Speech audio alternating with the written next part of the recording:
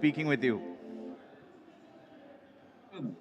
I can't hear you, Kalino. Give me a sec. Yeah, I can't hear him, guys. Hello. Kalino, can you sing a Spanish song for us, just to check? Of course. remember the 5th of November. Hello. Yes, we can hear you loud and clear. So this must be evening there? Yes, Awesome. 10:30 at night Awesome, on the awesome, 5th of November. So first of all, wish you were here. Absolutely missing you being here. But it's the best of reasons. It's for the best of reasons, right? So God bless you. So Thank you. yeah. Okay. So ladies and gentlemen, a very warm welcome to you. A few fresh faces, a few new faces. Welcome all, welcome all, welcome all.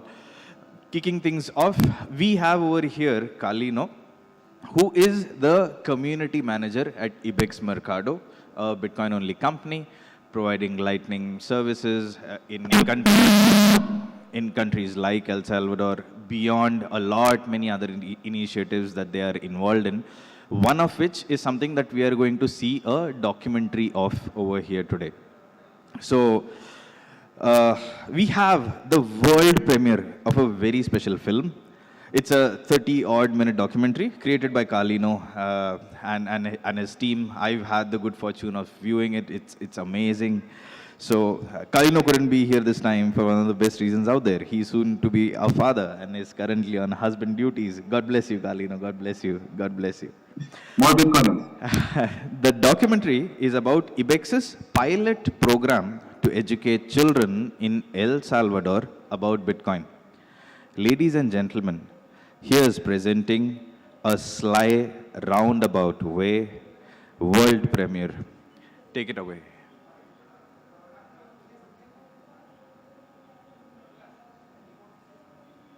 So, if I could talk before, Namaste, Bitcoin4India. Hola from Guatemala, Central America. First of all, congratulations on getting together for a Bitcoin-only event. Well done. The first one is always the hardest, so my respect, admiration, and thanks go out to the organizing team. I sincerely hope this is the genesis block of a very long chain. I'm sad I cannot be there with you right now. Unfortunately, I had an issue that made travel to the other side of the world. It's not unfortunate, Kalino. It's not at all. But I hope to visit and have wanted to see your country for as long as I can remember. It's clear to me that Do be with us. Do be with us once the documentary is done. We'll open it up for Q&A, right? Sure. And we have students in the audience as well.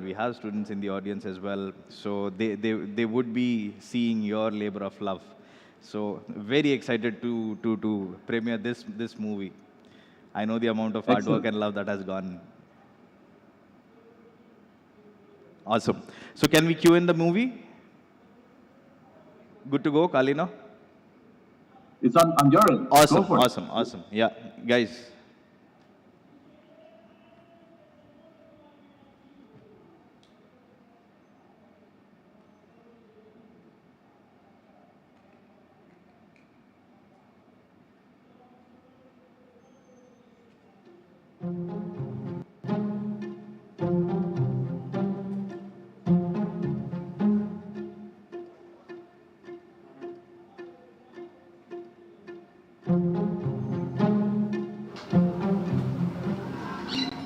Yo fui hace unos cuantos años, para ser exacto, en el 2019. Fui a un retiro de parte de la escuela. Pues en ese retiro yo aprendí acerca del adultocentrismo que sucede en El Salvador o incluso en otros países, que consiste en la idea de que los jóvenes no tienen oportunidades o la manera de sobresalir en un mundo bastante competitivo. Es muy importante de que los jóvenes hoy en día no se queden con algo pequeño, sino que puedan superarse a sí mismos. Considero que el adultocentrismo en el sistema financiero actual está muy arraigado por la idea de que los jóvenes no pueden tener las ganas o los deseos de superarse o conocer más. Pues no considero que el sistema financiero se los permite, incluso. Muy escaso el joven que conozca cómo manejar una cuenta de ahorros o cómo poder invertir en algún tipo de fondos o incluso sacar un préstamo en el banco.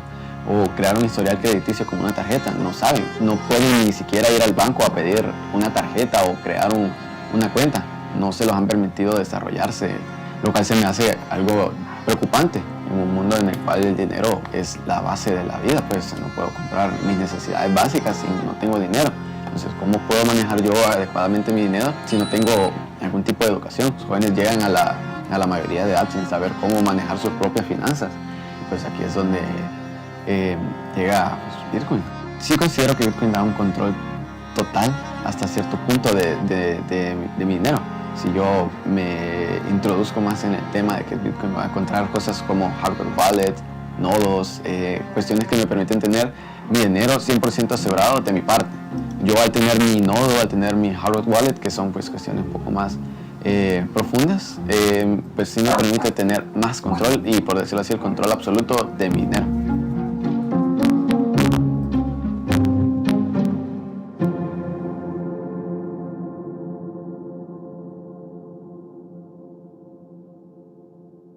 After 200 or 300 years of coins, all governments put their hands and stopped any further developments. We were not allowed to experiment on it. Money hasn't been improved. Money has rather become worse in the course of time. I don't believe that we shall ever have a good money again before we take the thing out of the hands of government. We can't take them violently out of the hands of government. All we can do is, by some sly, roundabout way, introduce something they can't stop. Buscaba algo que me diera libertad financiera y los bancos siempre tratan la manera de restringirte el momento de cuánto tenés que sacar, cuándo lo podés sacar, y Bitcoin definitivamente te libera de todo eso. Bueno, aquí prácticamente estamos en el Puerto de la Libertad. Ese es prácticamente un puerto histórico, fue el primer puerto aquí del país. Allá se puede ver que los barcos pesqueros están, obviamente, ¿verdad?, trayendo su pesca, y la gente que se mueve a turistear en toda esta zona. Le voy a pagar con Lightning siempre. El Salvador se convirtió en el pionero de aceptar Bitcoin a nivel mundial. Por ende, lleva un paso más adelante que todos. Prácticamente tener un cajero para los salvadoreños puede ser fácil, porque es una manera muy cómoda de comprar Bitcoin y es una manera muy bonita de retirar efectivo cuando se necesita. En total, BitDriver tiene 8 carros a su servicio, 8 colaboradores. Damos lo que es servicio de transporte desde el aeropuerto hasta cualquier lugar del país, a cualquier lugar del Salvador, viajes largos, viajes cortos. Aparte de conducir, me dedico a enseñar, a educar a la gente sobre Bitcoin. Todos los días, pues, tratamos de hacer grupos de 5 personas en mi comunidad y les enseño sobre aceptar Bitcoin, a ver Bitcoin de una manera de la cual pueden recibir dinero. Acepto Bitcoin porque es nuestra moneda de curso legal aquí en el país, una moneda de curso legal. Acepto Bitcoin porque quiero incentivar que la gente vea una manera diferente de ganar dinero en efectivo. En el país la gente te dice, cuando preguntas ¿y por qué no acepta Bitcoin?, lo primero que te hacen es así, que va bajando. Pero cuando conocen la realidad, eso deja de existir. La educación es muy importante para Bitcoin.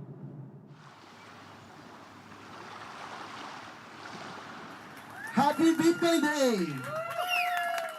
Bienvenidos a esta celebración del primer aniversario de Bitcoin como moneda de curso legal en El Salvador. Estamos aquí conmemorando el primer año de que se utilice Bitcoin de una manera legal en El Salvador.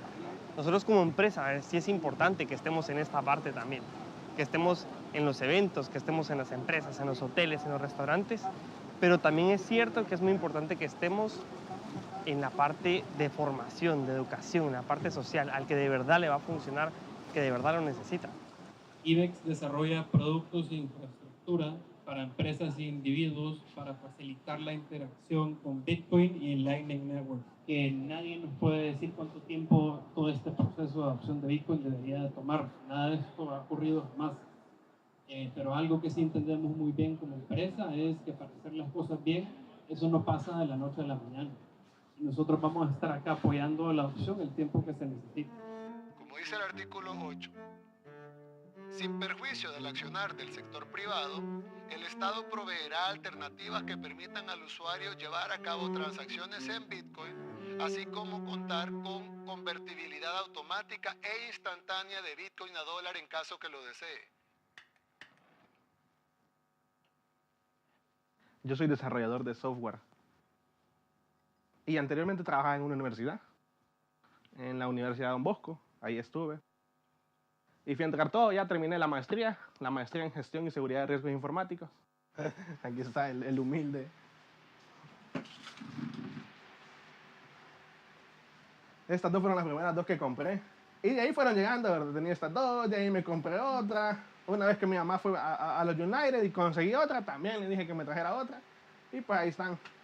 Yo aquí no tengo mucho poder de minado como una empresa que se dedica solamente a esto, ¿verdad? Sino que yo tengo un 0.01% de lo que puede generar alguien con bastante dinero. Entonces lo que hacemos nosotros los pobres es unirnos todos y generar una pool donde todos mandamos todo nuestro poder y ese poder junto ya puede competir contra las grandes empresas, ¿verdad? Y de ahí distribuyen las ganancias entre cada uno dependiendo de cuánto hayan mandado, ¿verdad? Aquí está BTC, lo que pasa es que tengo que tener una pool. Bueno, aquí están las pool, mira.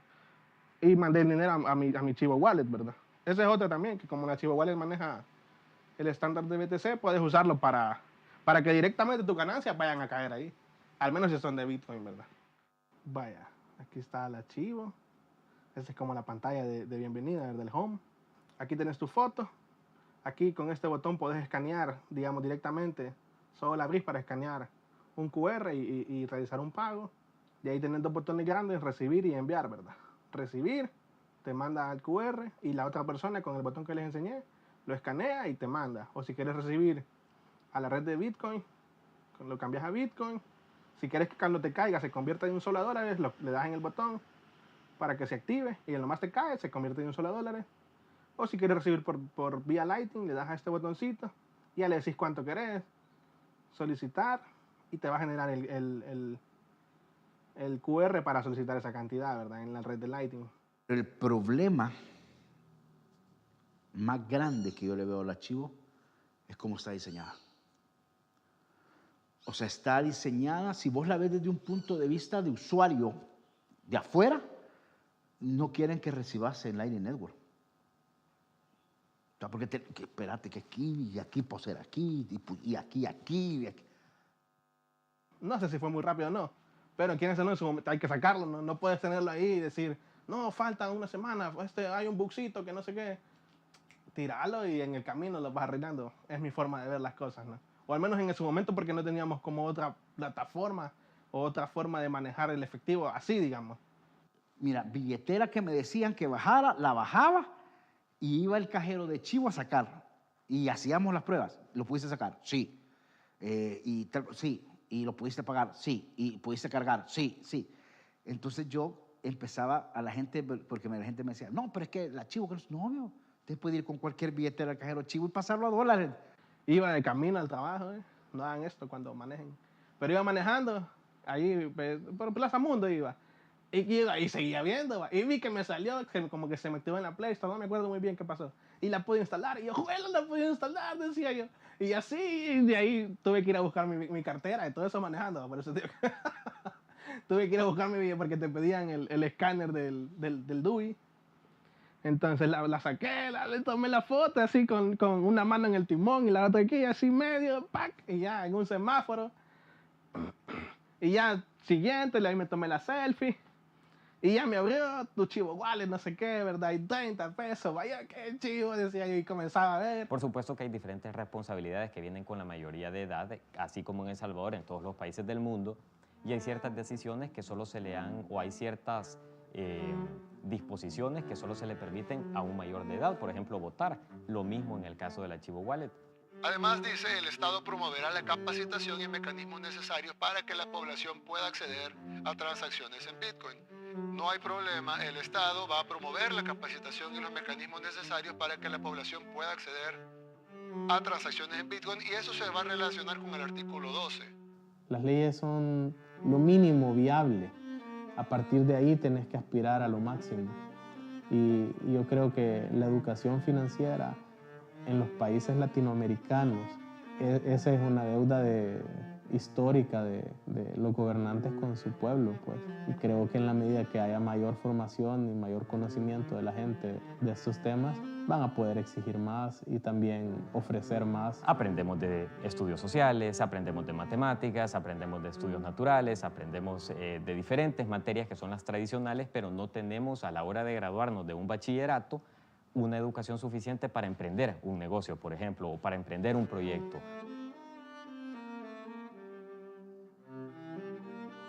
Yo me di el trabajo de conocer diferentes escuelas a nivel nacional y cuando me topé con esta escuela me di cuenta que las cosas se estaban haciendo diferentes. El centro escolar Ignacio Pacheco Castro es un centro escolar bastante peculiar a nivel nacional porque cuenta con un director que, además de estar bastante joven, tiene el deseo de innovar para educar a los estudiantes.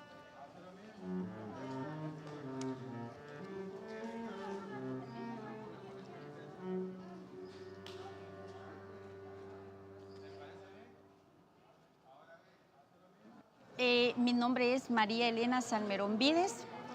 Yo soy conserje de aquí del Complejo Educativo Ignacio Pacheco Castro del año 2000. Hasta esta fecha tengo 22 años de estar trabajando acá. Cuando yo vine a la escuela, no era bien diferente para como está ahorita, ¿verdad?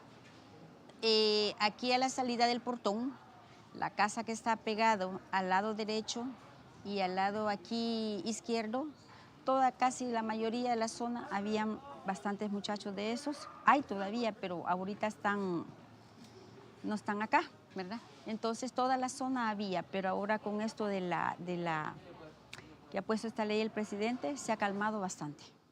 Cuando yo vine a la Pacheco en el 2019, porque para mí la historia que te podría contar es la que yo he vivido, claro. Pues yo encontré una institución descuidada en términos generales. Recibí 190 alumnos, habían pocas secciones. Ya en el 2021, a pesar que había pandemia, llegamos a 606 estudiantes. Igual, la dinámica de buscar, de tocar, de decir confíen en nosotros. Aperturamos los clubes todas las tardes, aquí danza, folclore, aquí moderno, deporte, banda musical, talleres de guitarra. O sea, se aperturó la Pacheco, abrió sus puertas todos los días, de lunes a sábado, hasta las 4 de la tarde. Entonces la gente lo vio como una oportunidad diferente. Y con los chicos grandes fue que aperturamos el bachillerato el año pasado y todos los módulos de emprendimiento. Por supuesto, comenzamos a conocer a muchas personas dentro del universo del Bitcoin a nivel que venían al país para conocer a los diputados o para conocer a personas de gobierno o incluso simplemente a visitar El Salvador, ya que existía una ley Bitcoin. Yo tuve la oportunidad de conocer por medio de IBEX a mi primer Bitcoin y así fue como conocí también la visión que ellos tenían del diplomado. Bueno, dentro del contexto de andar tocando puertas, como quién me ayuda, ¿verdad? Necesito esto por aquí, los chicos quieren cocinar pero no hay una cocina, estos necesitan aprender sobre electricidad pero quién me dona los cables y mil cosas. Entonces aparece Bitcoin, ¿verdad? Como una propuesta de decir, ¿tú sabes de Bitcoin? Eso fue lo primero que me preguntaron. Yo dije, muy poco. ¿Tú quieres saber de Bitcoin? Por supuesto. No vi ni un fin ni ideológico ni político, más que formativo. Y eso fue lo que me dio la apertura de decir, hey, hagámoslo. Al final, si estamos haciendo de nuestros jóvenes personas pensantes, emprendedoras, que ellos puedan valerse por sí mismos, qué importancia que también los podamos formar en la parte, ¿verdad?, financiera, porque es una educación financiera, saber sobre Bitcoin, porque cualquiera piensa en Bitcoin, piensan en estafa, piensan en vulnerabilidad de tu dinero, más no saben el fundamento o la base en lo que ellos pueden pues radicar y partir de decir, no, hombre, eso es más seguro de lo que pienso, ¿verdad? Porque al final de eso se trata. Aseguras tu dinero, lo resguardas, ¿verdad? Lo llevas a capital, no estás generando intereses, lo que comúnmente los bancos nos hacen. con esto y permites sobre todo incluirte a una nueva pues era digital y era financiera, ¿verdad? Que al final el que no quiera luego lo va a lamentar.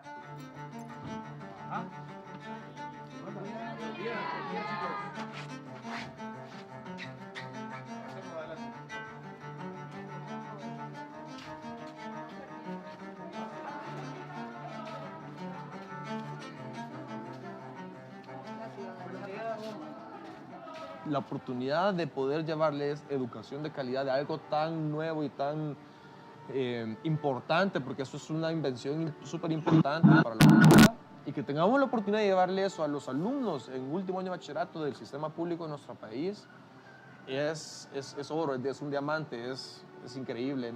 Cuando Bitcoin empezó, ¿cuánto era la recompensa? Quiere decir que en ese primer periodo de tiempo, en esos primeros 4 años fueron 10 millones. There were essentially 4 of us who were involved from the start in developing this, and that was Dalia Platt, myself, Raúl, and Gloriana. En mi mente yo tenía que este contenido tenía que ser interactivo, que estos estudiantes no se podían quedar sentados leyendo un libro y después Gloriana empezó a dictar el curso y en 2 meses, en 3 meses, sabemos qué funcionó, qué no funcionó para la segunda versión.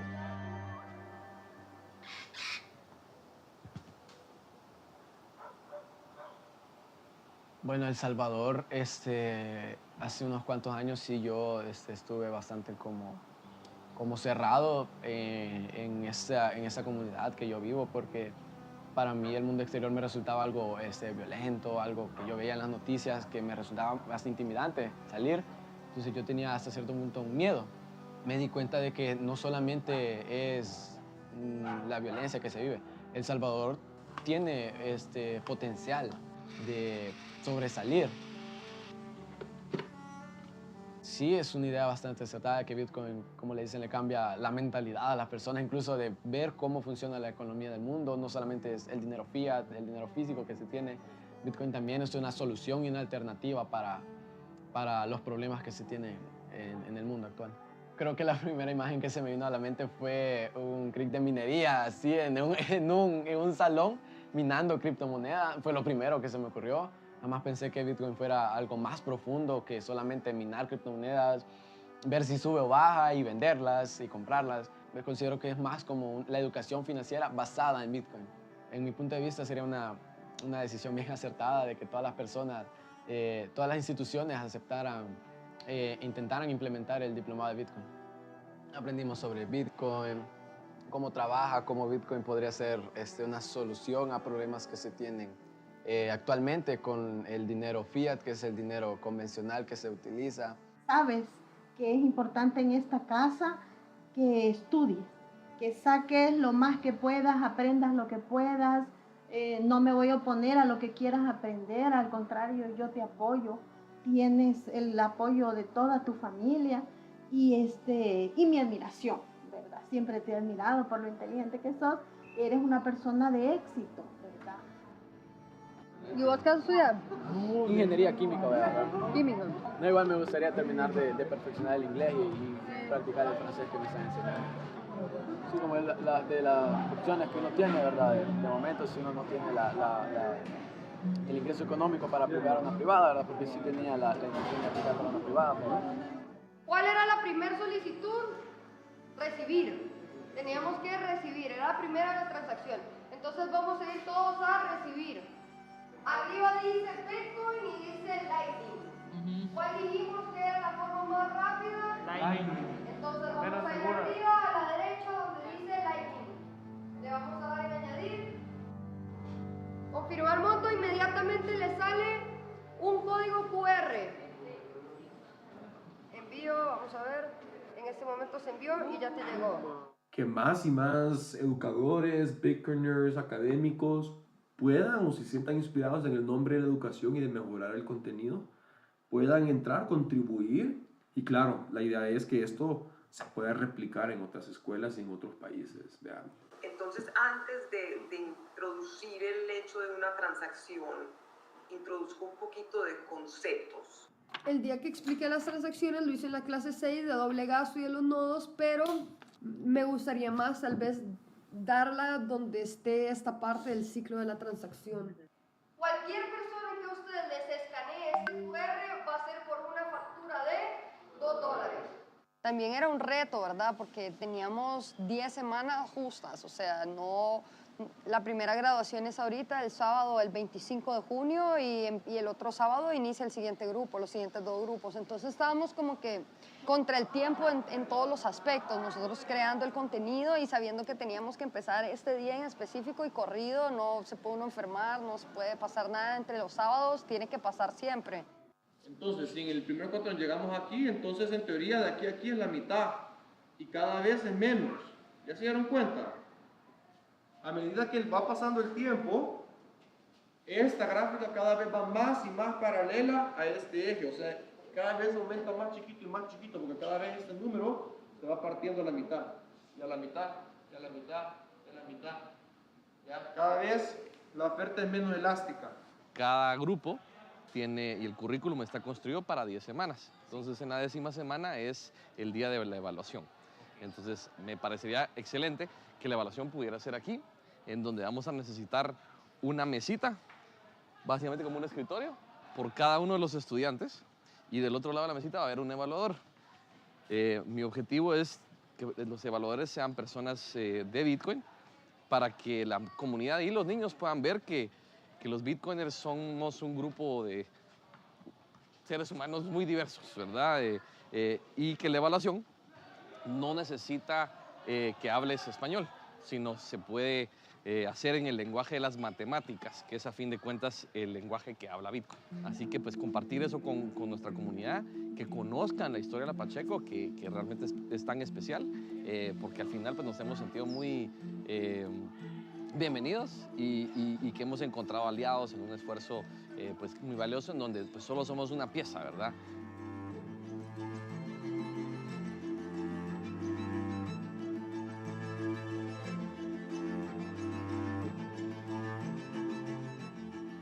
No confiar, sino verificar. Lo que estamos haciendo es verificando que se merecen su diplomado, que son un Bitcoiner nivel 1. Y bienvenidos a Bitcoin. Tenemos gente de ese espectro, ¿verdad? Desde gente muy avanzada, con muchísimo conocimiento, años de experiencia en Bitcoin, hasta gente que recién empieza. Y que está construido así porque todos los estudiantes que ahora tienen su diplomado, ellos se pueden voltear a ver y verificar a otras personas. Let's go ahead and do the first batch of folks. So everyone who is here to get trained on what we're doing tomorrow, follow me. Yeah, the process is your student has to do the following. They're going to be in front of them just verifying all the steps. They're going to create their wallets. They're going to make the backup, skip the email part, go straight to the phrases, and then write them down. We're going to give them a separate piece of paper just to do that. At this point, you still haven't given the student the Manila folder. And then they need to send an on-chain transaction. The little thing at the bottom that says transaction ID. If you click there, it goes to the mempool space of that specific transaction. Well, thank you so much.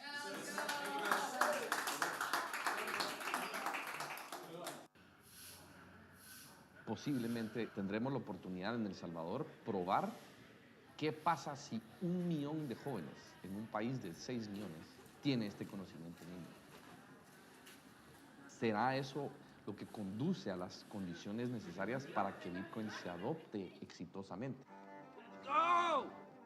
Bueno, esto es lo que nos dieron para los pasos de la verificación, para asegurarnos que también nosotros como verificadores les estemos ayudando y que lo hagamos bien. Estando en el bloque 753.483, es un enorme gusto dar inicio a la grabación con la inauguración de la cafetería Jalfini. Muchas gracias a todos por estar aquí, es un honor. Este aplauso lo reciben todos ustedes de parte de los estudiantes y el aporte que han dado.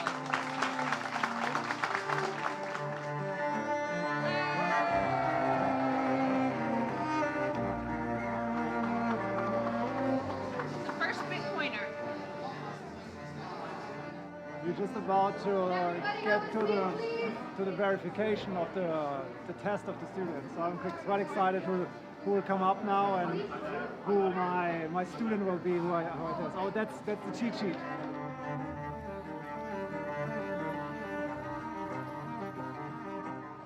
Hola, ¿cómo estás? Bien, ¿y usted? Y asegúrate de verificar que si lo hayas escrito bien. Ahora lo que vamos a hacer es que vas a restaurar esta billetera en esta aplicación. Vas a abrir acá y ahí van a estar las 12 palabras claves para poder acceder a los fondos. No le muestres a nadie, eso es tuya. Esto es histórico y espero que esto sea un ejemplo de lo que va a pasar en el mundo entero.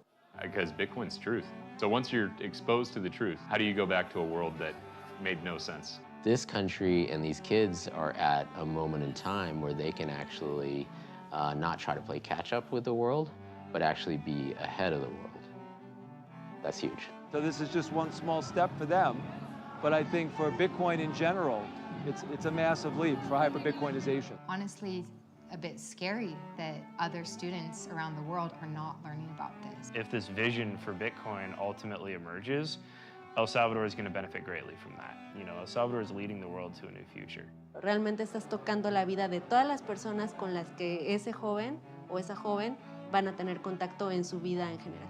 I think this should be pushed to other parts of the world. You put it out there on the internet and you let people debate about it. I'm confident that other countries will start to adopt it. It's just a matter of implementing it correctly. And I think that what's happening here is the right way of doing it. The next thing that we really need to focus on, why we use Bitcoin, but more importantly, what money is, what inflation is, and how to avoid the pitfalls of the monetary system the way it is at the moment. It's empowerment, I think, and I felt that they take back their freedom. A high school with students graduating from Bitcoin was kind of surreal, but I mean, if you focus on the future, you focus on the kids, right? If you give the kids an education, you build a long-term foundation. Is it, to your advantage now when you're 16 or 17 to go from having extremely limited earning opportunities and income opportunities in your tiny town, and now all of a sudden you can do all kinds of interesting things, and these kids, they're going to be able to participate in that. Nadie le puede venir a dar gato por liebre a uno de los patojos que se graduó porque, hey, yo soy estudiado y soy graduado de este tema. We've made a commitment that we're going to understand crypto, including Bitcoin, and we're going to make sure that we teach money. But I think it's a great opportunity for El Salvador to leapfrog to the future.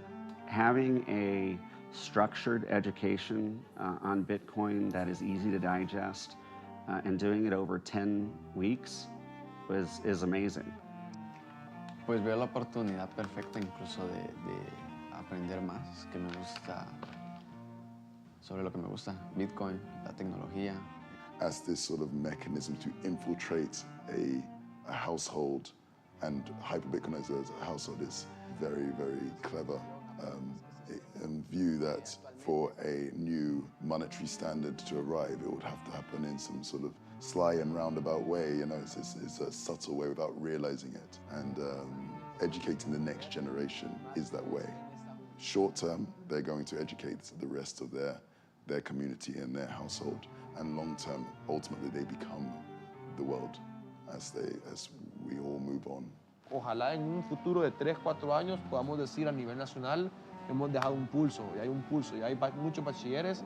Es el primer diplomado para escuelas públicas en el mundo de Bitcoin, ¿sabes? Sería una excelente idea incorporar este diplomado a nivel nacional, poder formar a todos los jóvenes con el conocimiento necesario para que comiencen ya a utilizar Bitcoin. Considero que el Bitcoin soluciona muchos problemas actuales con respecto al dinero convencional o el fiat, los cuales podrían ser la inflación, el devalúo de la moneda, el poco manejo propio del dinero que está actualmente sujeto a entes reguladores, el cual mejora y agiliza la economía de una manera más moderna, segura y transparente. Es un orgullo ser la primera institución en recibir este diplomado. Gracias a todas las personas que hicieron esto posible, a la organización y la realización de este gran esfuerzo de querer transmitir el conocimiento financiero orientado al Bitcoin, el cual hemos recibido con mucho cariño y hemos completado con mucho empeño. Muchísimas gracias a todos.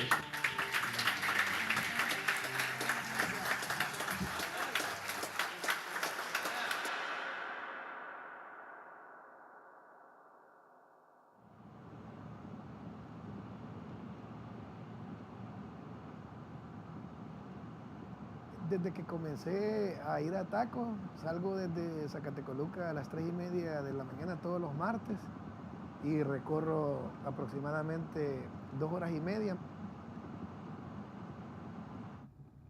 A las 6 de la mañana estoy ya en el centro escolar J. Alfaro y me duermo unos minutos afuera del centro escolar, unos 30 minutos para reponerme, y a las 7 de la mañana iniciamos las clases con todo. Trato la manera de enfocarme, de no criticar y enfocarme en educar a los jóvenes, porque al final, si todos criticamos, ¿quién va a hacer el trabajo? O sea, si no lo hacemos nosotros, ¿quién más lo va a hacer? Lo que se envía a través del protocolo Bitcoin es Bitcoin, no son pesos ni dólares, pero Bitcoin tiene un valor equivalente a todas las divisas del mundo. Todos los monederos tienen dos componentes criptográficos principales.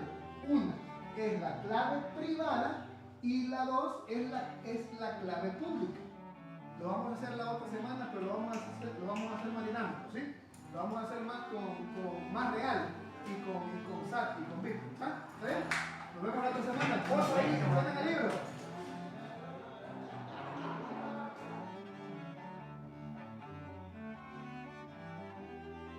¿Cuánto tiempo no se tardó la economía en comenzar a formar profesionales en eso? O sea, pues fue desde un periodo lejano, años atrás. Es muy impresionante cómo se desarrolló tan rápido la economía y cómo las personas se interesaron por eso mismo. Entonces, el hecho del interés que se le puso a esta economía fue lo que permitió fomentar esta educación.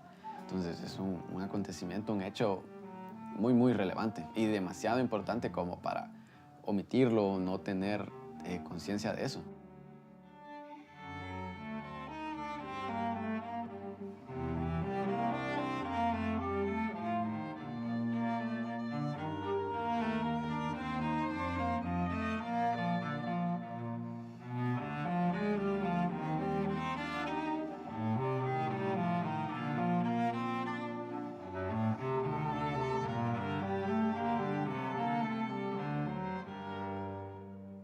Hello.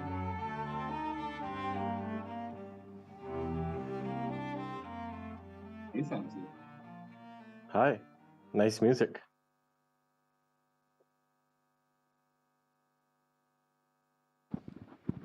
Kalino, I can hear you. Just give me a sec. Let me get the dice back, and I'm right there with you. Hey, Carlino, can you hear me? Yeah. Yeah? I think I'm okay. First off, a round of applause for Kalino and his team for this fantastic initiative. Kalino, all up to you. Well, if there's time for questions, I don't know how much time I think already. Kalino, 1 second. Yeah. Yes, Kalino, you can go ahead, please. So I don't know if there's time for questions. I see Samson is ready to go, so you tell me how do you want to? Kalino, I didn't get you. Can you hear me now? Hello? Hello? Yes. Hello. Well, is there time for questions? If not, I see Samson is connected, so... Awesome. I see hands go up in the air. 1 second. We are getting the mic to them, Kalino. Hi. Great documentary. It's always heartening to see what people are doing once that Bitcoin has become legal tender in other parts of the world. I just had a question about that, since you have experience of working in El Salvador. Now that Bitcoin is legal tender and people are using it, how are you seeing the early signs of hyper-Bitcoinization, where people are not using Bitcoin in terms of the dollar value it represents, but just the sats itself, where services are being quoted in sats and not the dollar equivalents? So using of account is much trickier, right? Actually seeing prices reflected in Satoshis is, I think, still a ways away. But there are plenty of people that transact only in Satoshis, right? So that's really what this is all about. But really when Salvador adopted Bitcoin and through our tribe at IBEX, it's the hyperdrive. And the biggest, most important and obvious lesson is that adoption requires education. And so, It's just how do we get more and more young people into this as quickly as possible? Because I'm convinced that's the fastest path to hyper-Bitcoinization. Does that answer your question? Yeah, it does. Thank you. More questions? Yeah, there's one more. Hey, first of all, congratulations on the initiative and also the video, the documentary that we just saw. So how many, I just want to understand a little more about the scale of the initiative. How many students have you guys trained by now? About 120 have already gone through that process that you saw. So it's 5 sections within the school, and there's currently another 2 that will be graduating November 18th. And next year, there will probably be about 9 more just at that school. And then the second school is already carrying out their things, right? So I'm not sure how many have graduated from there. And the goal is to basically prove through this pilot that it can happen at a public school currently. And so there really is no reason to wait to roll this out more broadly. And particularly for places like India, if you go to our website or follow the folks that produce the content, you can download the content yourself. And very, very soon it'll be in English. So currently you can only find the Spanish version where the team has been translated into English, and that'll be out very soon. So the idea is if you have a relationship to your high school, or you, as a Bitcoiner, you're a teacher at a high school, or just have access to a group of kids, but we're looking for something that's a little bit more structured in a class-like setting, there's no reason that this has to remain in El Salvador. This can be happening basically anywhere in the world. That's exactly what I wanted to know, that if you have a template and the process works and there are actual practical examples of students getting out of it, then that would be something that hopefully can be copied. But like you rightly said, one of the things is that... Anand, could you stand and repeat that comment, please? We can't see you. Okay. Hey. Thank you. So I was really happy to know that this is something which can be copied, and I'm hoping that there are people over here who get excited and inspired by it to do it. One of the things I think which came out is that you need, like you said, you need some kind of relationship with the local school. It doesn't have to be like you don't have to, it's not very heavy on the school because the course and the people, Bitcoiners teaching can be sourced from the community. So these are the few things I would like to kind of underline so that everyone listening here could take this chapter forward. For sure. And the content is licensed under Creative Commons Attribution Share Alike. That means that anyone can take it, fork it, use it, translate it into other languages, do whatever you want with it. There is no restriction for folks beyond one rule, which is any derivative work that you do. Say, for example, someone translates it to Hindi, Gujarat, whichever language. The product of your work that's built on top of this has to be republished with the same license.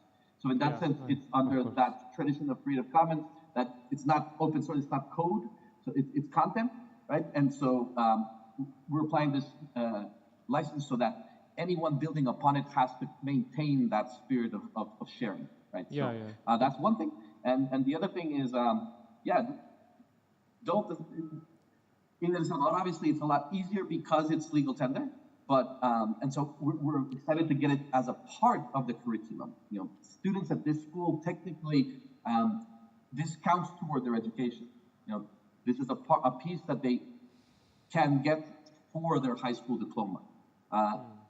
That may not be the case for a long time in places like India or around the world, but it doesn't mean that you can't offer it as an additional course for people that can take voluntarily, right? So that's why we hope that very soon we will hear about stories of someone maybe in this audience taking the content and using it to teach in India. Yeah, in fact, a few people did ask around, reach out that, okay, if we have to get it into schools, how do we do that? You just answered that question for them today. And honestly, diploma or getting a certificate at the end of it is not the most important thing. And a lot of students and good teachers understand that the education and getting through, and students do take a lot of vocational extracurricular activities.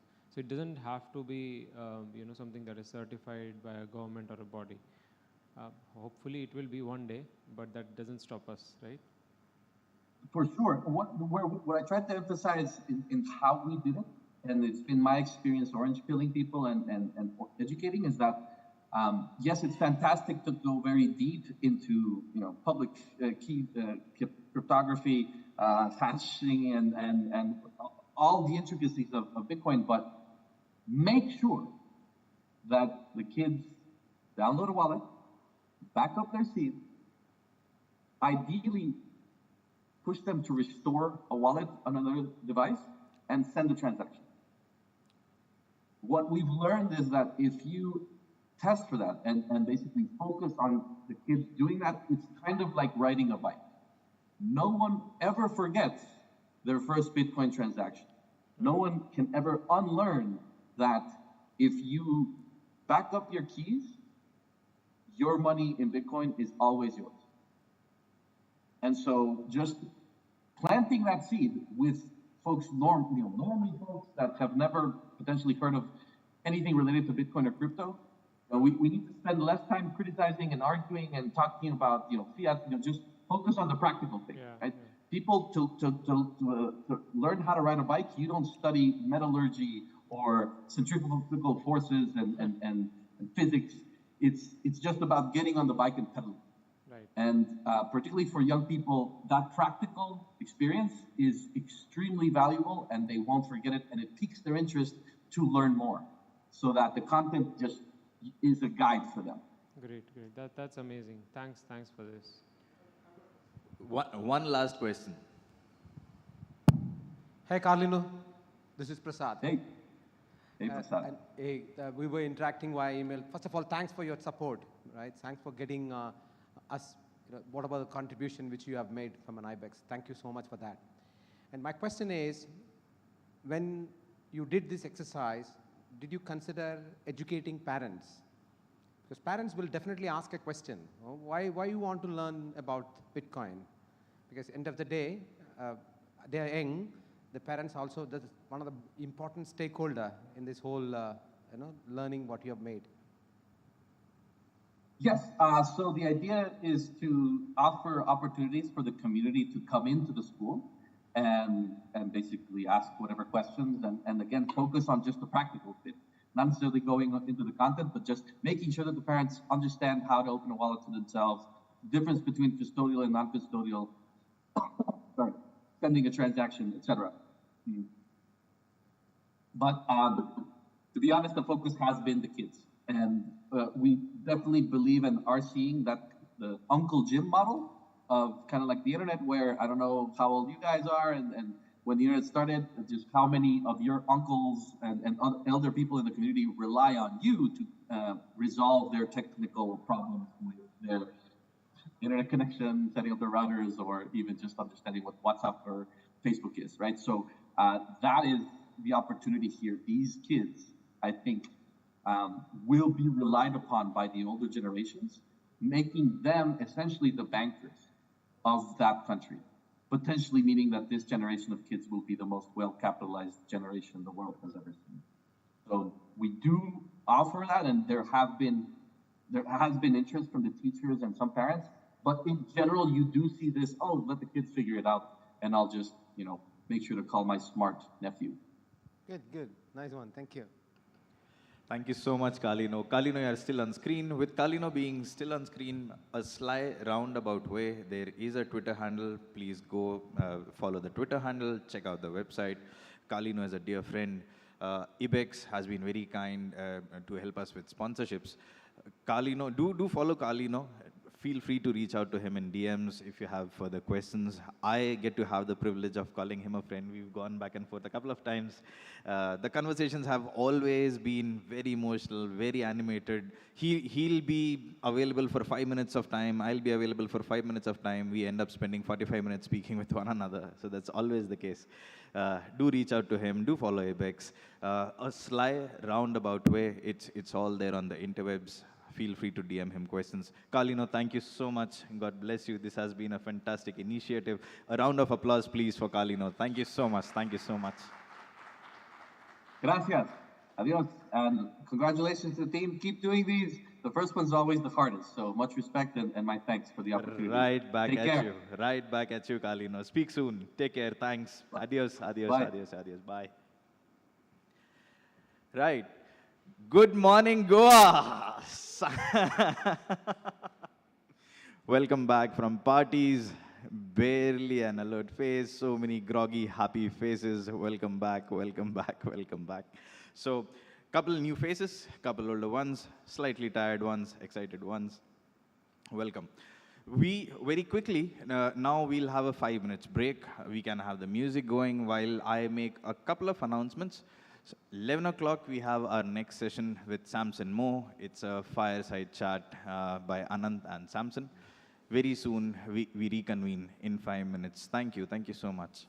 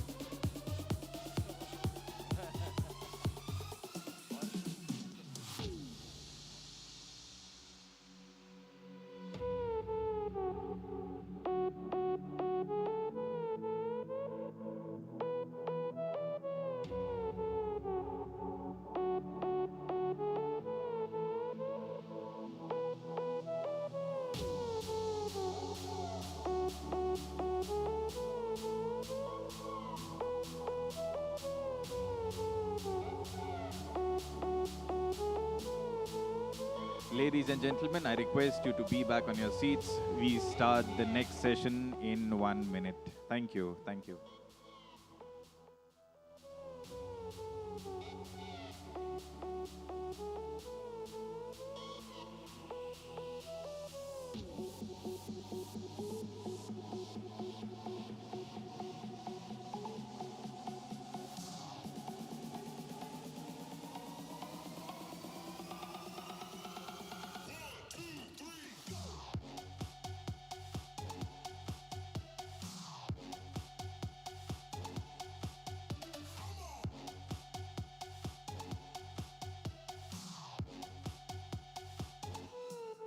Anand.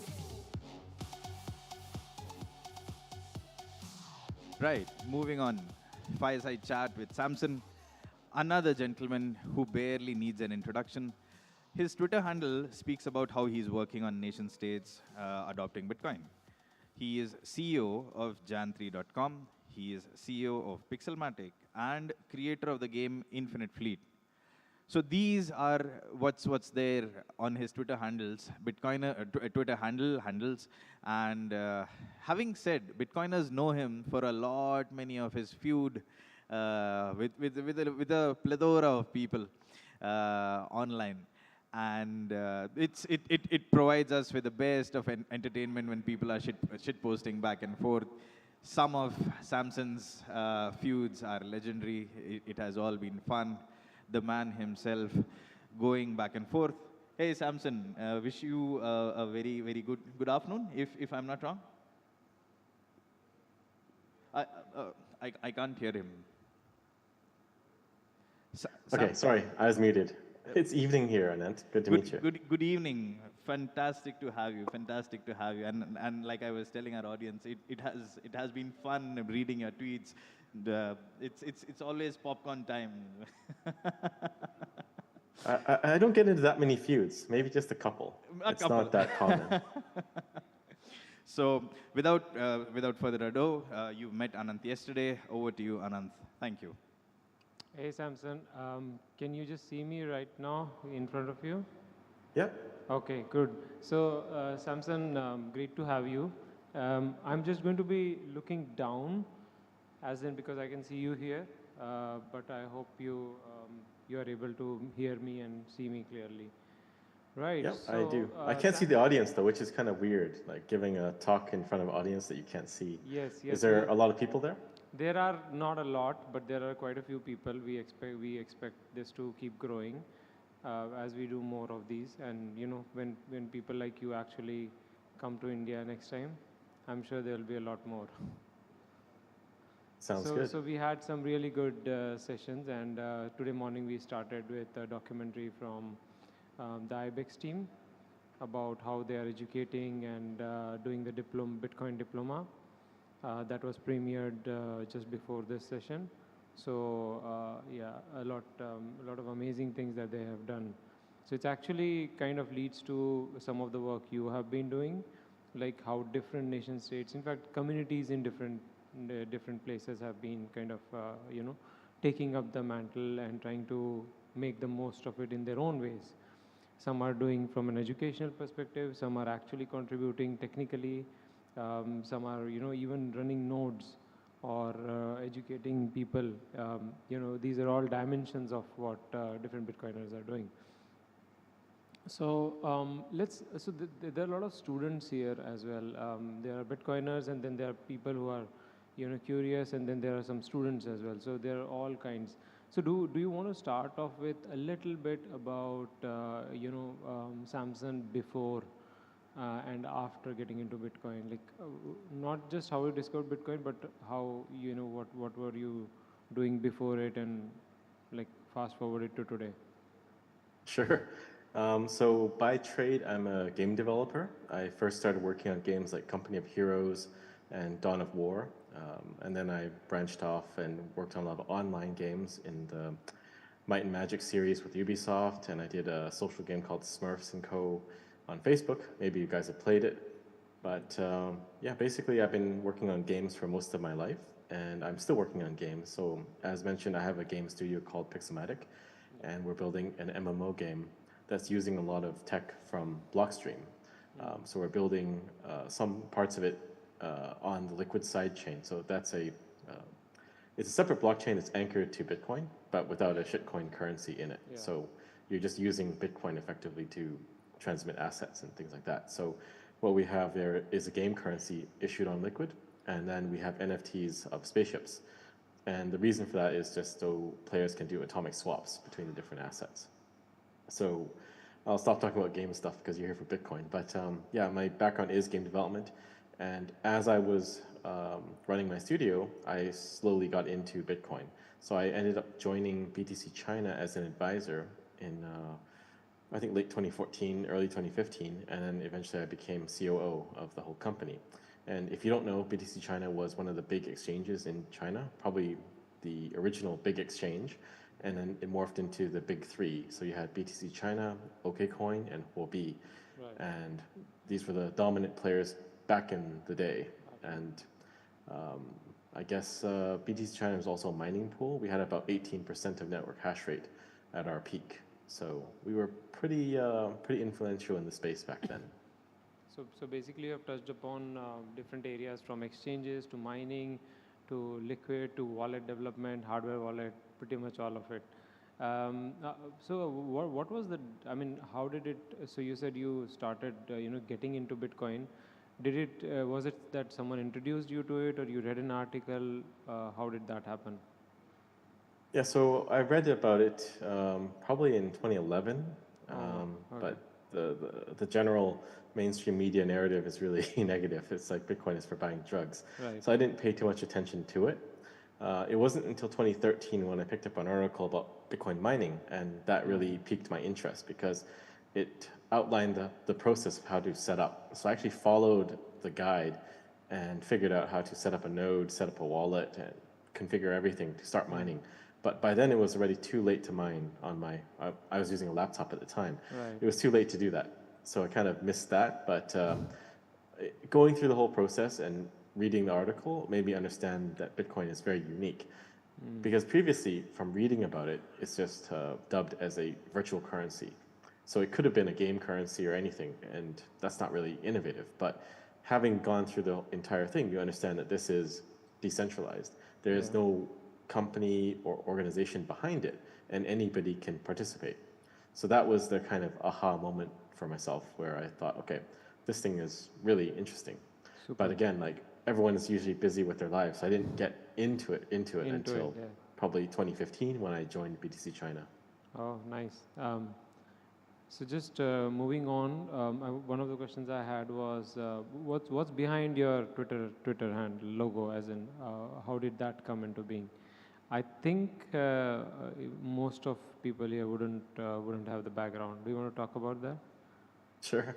So my handle is Excellion, and it's actually my handle from playing Lineage back in the day.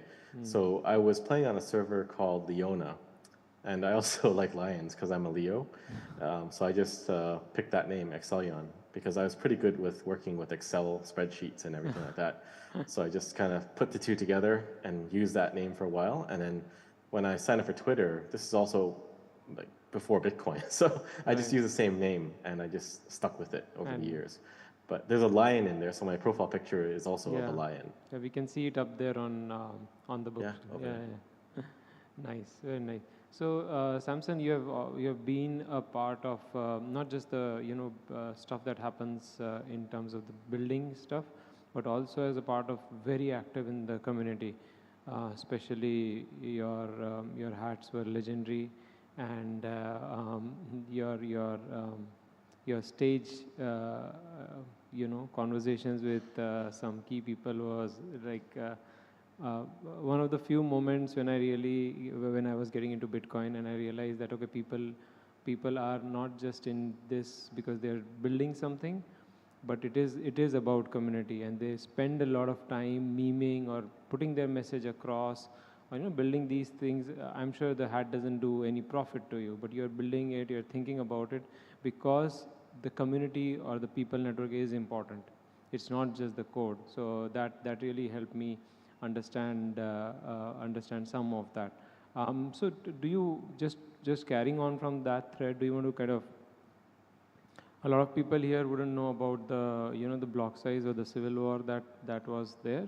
Do you want to give your quick take on that? I would love to hear you talk about it, your view of Sure. it, how it went down. So the TLDR is, it was a bunch of people that really didn't know how Bitcoin worked and were not that smart, trying to change the rules. That's basically the crux of it.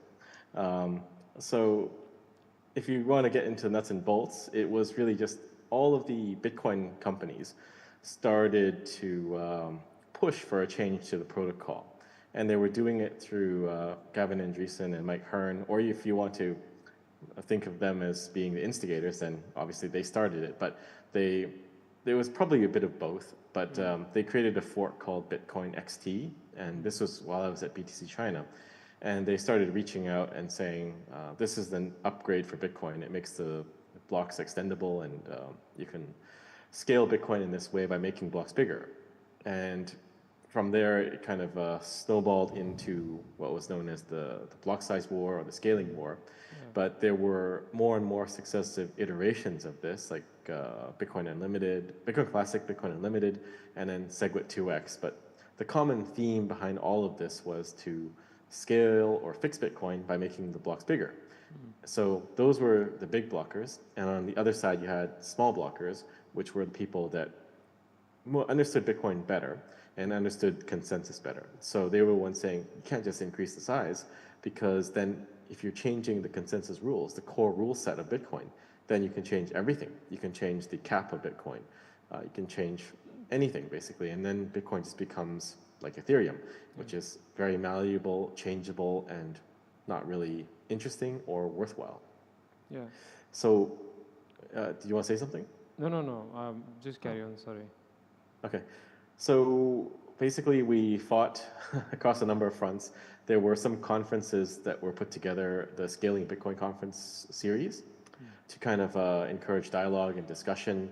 There was a brokered, I guess, peace treaty of sorts with the Hong Kong agreement saying we will research bigger blocks, and then they would not push for a hard fork.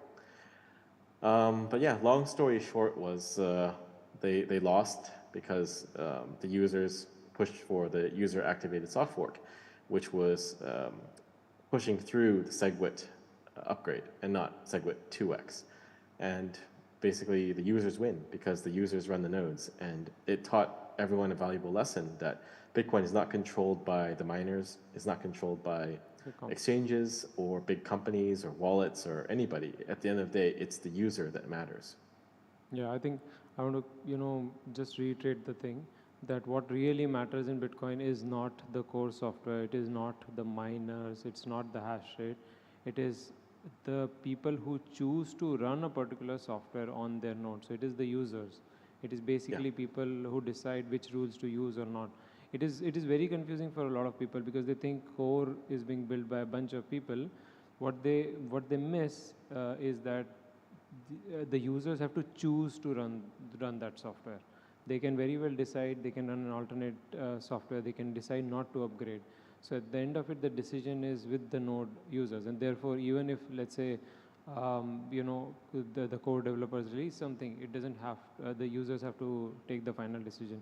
It's amazing. There's no direct analogy available in today's world to compare it to, but that's very important to know that it's not like a democracy where some decision is taken at the top and everyone else has to agree. It's quite unique. So as you mentioned, I made hats during that time period. I made the UASF hat.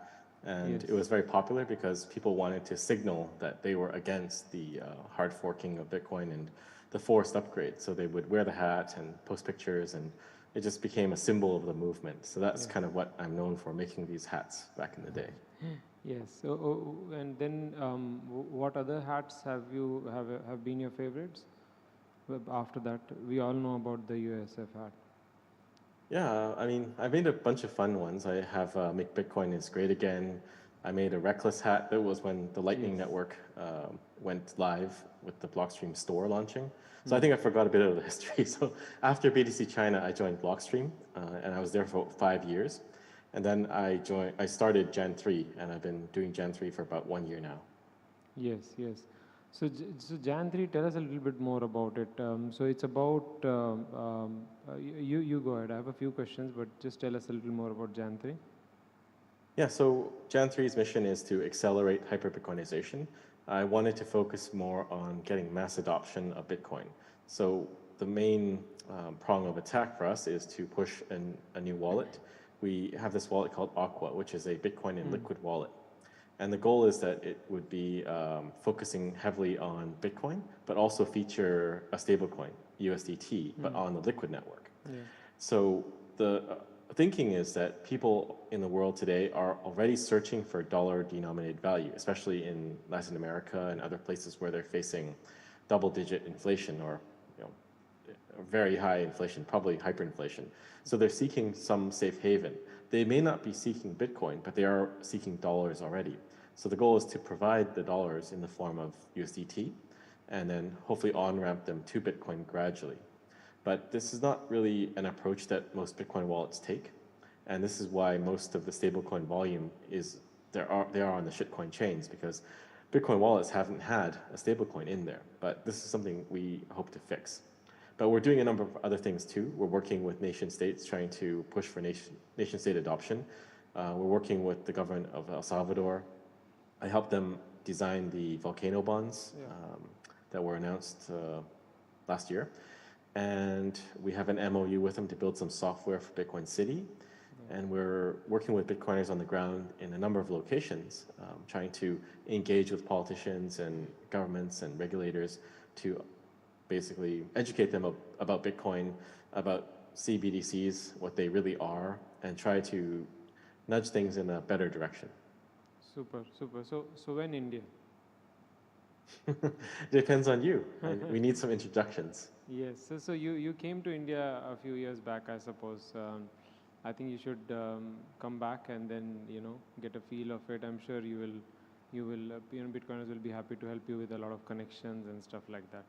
But yeah, India is obviously a very different fish and a very big fish to fry. But yeah, that's definitely something we are trying to do at a grassroots level. People like you are trying to do it more from educating the policymakers' point of view and at the same time building great software. So probably we are, working towards the same goal. I'm sure we can do much more together as we move on. So yeah, definitely. India is a very important market, I think, and we definitely should try to get India onto a Bitcoin standard rather than a CBDC standard. CBDC standard, absolutely. So why does India need Bitcoin? Why do Indians need Bitcoin? Let's talk about that. Well, I think everyone needs Bitcoin. I think India is ripe for Bitcoin adoption simply because Indians understand hard money. Indians love gold, similar to Chinese people. I think we all love gold. There's a long tenured history of gold in the culture.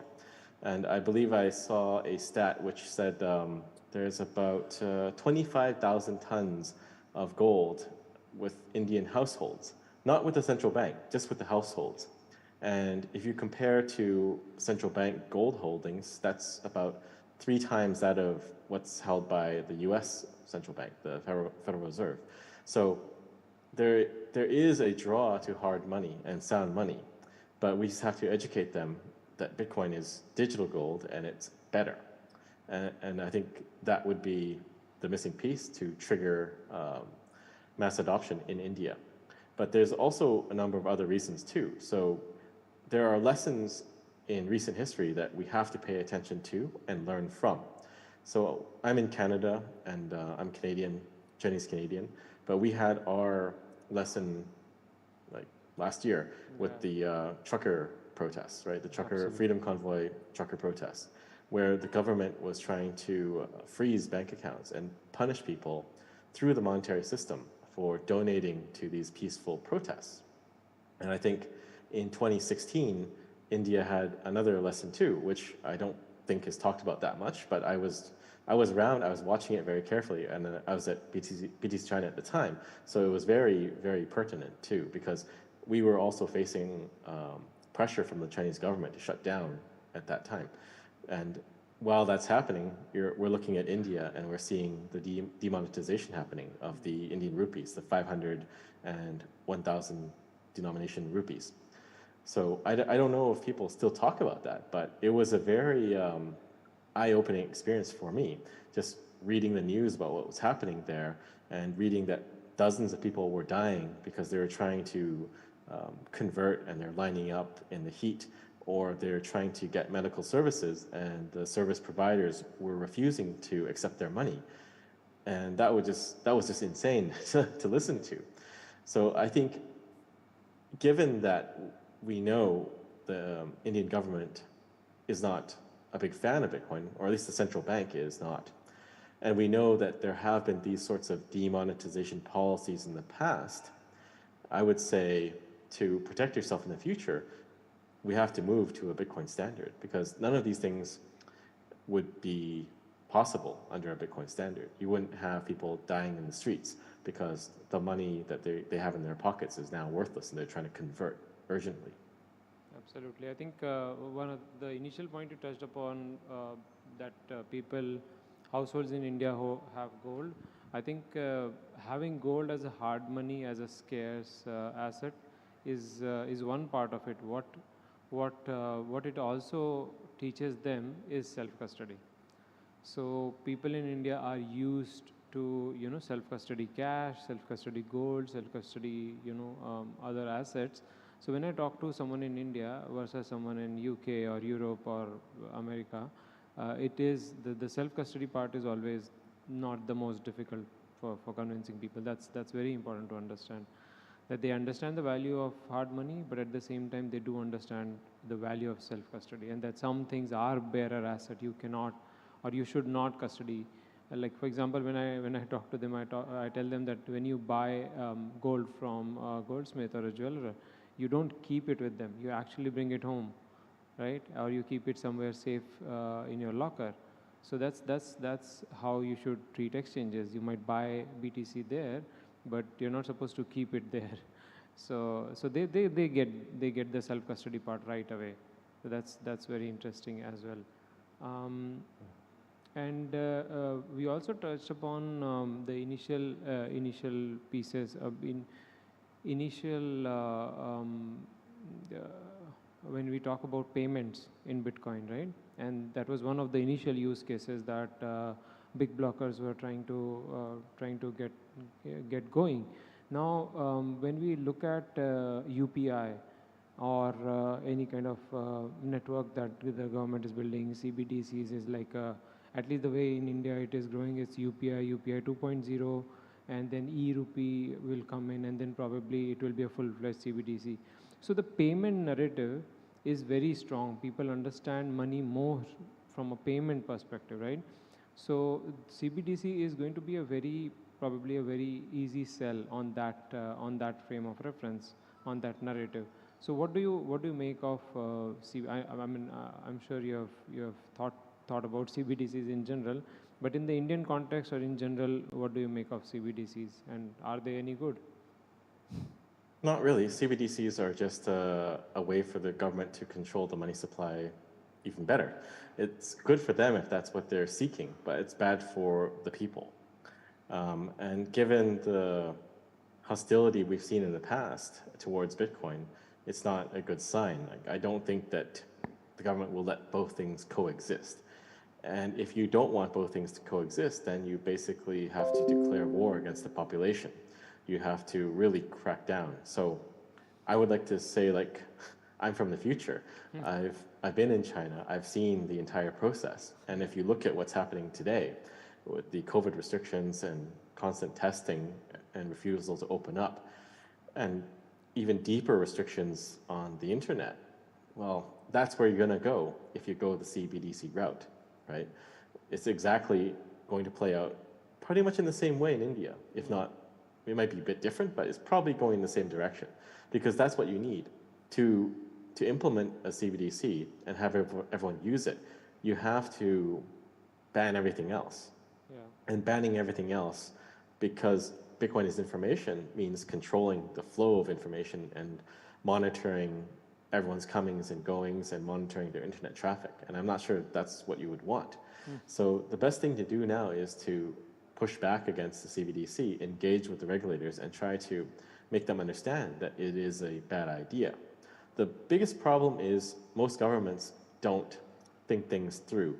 They don't know how to build systems. Well, first of all, they don't know how to build good systems. If you go back to the demonetization in India in 2016, it was a very botched process. It was poorly thought out, and the infrastructure was not there to allow people to convert. There was not enough cash on hand to convert either. So that was why you had these massive lines and effectively panic in the streets. But they're not going to roll out a CBDC in a much better manner than that, because they're not able to think things through. It's not what governments are good at doing. But the other point I was trying to make is they don't design systems that are adversarial. They design something that they think is good, but maybe it might be good in theory for a few months, but what about on the time horizon of years? So if you implement the system of complete control over money, and you're trying to use it to maybe go after financial terrorists or go after people that are deemed the fringe elements of society, well, things change, and you can be on the other side of that demarcation in the future. It just depends which way the political tides go. So you definitely don't want to build something that's going to be used against yourself in the future. But I don't think most government officials and politicians think that far. But again, like, you just look at recent history and you can see lots of examples where that does happen. And on a long enough time horizon, everyone is some sort of financial terrorist or fringe element. And again, I urge you to look at Canada and what happened with the Freedom Convoy. Yeah. Just ordinary people are branded terrorists. So it's not that big of a stretch to say that these things can be used and will be used against you, because they have been. Yeah, absolutely. That is the government part of it also. What I'm kind of really intrigued by is how do you make people believe that part? So, okay, government will design stuff and they have CBDCs and they'll try to convince you. But how do you get people to actually question it? Because people today, they're just going for whatever they are being told. And this is quite a nuanced thing. They, at least in India and maybe across the world, if they use a network and they know that their financial privacy is going to be, reported on, they're completely okay with it. So how do you change that? Any advice on that? And how do you talk to people and make them understand that CBDCs are not good? Because on the face of it, the headlines, all the celebrities, all their politicians will be saying it's the best thing ever. So how do you make them, think about it? I would say you have to engage with the media and try to get your voices heard. Like, if you go back to the block size wars, one of the things that I was responsible for was to get the small block perspective into the mainstream media. So there's there are quotes from me in various articles and publications that go back to 2015 and 16. But that was my job, because the developers were not really good at that, or even social media stuff. So I was kind of assigned, do the media engagement. But it applies here too. You guys in this room have to figure it out and reach out to your network.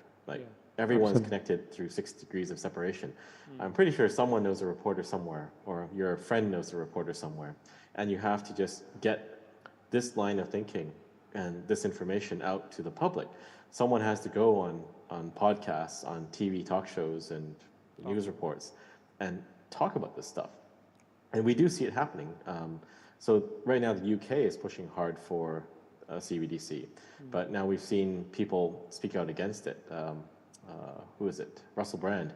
He did this segment mocking Rishi about CBDCs, and I think using humor as a tool is very effective for the mass market, because they can understand, like, this guy is mocking this thing, and I think they can see all the points that he's making very easily, because it's not about technical stuff.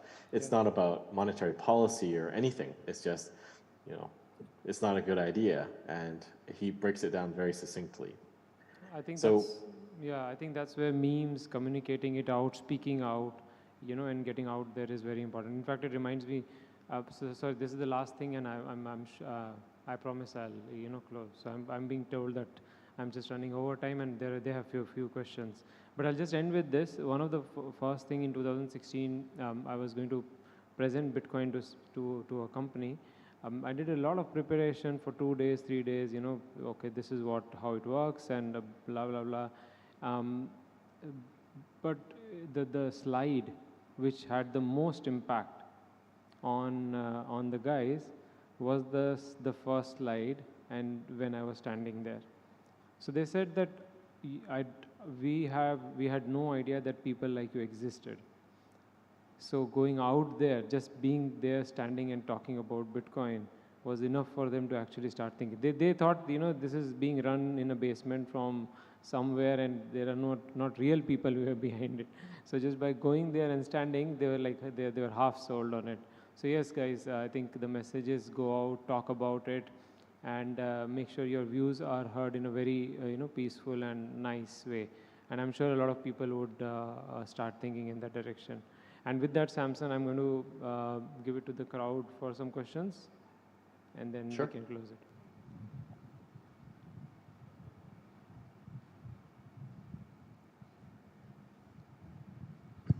Hi, Samson.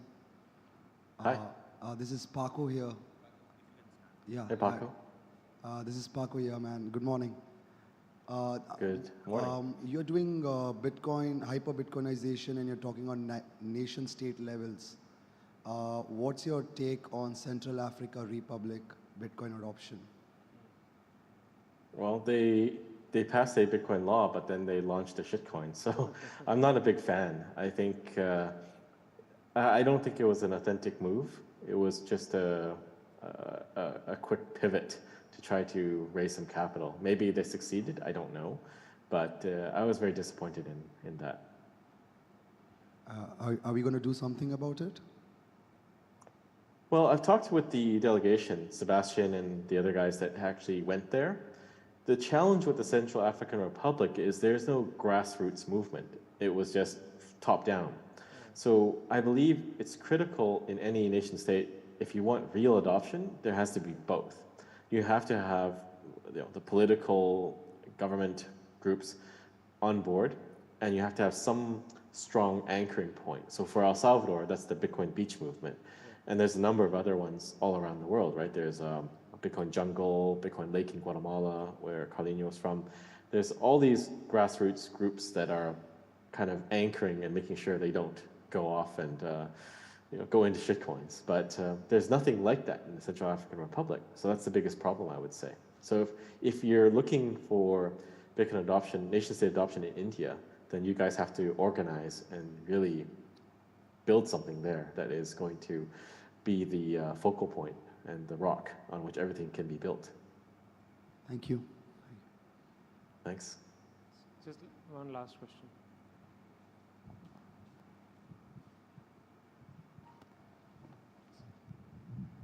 Hello, Samson. This is Pankaj. How much of a threat is quantum computing to Bitcoin? Would you consider it an existential threat? And if it is not an existential threat, what would you say is an existential threat at the moment for Bitcoin, and maybe in the future also? So I did a talk on quantum computing a number of years ago. Quantum computing is not a threat to Bitcoin at all. It's still in the very early stages. And even if it worked and it was mature, it wouldn't really be, it would be a bigger concern, I think, for other things first, like credit card payments, a number of other things, like any secure encrypted communications protocol is at risk. Bitcoin probably less so, and Bitcoin can move to quantum resistant schemas pretty quickly. But all that would happen is you would start mining with quantum computers down the road. But as long as there is more than one, then you're okay, because everyone is still competing, much like they are today with ASICs. But I believe I did a calculation. Like the cost benefit of using ASICs, where you can connect them up in serial and have hundreds of thousands of them, far outweighs a single quantum computer still. So that's not really a viable threat, I would say. Uh, The other part of your question, like what is an existential threat? I don't think there is one. I think Bitcoin is very resilient. It's weathered nation-state level attacks. I would say the mining ban in China was the first nation-state attack, where they said, you know, all the miners get out, and we saw a massive drop in hash rate. But we recovered, and it was actually the only ones harmed were the miners in China. Everyone else had a windfall because they're suddenly 30+% more profitable, so they were happy. So I don't think Bitcoin has a real existential threat at this moment. The rise of CBDCs could be an annoyance, but it's more to the detriment of the people of a country that embraces it rather than the Bitcoin network. It's more like, you know, they forked themselves off, or, you know, they're banned from the Bitcoin network. But the Bitcoin network itself is fine. Okay. Just one little point. So a friend of mine had a very interesting perspective. What he said is quantum computing might lead to trillions of hashes being tried per second, as an example. And then, you know, one would be able to mine blocks, so much more easily. So what would that do to the difficulty, and would that be a threat, you know, in that way? Not in the way that quantum computers could be used to crack, say, SHA, but this way. So does this have any validity at all? Not really. Like I said, it's still more efficient and cost-effective to have ASICs running in series than a single quantum computer. So you can still outcompete a single quantum computer. I think we have okay, one last question. We have to move to one last question. Yes. And sorry, just quickly. So Samson, there are people on YouTube watching this, and then there's a separate tech track going on. So they will be able to see your video and this interview later on. But we'll close this with one last question.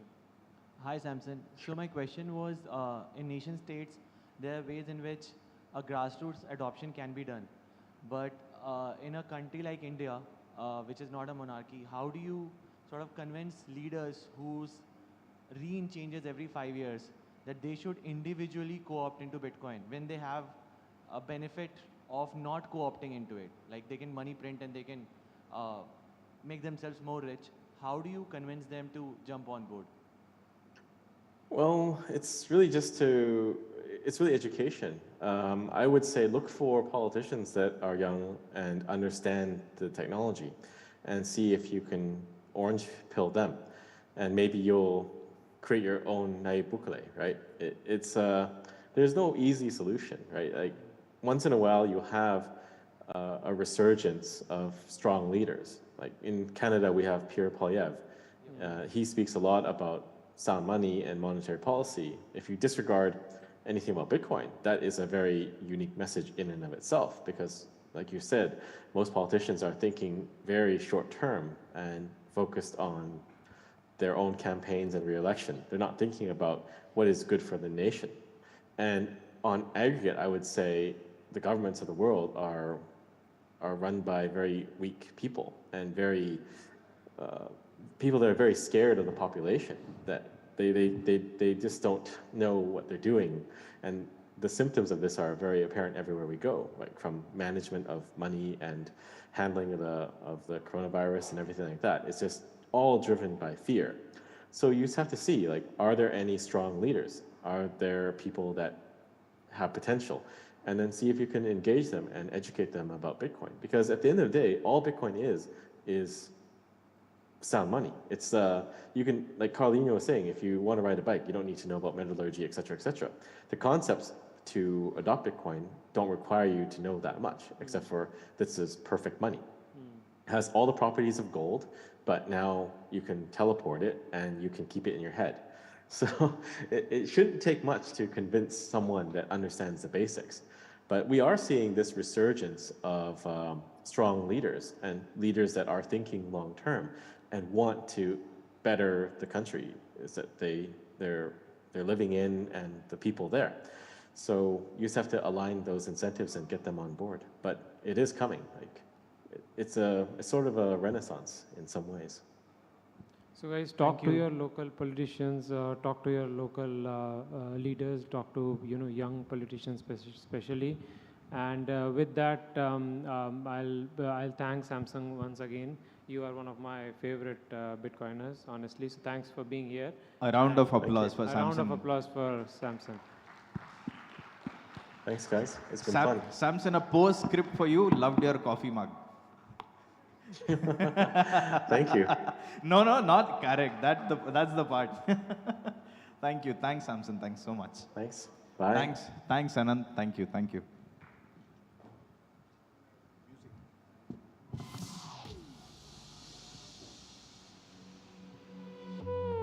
Right. You know the drill. We've got a small break now, but a couple of notes, a couple of important announcements. First thing is, if you are a Bitcoiner, if you've been in the ecosystem from some time, you know the gentleman Alex Gladstein. For the people who don't, Alex is the Chief Strategy Officer of this organization called Human Rights Foundation. And he is with us in Bangalore on 15th of November. We are having a meetup in the morning, and you will find tweets regarding it. So please, if it interests you, I would very highly recommend that you join us in Bangalore for that meetup with Alex. It's in the morning, so you will have to block your time, to plan your travels, but it would be worth it, is something that I can recommend. Number one. Next thing, sponsors, thank you so much. Keeper, Amber, we've got representation from Amber. You can speak with Wizard of Oz. There's Galoy, there's GoSats, there's Ibex, there's Paxful. Thank you so much for all your support in helping us organize this conference. Thanks are also due to our partners, Bitcoin Magazine, Panjim Convention Center. So if you want to hire the place, you can speak with Pavitra. She's right there at the office. Event partner who's put up who's brought in so much of soul. Gungru was right. Gungru is there. So thank you so much. Thank you so much, Gungru. Can you stand up? Can you stand up, please? So if you're looking to get events done. So ladies and gentlemen, if you're looking to get events done in Goa, Gungru is the person to speak with. So that's a very quick thank you to her. There is a tech track that is also going on the first floor. So that goes deeper into the nuts and bolts of Bitcoin. So you can look at the agenda on our website, and you can choose to attend the tech track as well. So these are the couple of announcements. We reconvene very soon. The next session, we start in the next 3 minutes. Meanwhile, you can freshen up, and I will see you soon. Thank you. Thank you so much.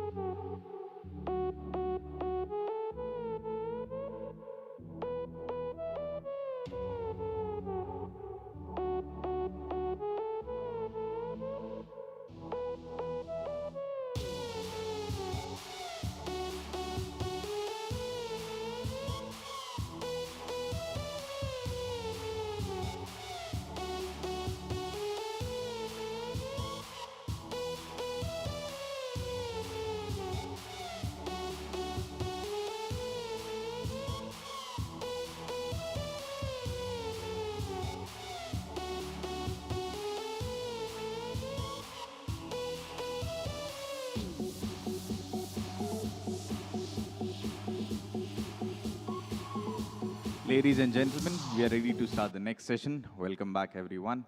So this is a very special session. It was supposed to happen in person. You can get Izzy on the big screen, please. Hey, Izzy, this is Abhilash. Welcome. Abhilash, how are you, brother? Doing very well, but saddened that you couldn't join us today. I know the story. It's so sad. Thank you. Yeah, it was quite devastating, actually. I said to Wizard of Oz and Prasad, I didn't even know what to do with myself. Like my body, my mind, my spirit is in Goa right now. I get that. Yeah. Here I sit. And Wizard of Oz is here. He can see you, so you're on the big screen right now. And we've been having he's been having an amazing time. We've been having an amazing time with him. You're absolutely missed. I have seen every moment of the conference so far, and every moment has been a delight. So glad to hear that. So glad to hear that. So let me run through the drill. Let me introduce you, and then we hear from you on what Bitcoin is. So, sure. Ladies and gentlemen, Izzy, a dear friend of ours, we started going back and forth in our Twitter DMs, and immediately there was a connection, a kindred spirit. So Izzy, he is a former medical specialist and film actor, a longtime Bitcoiner, and the CEO of a global Bitcoin company. He's been to India many times. He understands the culture. He understands if I tell him acha okay. He understands if I tell him chalo chalo, and many more. So he's very familiar with the culture. Without further ado, the stage is all yours, Izzy. Looking forward to this session. Thanks, Abhilash. Right I've got a question just before we begin, if you don't mind. So I had prepared a presentation that is a very dynamic presentation. I wanted to have a lot of interaction with the audience. Yeah. And sort of create a dialogue where we could both learn together. Yeah. I don't know if that's possible. That very much is. So at any time, if you have a question for the audience, I'm here, and the audience can see you. You will be able to see the audience as well. We have set it up. You will be able to take questions and comments from them as well. So that's just imagine you're here. They can see you. You'll be able to see them. You will be able to interact. That's great, Abhilash. Thanks. That changes everything. I may have to ditch the presentation I created in the last 48 hours and go back to my original one. How about I just wing it and combine both of them? How does that sound? I'm sure it will be good. Go right okay, ahead. so go right ahead. Yeah. First off, let me say, Kaise ho? Bitcoin4India, Kaise ho? Mera Hindi, Tora. So I'm going to speak in English, because if I did keep speaking in Hindi, not only would you make fun of me, but it would probably take a few hours. Abhilash and Prasad and the whole crew, first, just a huge thank you to you for putting this on. I think this is one of the most important events on the earth right now. It's in the place that I love dearly, which is India. As you said, I've been there probably 25 or 30 times now. And I'll touch on why I came initially in part of the dialogue that we're going to have. But I must say, it was so strange to not be able to get a flight. We had severe weather conditions that I missed my international leg. But then not being able to book a flight was so bizarre to me, because I've always been able to book a flight to India, even in the last minute. However, as I was coming to terms with not being able to be there, I realized Bitcoin being over the internet, a peer-to-peer electronic cash system over the internet, perhaps it's altogether fitting that I'm having this conversation with you over the internet. So let's see. When they asked me what this speech, for lack of a better word, was going to be about, I said what Bitcoin is. And there's a specific reason why I titled that, and it'll come out in the end. Bitcoin to me is unlike anything I've ever seen before. I've been in the space a very long time. But perhaps I digress. Let me just take a step back. I'll tell you a little bit about myself and then lead into my experience of discovering Bitcoin. I've got 5 points I want to go over here, and at some point I hope we can have a dialogue together. As Abhilash said, I started my career as a medical specialist. I was invited to Australia for that. And very quickly I realized that that is not my path in life. I had been blessed with beautiful parents who understood that I'm a little bit strange in that respect. And it was one fine day I was pushing up my tie and I was looking in the mirror and I thought, I'm going to go to my office, I'm going to see 2 or 3 patients, and then I'm going to take my tie off and move into surgical scrubs, go into surgery. Yeah, I'm not going to do this for the rest of my life. And so I stopped that day.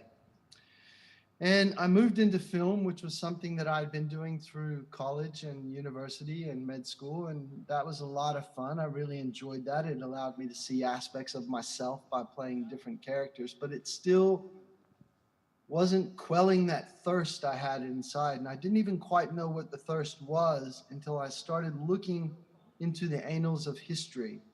And I found this phrase that popped up in every culture in known history.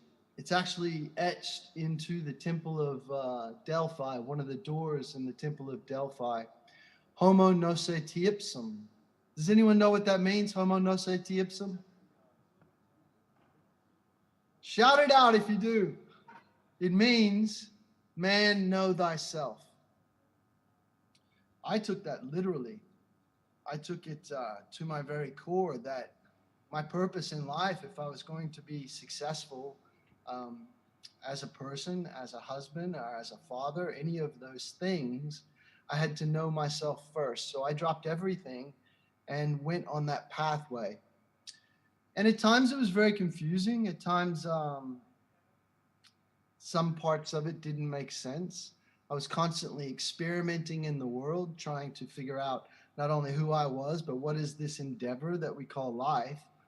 But in hindsight, as most things in life come together in hindsight, I could see my path made perfect sense, especially when I read the Bitcoin white paper. Leading up to that moment, I had some pretty big realizations about life.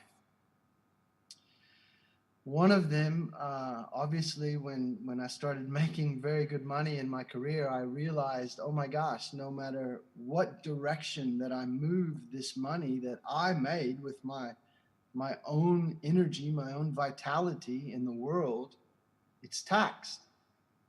Any direction I moved it, it was taxed. I can understand taxation, but I still thought, man, that's a bit excessive. That's not quite fair, for lack of a better word. And I had friends and wise ones who told me, well, life's not fair. You have to get used to it. But it didn't quite make sense. So I started digging deeper. As I was digging into myself, trying to figure out who I was, I wanted to figure out what this world was, what the human endeavor was about. That kind of leads me to my first trip to India. I was walking one day and I just felt this urge to go into a bookstore. I bumped into a bookshelf and this book fell off and it hit me in the foot. It was called The Most Dangerous Man Since Jesus Christ. I thought, okay, that's interesting. I grew up in the Bible Belt in a small town in America, so I know who Jesus Christ is. Let me see who the most dangerous man since him is. Turns out the book was about a mystic in India. I had never had plans to go to India. Some people would also call this man a charlatan. I find anyone who has such great effect in our human endeavor interesting, charlatan or mystic. But for me, in that moment, I knew, okay, I'm going to India. So I left that bookstore and I walked to a travel agent and I bought a ticket to India in 1999. I was going for 3 weeks. Little did I know the person I was going to see had left the body, was no longer on the earth. And so I decided to stay for 2 years. And that was a real beginning of going deep into myself, using old practices in India, as most Westerners on their spiritual quest end up in India. So did I. And I learned meditation, I learned Vipassana, I learned yoga, and have been practicing ever since. And again, in hindsight, that set me up for Bitcoin, set me up for understanding Bitcoin immediately. Why? I'll tell you why. Because in knowing myself, I begin to understand that by understanding who I am, I could see the world a lot clearer. I could understand the choices I make in the world and the ramifications of those choices. And what I saw was no matter what people define themselves as, whether it was Hindu or Muslim or Christian or agnostic or atheist, there was one thing that tied everyone together. They didn't necessarily carry their belief with them, but everyone carried their wallet with them.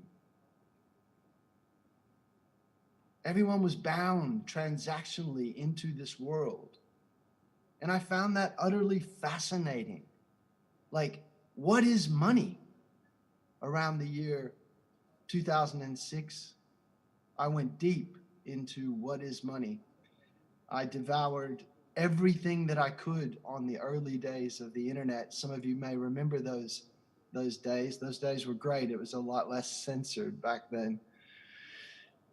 But I began to see there was a subtle slavery on the planet in regards to money. Not only what I described before in terms of taxation, but also just the money system itself, how it engulfed everything and how it was created.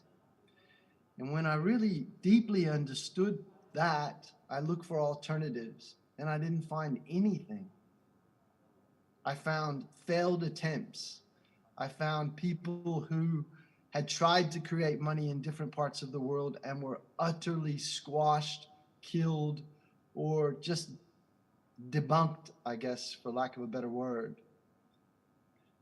Until 2010. In 2010, I came across the white paper. And thank you, Trace Mayer. Some of you may not like him, but he pointed me directly to the white paper. And when I read it, I had such a profound experience because the title, Bitcoin, a peer-to-peer electronic cash system. Okay, Bitcoin was a word I'd never heard before in my life. It didn't exist. A handful of people on the internet were talking about it. And I didn't know it that day. I only discovered that over the next few months. But it was a word that had some ring to it. It made sense. But then a peer-to-peer electronic cash system, to me, and everything that I'd experienced and all the research I had done, that made perfect sense to me.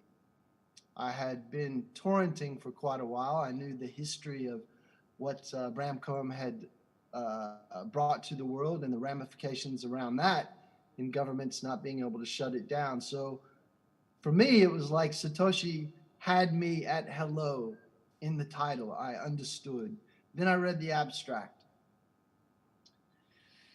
And I felt at that time, if the abstract is what this is intending to do, it's going to change everything. And what I've seen over the last 13 years is, yeah, that's kind of what's happening as we all begin to understand what Bitcoin is and what we're capable of being in a fair monetary system. So I had this rather profound experience with the white paper.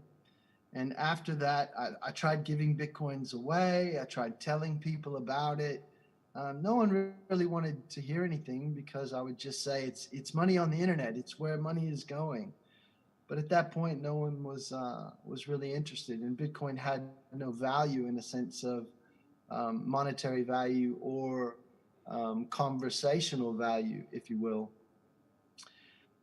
So I did what a lot of Bitcoiners did. I just sort of went into hiding and stayed sovereign and stayed quiet and told people by word of mouth what Bitcoin was, and just did my thing.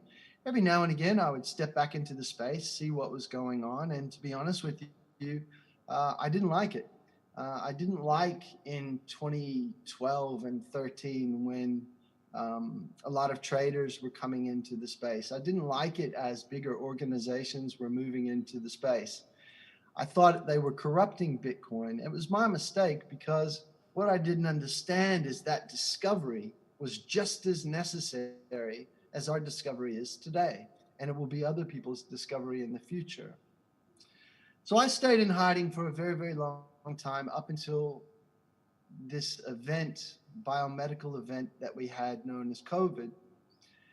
And a lovely Bitcoiner by the name of Gigi, that some of you might know, I was speaking to him about a book, and he said, "Geez, Izzy, you're very quiet. You know, you don't tweet very much. You don't really come out of your shell." And I realized, well, what kind of Bitcoiner am I then? Am I just someone who holds Bitcoin and talks about it willy-nilly, or what is all the lessons I've learned in life? What can I give back to Bitcoin? And that set me off on a journey. It set me off on a journey meeting Wizard of Oz, and now it sets me here talking to you. For the past 6 months, I've gone around the world and I've talked about what I'm going to talk about next with you guys, which I feel is what Bitcoin is. But before I do that, there was a paper some of you may be familiar with. It was written back in, I think it was 2017. It was by Arvind Narayanan and Jeremy Clark. And it was called Bitcoin's Academic Pedigree. Has anyone read that or come across it? It's actually a fascinating read because they break down the various aspects of what Bitcoin is. Now, this may get a little bit boring and some of it may be a little bit technical, but I'm going to read what I wrote as a sort of condensed version of this scientific paper. Just to give you an idea, some of you may already know this and some of you don't. What are the elements that Satoshi combined to create what we call Bitcoin? Because these aspects of Bitcoin were already in existence. Primarily, most all of them were in existence. So let me just have a go at this, and I'll read this. I hope this doesn't bore you. It gets a little bit technical. These aspects, there's only a couple of them. One is the linked time stamping and verifiable logs. The authors of this paper say that Bitcoin borrows the blockchain data structure from Bayer, Haber, and Struneta, which described a very similar data structure in context of a time stamping service all the way back in the 1990s. The original also makes use of Merkle trees. The authors also suggested regularly publishing the block headers in a newspaper. The second aspect, which many of you have heard of, is the Byzantine fault tolerance, or as the way Satoshi referred to it, the Byzantine general's problem. And what the authors of Bitcoin's Academic Pedigree said about this aspect of the combination of what makes Bitcoin is this. Byzantine fault tolerance describes a distributed network to converge on a shared state even when there are malicious or unstable actors present. While the white paper doesn't cite a specific source, Nakamoto described Bitcoin as a practical solution to the Byzantine general's problem. Thus, he kind of indirectly referenced an enormous body of scientific work that went back through the 80s, the 90s, and 2000s. So I hope you can see that as well. That was something that was pre-existent. Another aspect they mention is proof of work. Originally, they say, posed as a mean to deter spam, Sybil attacks, and denial of service attacks, proof of work failed adoption in those applications due to the stark difference of computing power in various devices. So I hope that makes sense to you. How they weighed that out and they said, oh, that fails. but it didn't fail for Satoshi. He combined it with other things. Another aspect, they say, is digital cash. Digital cash, according to them, refers to a form of money that can be electronically transferred but exhibits characteristics of cash: final settlement, peer-to-peer transferability, resistance to forging, and transactional privacy.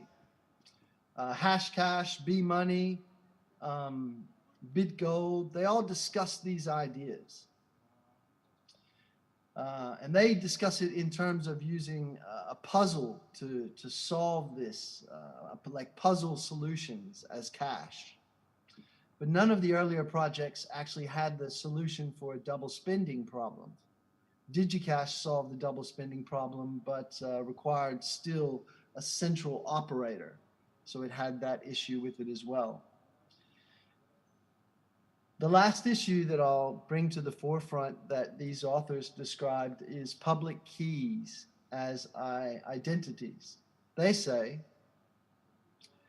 while public key cryptography was discovered in the 70s, the use of public keys as pseudonymous identities, was first described by David Chom in 1981.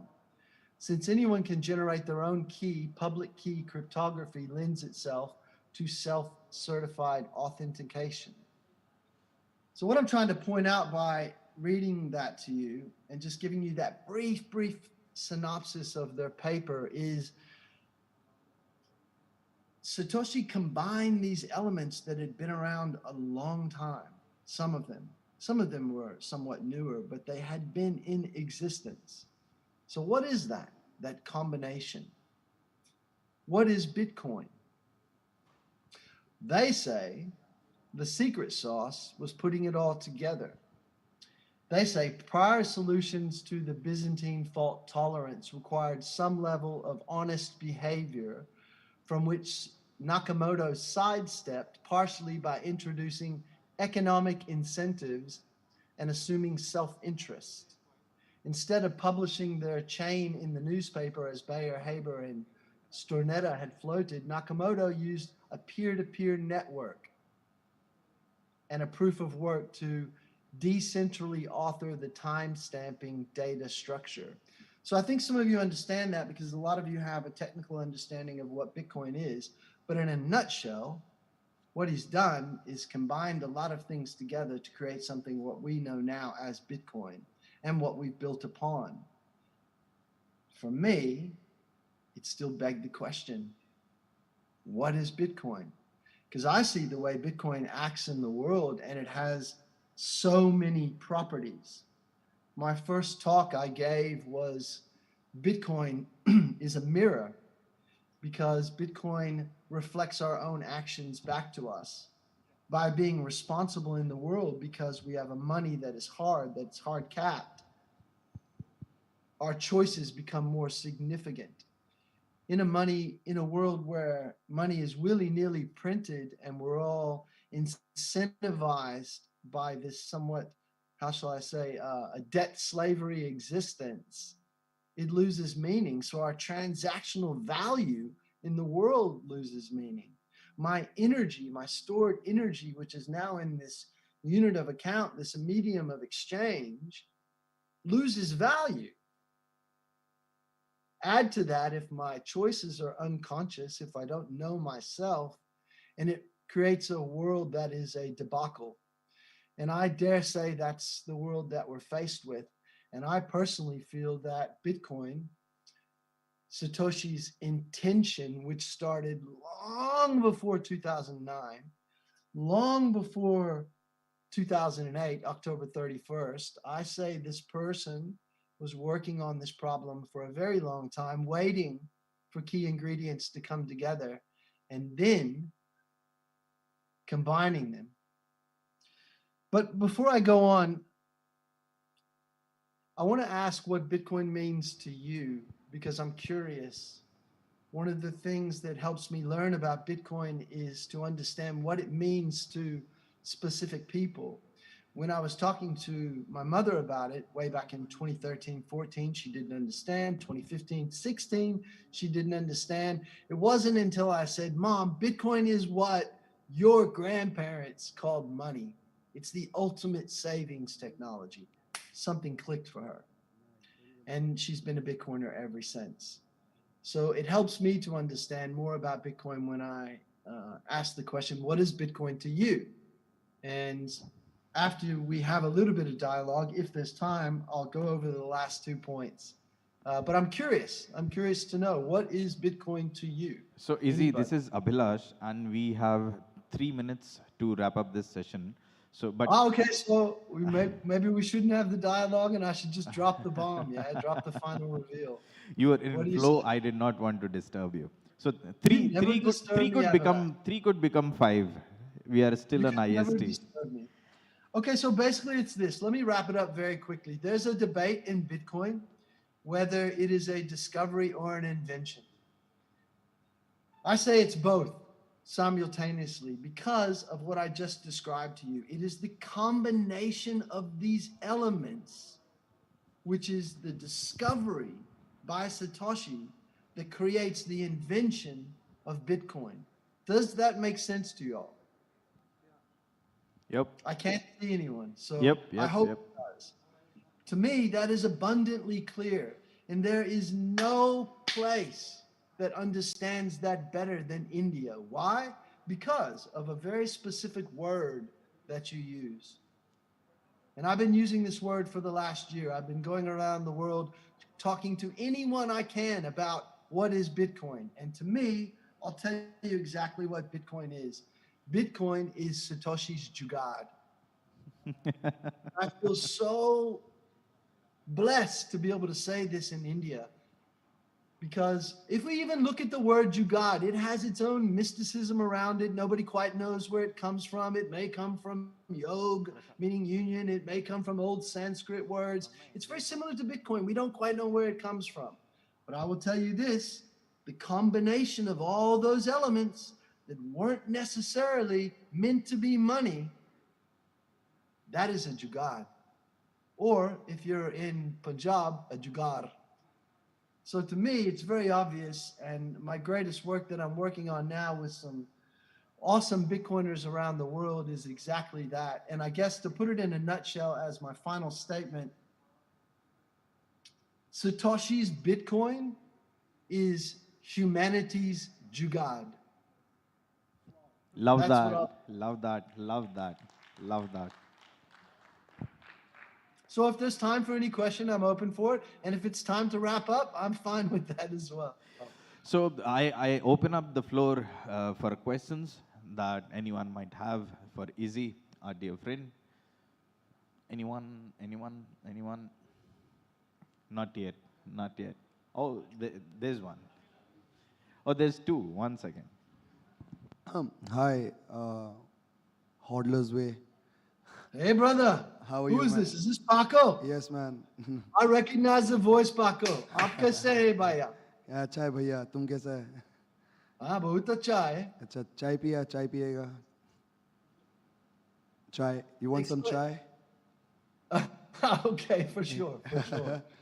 Tell me something. Did you understand how I can frame Bitcoin as Jugad? That Yeah. Satoshi's Bitcoin is humanity's Jugad. Yes, like if Bitcoin fails, humanity fails. I have a question.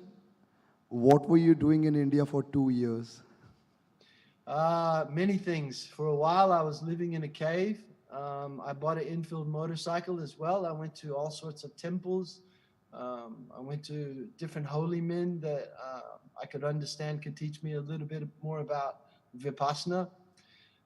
So yeah, that was my journey. I lived in an ashram for about 9 months over there as well, the Osho ashram. It was more about just discovering who I was as a person. And I fell in love with India in that time, in that period. And I knew I'd always be coming back. You understand, I'm the CEO of a company. What we haven't dropped on you yet is our next move is India.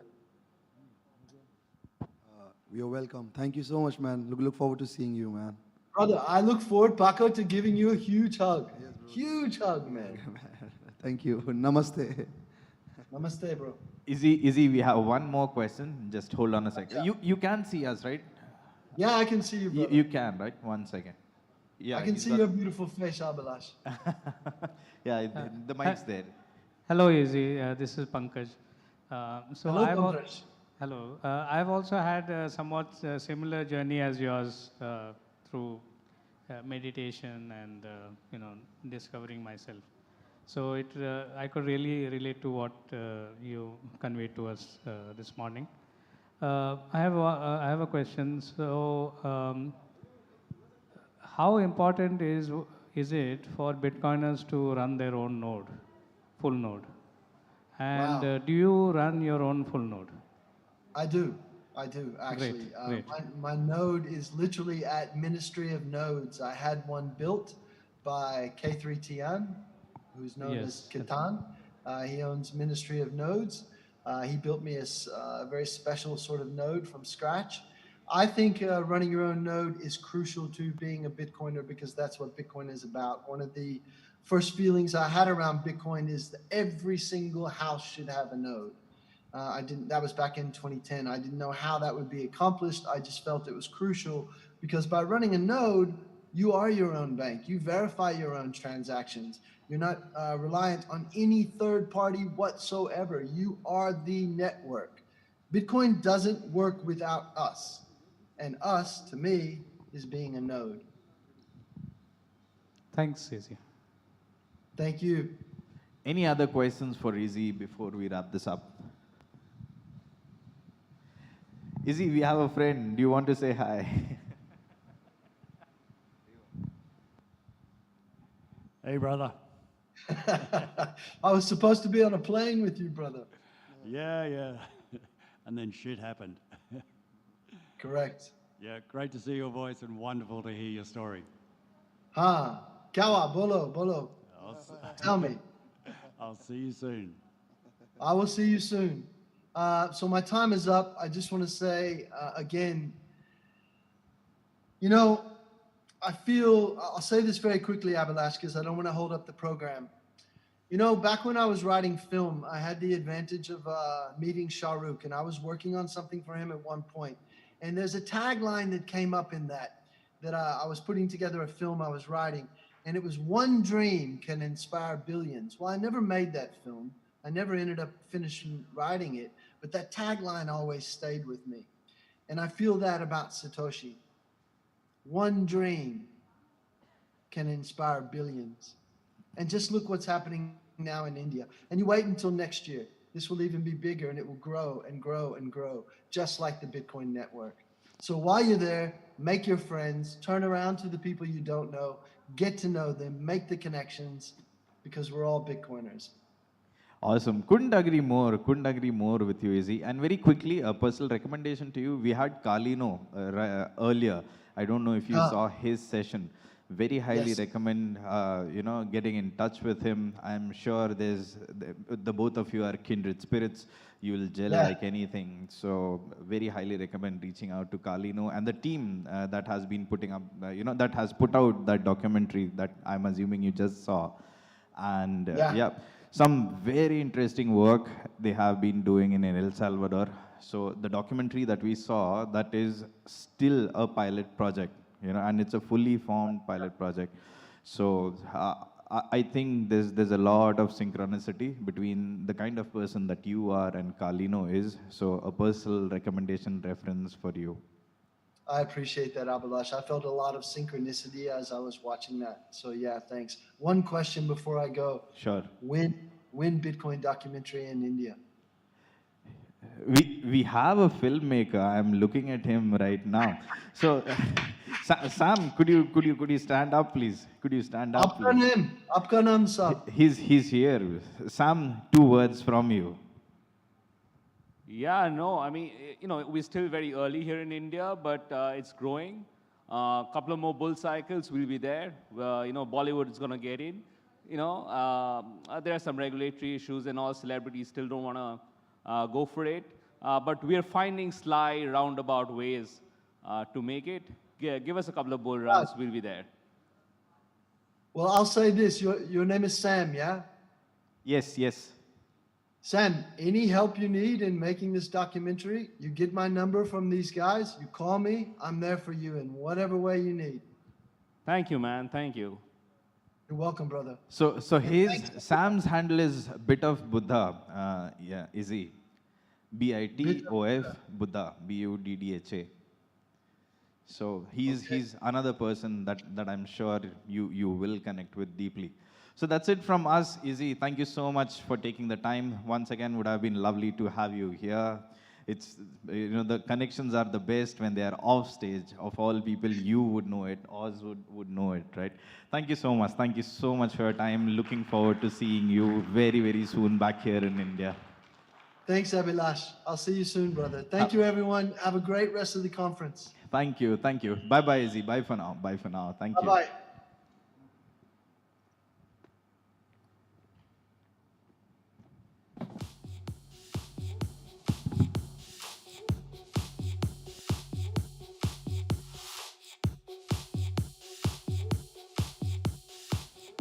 We have a break of about 8 minutes now, ladies and gentlemen.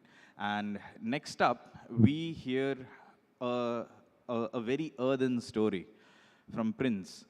Who is Prince? I will tell you when I introduce him. The story is amazing. So I will leave it at that. So meanwhile, while you're on break, like Izzy said, please network. There is a tech track that is also going on upstairs. Make sure that you're speaking with the technical people out there who are there upstairs. Make friends, make connections, like Izzy said. A big shout out to IIT Goa for helping us with this conference. The volunteers that you see hustling around are students of IIT Goa. And this conference owes a major thank you and gratitude to IIT Goa in facilitating it. So that's a shout out. A very, very important shout out to our dear friend Juhi, who has given us this fantastic logo. I would request the gathering over here, can we have a round of applause for Juhi, please? She couldn't make it over here, but this means so much. The logo has been designed. She's a student. She's a third-year engineering student, and she is interning with Summer of Bitcoin. Summer of Bitcoin. I'm sure you have interacted with Adi from Summer of Bitcoin. She is so we found her through Summer of Bitcoin. So a shout out to Juhi and the awesome work that she's done. And through the logo, we have had the good fortune of having a very, very localized Indian identity. And then as an extension of the logo, the branding work and everything that you see being put up has been done by Gungru. Thank you so much for that as well. We have stalls back there. We have stalls back there, and they are finally up. Very happy to see the Keeper team there, the GoSats team finally here, Radhika finally here with her merchandise stall set up. Do take the time to visit the stalls. Do interact with the people at the stalls. They are also all Bitcoiners. I'm sure there will be a lot of value created on both ends. Thank you so much, and I'll join you in the next 5 minutes. Thanks, everyone.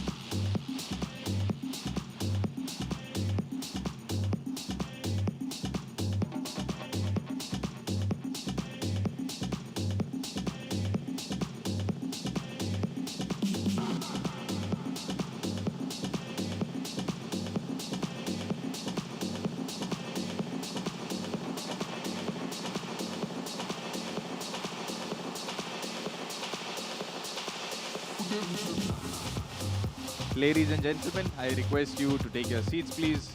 Prince, can we have you on the dais? The man, the enigma, making his way to the dais. Prince, bye.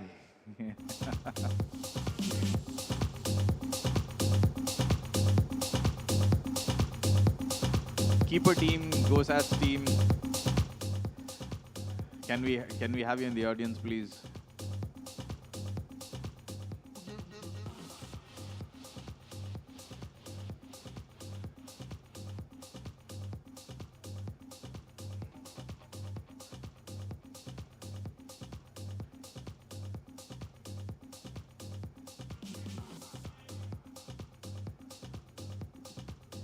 Right.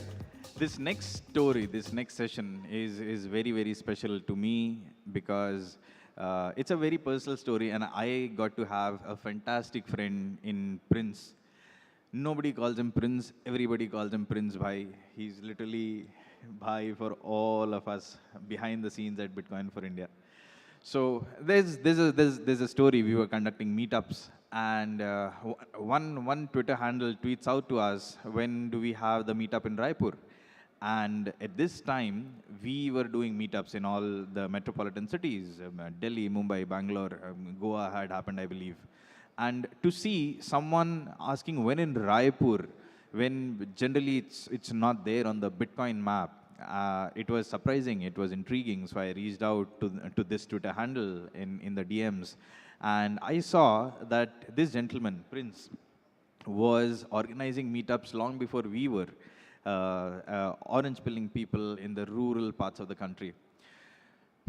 There is a merchandise store behind you, right next to Radhika's, the crypto threads. Yes, hi Radhika. So right next to Radhika, wherein yesterday, if you were with us, you would have seen wooden planks put out there. I am tempted to tell you the story, but I'll let Prince tell it to you. His story is about the state of affairs with cryptocurrencies, which is sad in rural India, but there is hope. There is hope. So this is Prince and his story on Bitcoin in rural India. Prince, I request you to join us on the dais, please. Can we have a round of applause for Prince Bhai?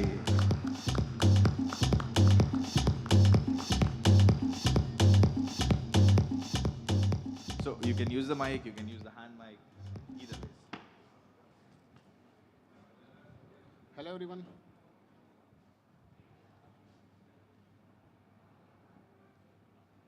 Hello everyone, मैं Prince Agarwal.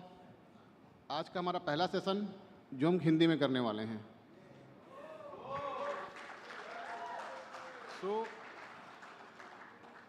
अपना session शुरू करने से पहले मैं आप लोगों को 2 लाइन की पोएट्री सुनाता हूँ, जो इस कॉन्फ्रेंस का, जो इस मीटअप का हमारा पर्पज है। प्लीज़ ध्यान दीजिएगा। हो गई है पीर, पर्वत सी पिघलनी चाहिए, इस हिमालय से कोई गंगा निकलनी चाहिए।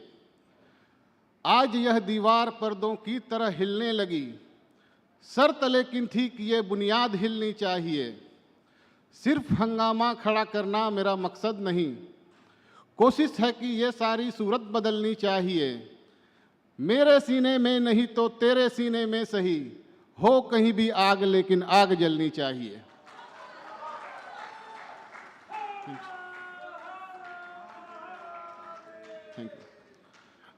महात्मा गांधी कहते थे कि आपको असली भारत देखना है तो आप गांव में आइए। असली भारत गांव में रहता है। आप लोगों में से कितने लोग हों जिन्होंने सच में कभी गांव देखा है या कभी किसी गांव में गए हैं?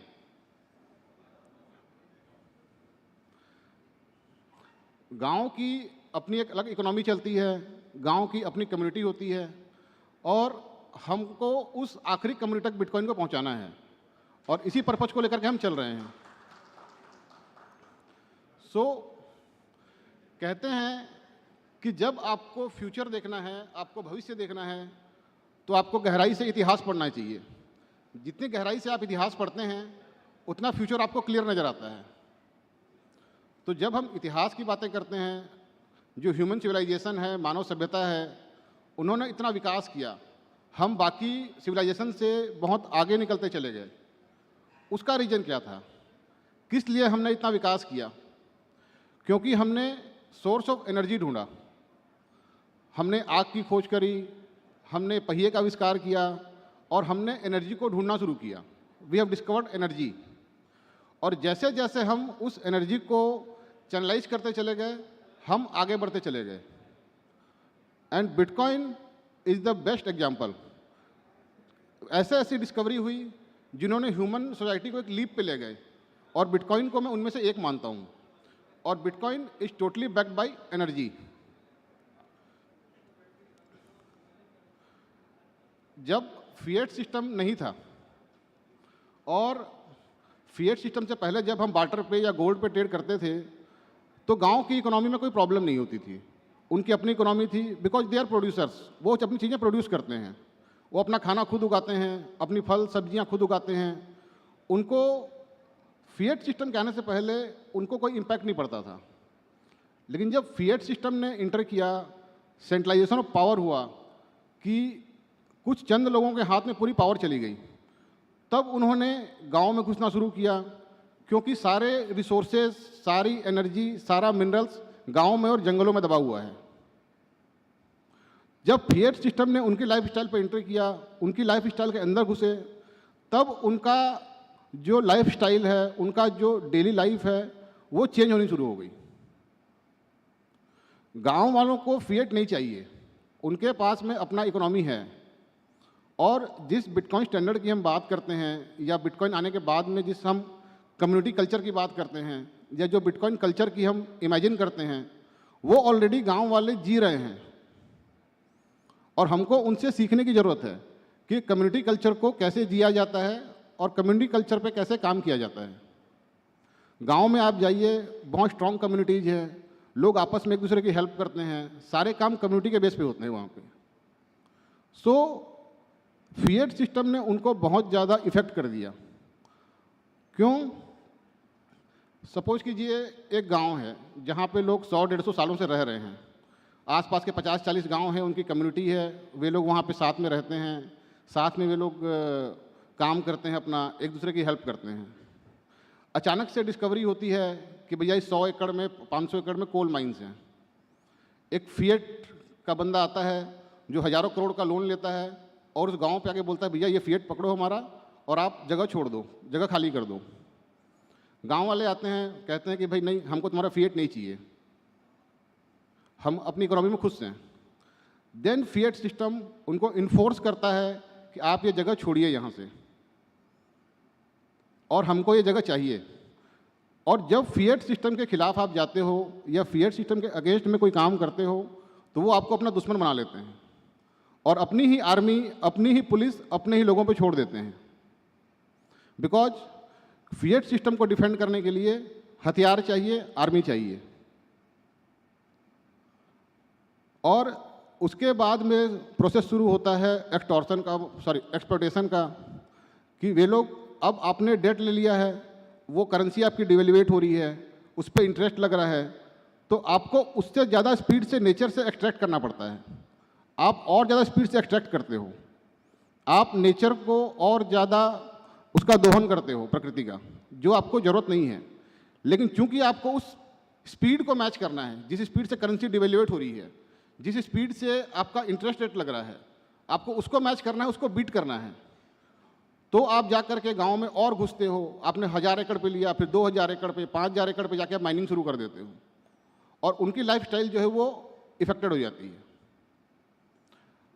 सिंस बिटकॉइन पे जब हम बात करते हैं, तो bitcoin is backed up by energy, और फ्यूचर में हमको बहुत सारे एनर्जी के इनफाइनाइट सोर्स चाहिए, और इनफाइनाइट सोर्सेज की तरफ जब हम जाएंगे तो ये गांव का दोहन जो है बंद हो सकता है। हमको कोल नहीं चाहिए होगा, हमको पेट्रोलियम नहीं चाहिए होगा। जब आप लोगों ने देखा होगा अक्सर कि जितने भी बिलियनियर्स हैं या अल्ट्रा रिच लोग हैं, उन लोगों ने सोर्स ऑफ एनर्जी पे कब्जा किया हुआ है, because this is the only way to control people. आपने सोर्स ऑफ एनर्जी पे कब्जा कर लिया, आपने लोगों पे कब्जा कर लिया। अगर हम सोर्स ऑफ एनर्जी को ही डिसेंट्रलाइज कर दें, इनफाइनाइट पे ले आए उसको, then no one can control us. So basically जो प्रॉब्लम है फिएट सिस्टम के साथ में, एक तो ये है कि वो कंट्रोल करना चाहते हैं सिर्फ ऊपर बैठ करके, उनको ग्रास रूट लेवल पर प्रॉब्लम्स नहीं पता। सेकेंडली, जो फिएट सिस्टम है वो और भी कई तरीके से इम्पैक्ट करता है उनकी लाइफ को। Excuse me, sorry. जब आप वहाँ पे जब रिप्लेस करते हो उनको, लोगों को, तो वो उठा करके रिबेल कर जाते हैं, वो भूल जाते हैं। Sorry sorry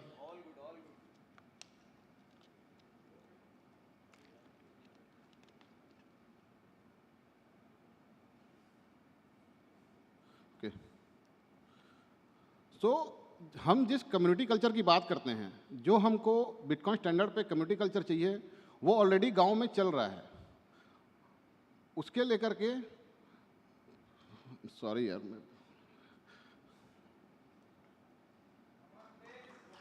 sorry, okay.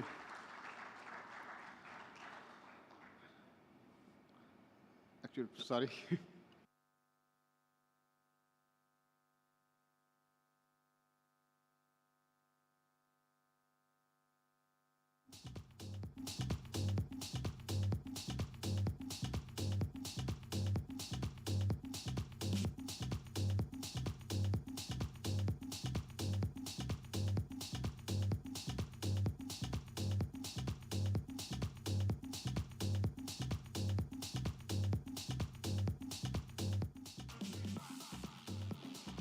Happens, and that's fine, and it's okay. So I would like to take this opportunity that, sure, stage fear is real, and that is perfectly all right, but it has been Prince who has been leading so many meetups for Bitcoin for India across the country, be it Raipur, Delhi, Punjab, Jaipur. So the stage fright is real, the love for Bitcoin is not, the love to speak with people is not. We will break for lunch for now, and we will see you very soon. There's a gentleman who wants to speak. Yes, please. Can we have him? Can we handle hand over mic, please?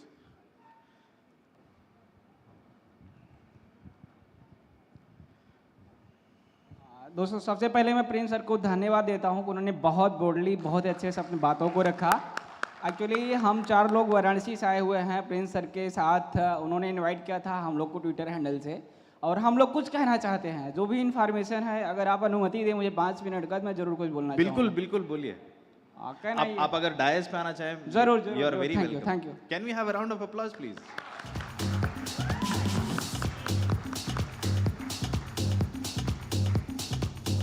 Thank you दोस्तों, thank you, बहुत बहुत धन्यवाद आपका। दिल से स्वागत करता हूँ आप सभी लोग को। 2 दिन से मैं देख रहा हूँ, कल से सर सॉरी आप दोस्तों, इंट्रोड्यूस कीजिए and then the stage is सबसे पहले मैं अपने आप को बता दूं, मैं कौन हूं, कहां से आया हूं, क्या करता हूं। दोस्तों, मेरा नाम सूर्यवंश यादव है। मैं एक बार पुनः रिपीट करूंगा, मेरा पूरा नाम सूर्यवंश यादव है। मैं उत्तर प्रदेश में बहुत ही प्रसिद्ध और पवित्र जगह वाराणसी से बिलोंग करता हूं। आप सब जानते होंगे आदरणीय प्रधानमंत्री जी का वो संसदीय क्षेत्र भी है, और हम सब बहुत लकी हैं कि हम वाराणसी से बिलोंग करते हैं। दोस्तों, जितना बिटकॉइन को मैं समझ पा रहा हूँ, सच बहुत ही अद्भुत खोज है हमारे बीच में, हमारी जनरेशन के लिए, हमारे लोगों के लिए। थोड़ा सा हेजिटेशन तो सबको होता है अगर कोई फर्स्ट टाइम यहाँ पर आए, बट उसके पहले मैं कुछ आगे बोलूँ, प्रिंस सर को फिर से धन्यवाद देता हूँ कि उन्होंने बहुत अच्छी शुरुआत की। हमारे समाज में प्रॉब्लम कहाँ पर है और उसका सलूशन क्या हो सकता है, तो उन्होंने जो अपने समझ से देखा है, बहुत ही यूनिक टॉपिक को ढूंढ के निकाले, और ज़रूर हम लोग बिटकॉइन के हेल्प से उसको रिजॉल्व करने में कोशिश पूरा करेंगे। दोस्तों, जो अपना देश है, जो जिस समाज में हम लोग बिलोंग करते हैं, उसमें 90% लोग ऐसे हैं जो हिंदी भाषा को जानते हैं, और जिस टॉपिक का हम लोग यहाँ लेके चल रहे हैं उसमें एक्सेप्ट करने वाली जो पॉपुलेशन है, हम मान सकते हैं 10% लोग हैं। और बहुत ज़्यादा क्लियर तो मैं नहीं बोल सकता क्योंकि यहाँ पर सारे डेवलपर्स और हाईली एजुकेटेड लोग बैठे हुए हैं, लेकिन हम लोग जो वाराणसी से चल कर आए हैं वो ये सीखना चाहते हैं कि अगर यहाँ से कुछ चीज़ें हमें मिल जाएं तो हम अपने हिंदी बेल्ट के लिए, अपने लोगों के लिए कुछ बेहतर कर सकते हैं बिटकॉइन की दुनिया में। दोस्तों, सोशियोलॉजी का सोशल मीडिया का ज़माना है, और आप यकीन माने कि जो गुणवत्ता युक्त प्रोडक्ट हमारे हिंदी बेल्ट में हैं, जो क्वालिटी है, जो उनका लेवल ऑफ वर्क है, जितने वो लोवेरियस हैं, शायद अदर क्षेत्र में वो नहीं पाए जाते होंगे, क्योंकि मेरी अपनी ये खुद की पर्सनल एक्सपीरियंस के आधार पे मैं बोल रहा हूँ। तो मैं सभी लोगों से बस इतना सपोर्ट चाहता हूँ कि अगर हम लोग हिंदी बेल्ट के लिए अगर कुछ कंटेंट चाहते हैं तो क्या ब्लॉकचेन या उससे संबंधित चीज़ें हमें उपलब्ध हो जाएंगी, जिससे हम अपने क्षेत्र में अपने भाई बहनों बच्चों के लिए कुछ बेहतर से बेहतर कर पाएँ। दोस्तों, चूँकि बातें तो बहुत सारी हैं बिटकॉइन के बारे में जानने सुनने के लिए, बहुत ज़्यादा तो मैं नहीं बोलूँगा। आप सब हमें बहुत ध्यान से देख रहे हैं, मुझे थोड़ा डर सा भी लग रहा है, ऐसा ना हो कि हमें भी नर्वसता आ जाए प्रिंस सर की तरह। बट धन्यवाद दोस्तों, आप सब ने मुझे सुना। मैं अकेला नहीं आया हूँ, मैं 4 के साथ आया हूँ, तो मैं दिल से अभिनंदन देता हूँ और धन्यवाद देता हूँ संतोष सर का, बिकॉज वो मुझे यहाँ तक लाने के लिए काफ़ी प्रयास किए। और मैं उन्हें इनवाइट भी करना चाहूँगा, कुछ चंद लाइन ज़रूर कुछ बोले, अपने दिल की बात जो भी उनके सपने हैं। तो सर मैं आपका स्वागत करता हूँ, आप ज़रूर आएँ। We have to break for lunch now. I have a couple of announcements, but thank you so much. Thank you so much. Thank you, sir. Thank you. Thank Thank you you. for giving me opportunity. Thank you. Thank you. A few very quick notes, a few very quick thank yous, and then we break for lunch. Once again, ladies and gentlemen, if you have recently joined in the past hour or so, we are having a meetup in Bangalore. The location will be announced very soon. Please keep your eyes peeled on our Twitter.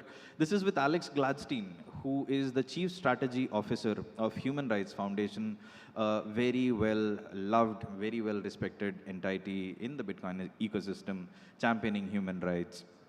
So he is joining us in Bangalore.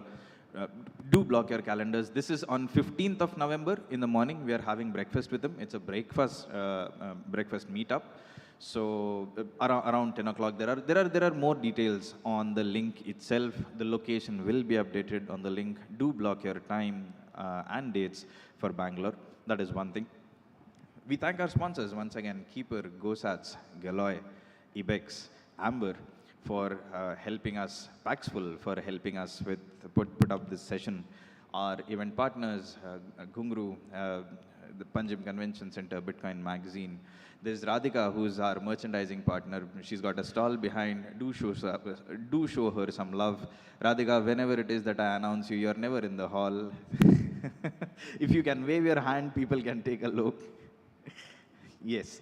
So do visit the stalls, and do reach out to Prince and have a one-to-one with him, because his story is amazing. I've had the good fortune of spending hours and hours and hours with him, listening to his stories from rural India, from Chhattisgarh. There is a merchandising stall. If you look towards my right, on the extreme right, do visit that stall as well. With that, thank you so much. We see you. There's a tech track as well for the people who have recently joined us on the first floor. And yeah, with that, we break for lunch, and I will see you in about an hour's time. 2 o'clock, we resume the session. Thank you, guys. Thank you so much. Thank you so much.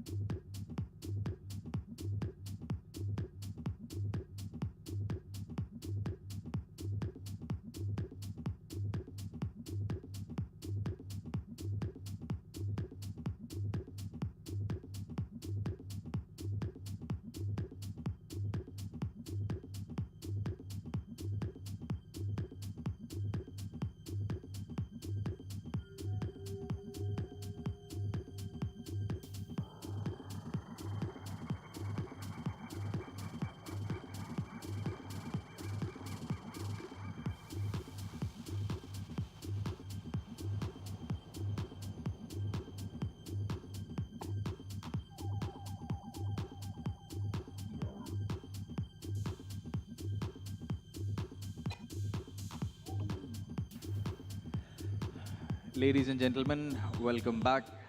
Sumptuous lunch in sweltering heat. People at the keeper stall, I request you to come join us back in the seats. Kindly take your seats. Welcome back for the second half of the second day of the Bitcoin Only conference. I know it's hard to look alive right now after the meal, I get it. But do take a moment to appreciate that this is a Bitcoin Only conference and it has been lovely. And love you, Paco. So, and it has been lovely to see all of you network around, speak with new people, see you exchange Twitter handles, follow one another. So that was the aim of the conference. The tech track has been chock full, and I'm only hearing the best of comments from listeners like yourself who have been listening. So thanks are due to all of our speakers once again, taking a moment to all the speakers who are there at the tech track on the main stage, who have taken the time, money, effort, enthusiasm to ensure that they come here, they give their best to the audience. So a quick and a resounding round of applause for our speakers once again, please. Can I have that?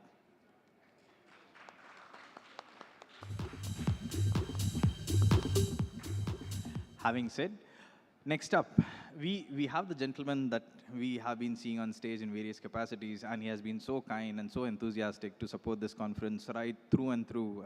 We cannot be thankful enough. So thank you, first of all, Wiz, for this childlike energy and enthusiasm that you've been blessing us with in this past 3 odd days. A personal thank you for that. Apart from that, he's also part of the Amber team. So shout out to the Amber team. Do check them out. Do speak with Wiz about Amber as well. Having said his official introduction, so he is a co-organizer of Bitcoin Brisbane, and he is also a co-organizer of something called Bitcoin Bush Bash.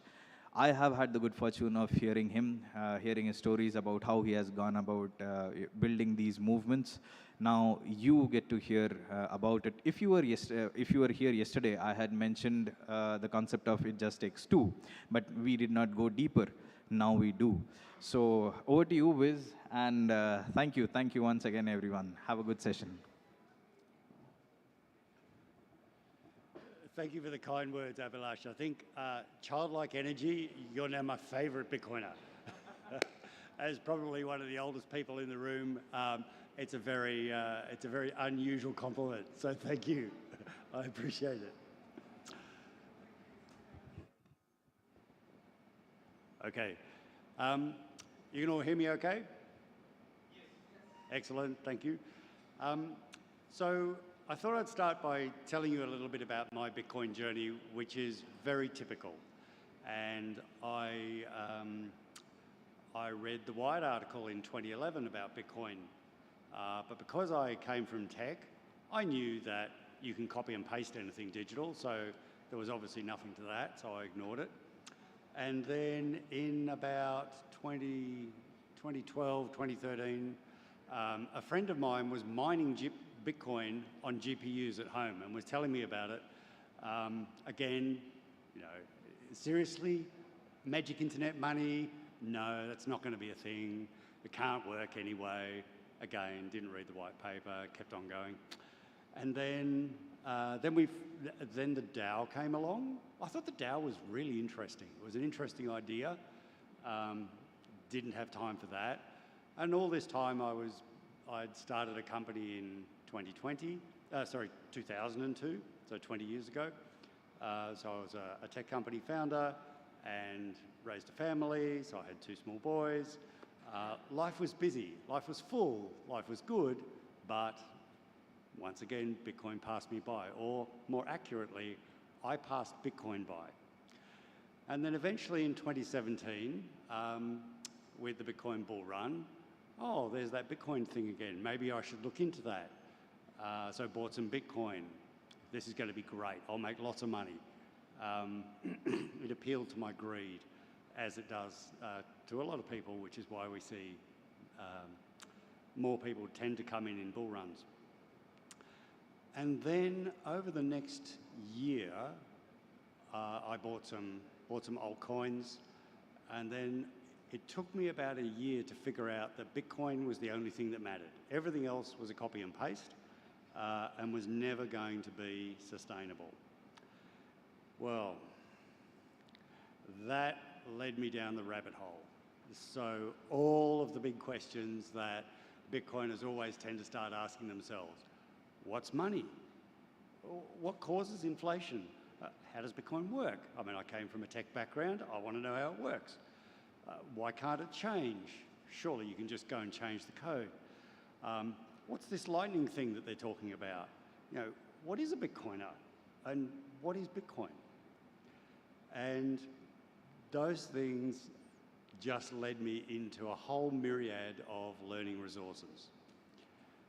Now, don't worry about trying to take pictures or take notes. I'll give the slides to Abhilash, who'll put them up in the Bitcoin4India Telegram group. So if anyone wants a copy, just go there. They'll be available to download.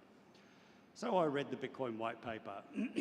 I joined social media, Twitter. I spend too much time there, too much time shitposting. I went to lop.net. Jameson Lop is a professional cypherpunk, knows a lot about Bitcoin and has written extensively about it. It's an awesome resource. Bitcoin Q&A is Bitcoiner Guide, mempool.space, lots and lots of resources. These are just some of my favorites. I'm also a reader. I like to read. These are some of the books, some of the Bitcoin books I've read. The Little Bitcoin book is probably my favorite starter book. Doesn't dive into technology, but does talk about Bitcoin from many different aspects.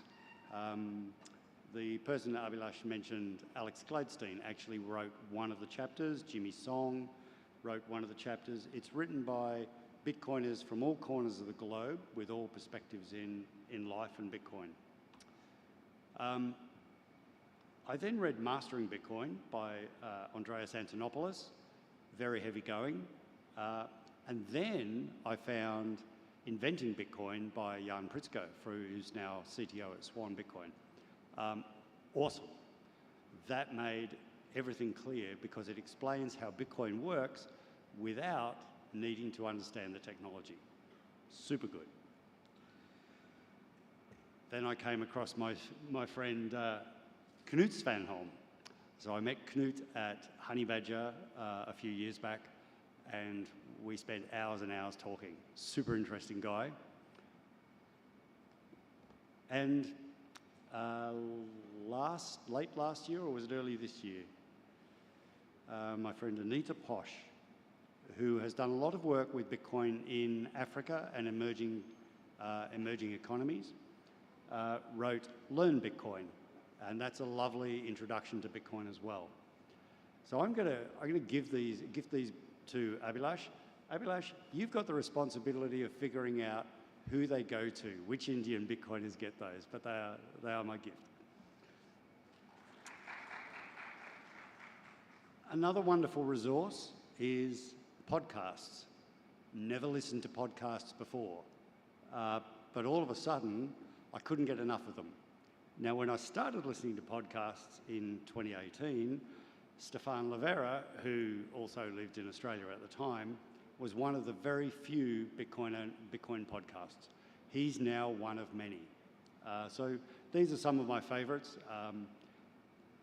In the top left is the Citadel Dispatch, run by Matt Odell. Bitcoin Audible is probably one of the most valuable Bitcoin podcasts on the planet, in my opinion. That's Guy Swan. He reads the best Bitcoin articles and books, and he also provides some commentary on them. Super helpful learning. My friends, the 2-Bit Idiots, their podcast is a lot of fun. Bit by Bit, Bitcoin Rapid Fire, Stefan, of course. Once Bitten, Daniel Prince. Merrick's Dabbling Path. Merrick, you'll be happy to know, is actually from India. He now lives in Australia. Very interesting guy, and yeah, enjoy his podcast. And of course, the Anita Posh Show. But then, then I found out that not everybody likes to learn like me. Strange. Other people, like my kids, they always go to YouTube to find stuff out. So these are three really excellent resources. One is Ministry of Nodes, run by Katan out of Sydney. Extraordinarily good guides for building Bitcoin nodes. And he's also available. You can get him for consulting and help. Same with Ben in Canada, BTC Sessions. A huge wealth of how to do and little introductions to how to use and set up Bitcoin wallets, coin joins, how to start in Bitcoin. Fantastic resource. And then tying all of that together, Bitcoin TV. Awesome. There's just such a wealth there. So if you're a visual learner, if you like to watch YouTube to learn, maybe while you're commuting to work, but hopefully not while you're driving, Bitcoin TV is pretty awesome. But this is what happened. This was me going to Baltic Honey Badger in 2018. For my work, I was working up in Dublin for a couple of weeks.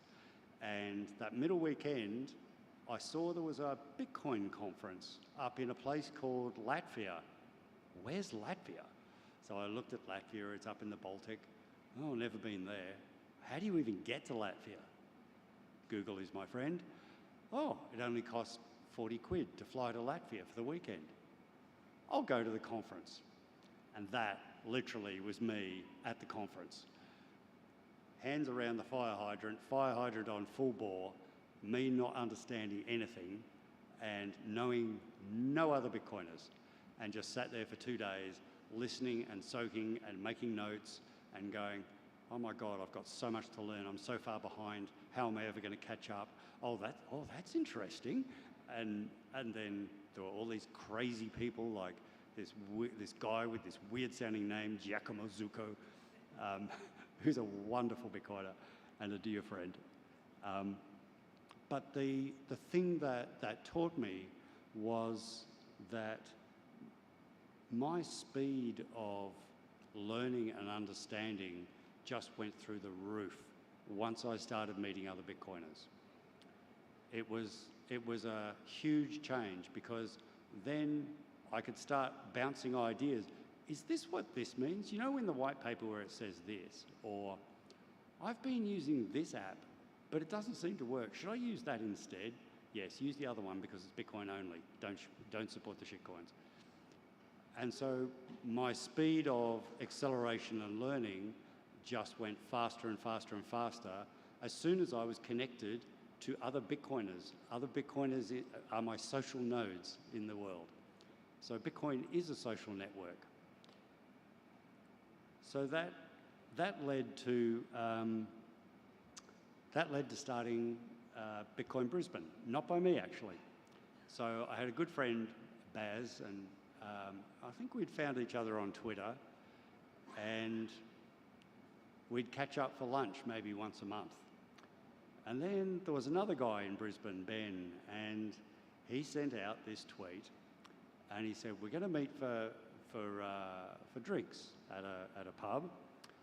And so we went along, and there was about maybe a dozen of us, and we had a few drinks and talked Bitcoin, and then we kept doing that. So we did that, I think, first Thursday of every month. So we made it regular. That way people could schedule time, because it's all right if you're young and single, you have complete discretion over your time. Once you have a family, then taking time away from the family needs a little bit of scheduling. And so making things regular helps that. Once we got started in a monthly cadence, then the group grew a bit stronger. So we started to know each other better. Some of us were more interested in mining, some more in privacy, some more in security, some in trading, but not so much, some in lightning. So there was a broad collection of knowledge. So then we thought, well, it's time to start sharing this. So we went to our local library and found that they had an auditorium, and you could book the auditorium, and it didn't cost anything. So what we did is we had that auditorium session on the same night from about 6 p.m. when work finished to about 7:30, and one of us would pick a topic to talk to and build a presentation. Well, let me tell you, there is nothing truer than the old saying that you don't know something until you try and teach it. And so that forced all of us who did those first early presentations to actually sharpen our own skills. So once again, our knowledge went up. Now, a couple of things, we were strict about being Bitcoin only. So it wasn't, you didn't have to prove yourself as a Bitcoiner, of course, but people who just came along to talk about their latest altcoin project, we just told them flat out, look, you can take that conversation elsewhere. We're not interested in it here. What we're interested in is communicating about Bitcoin. You're not part of that signal. Go and find a crypto group. There's plenty of them. So that meant that there were fewer of us. We've been going a good 2 years now. So we get between 20 and 60 every month, depending on who's talking, what the topic is, whether there's exams on, who's sick, you know, all the usual things. But it's a very consistent group, and we've all learned a lot, and that's spawned new groups, which has been pretty awesome. So the things I wanted to share today are actually pretty short. So be welcome. Be welcoming and accessible. I don't think that's a problem for anyone I've met here.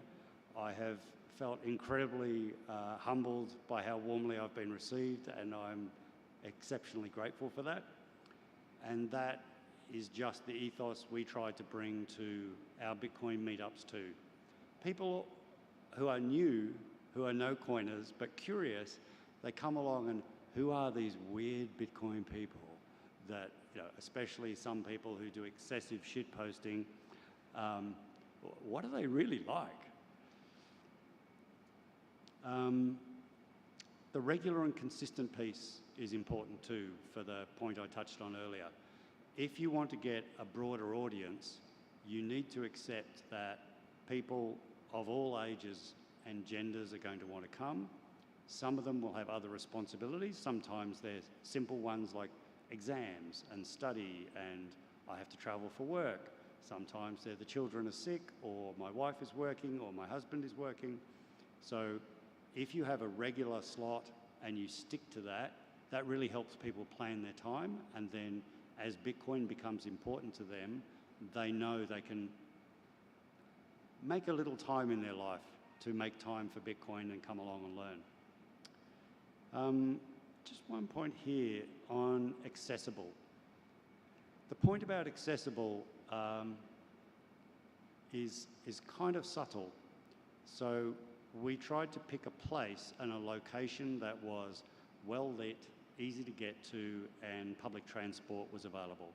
Now, I'm a big guy, I'm 6'2". Not many people try and push me around too often unless I've done really stupid things. But not everyone is like that. And in particular, for women, you want them to feel safe and secure, not just at the meetup, but in being able to get there safely and get home safely. So I'd urge people to consider that.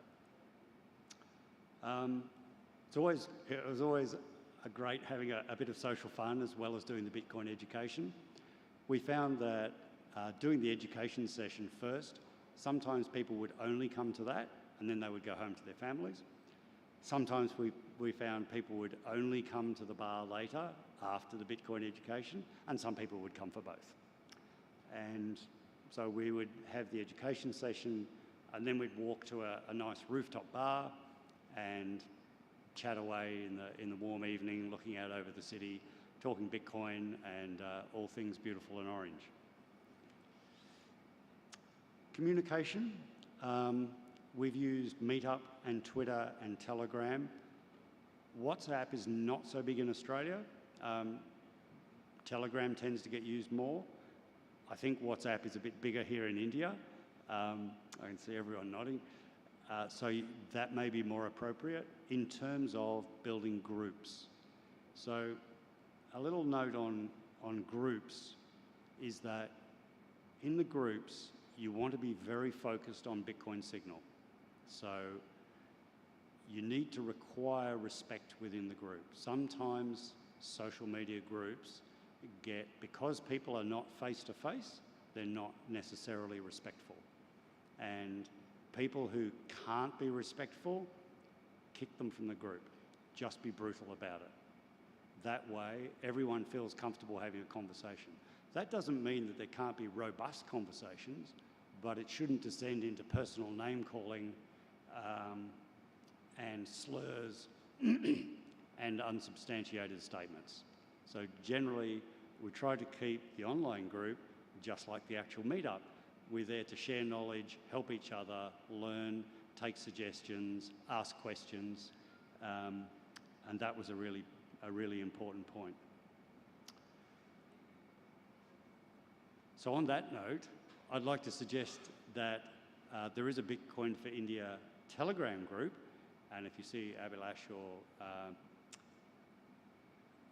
Prasad, or Prince, or myself, or dare I say, use the search function in Telegram, you'll be able to join that group.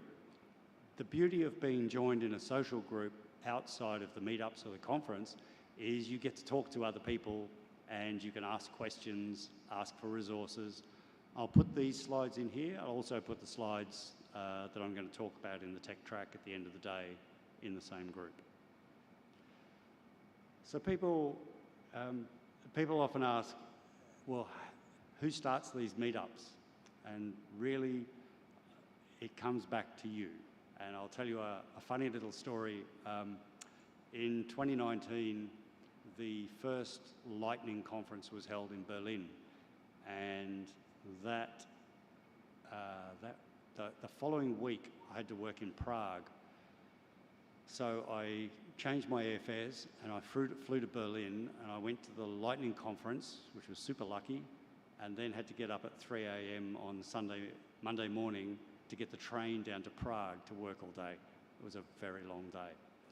But when I was at the Lightning conference, I bumped into Max Kaiden, and Max and his wife Anna, they run the Baltic Honey Badger conference in Latvia.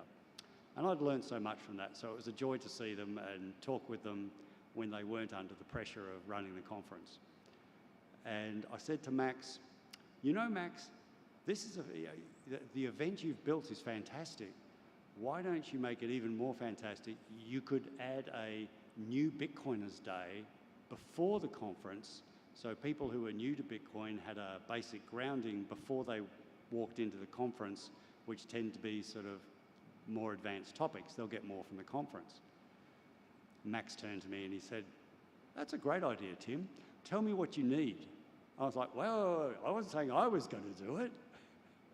But that is the Bitcoin way, is Bitcoin is a social movement, but it's also a grassroots movement. It's from us. It's from the bottom up. There's no mystical person at the top telling us this is how to do it. We all do the things that we think matter. So I certainly think meetups matter. Talking to other Bitcoiners matters. It's helped me, and I think it'll help a lot of other people. So my question for you is that it only takes two to start a meetup. It's you and who. So as you return to your homes and your cities tonight and tomorrow and the next few days, have a think about that, the other Bitcoiners you might know or other people who are curious about it, and think about just catching up with them once a week, once a month. Have a bit of a chat about the things you've learned about Bitcoin, stories you heard at the conference, crazy people you met. There's plenty of those. And consider starting a meetup. That's all I've got. So any questions?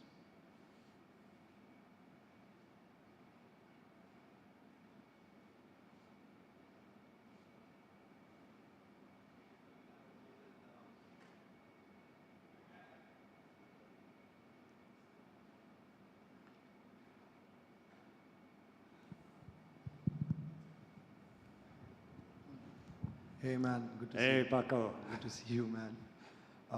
You say it only takes two. You have been doing meetups for how many years now? For about 2 years now for Brisbane Bitcoin. Yeah. And it's the start of, yeah, it's probably the start of the third year for Brisbane Bitcoin and also for the Bush Bash. So.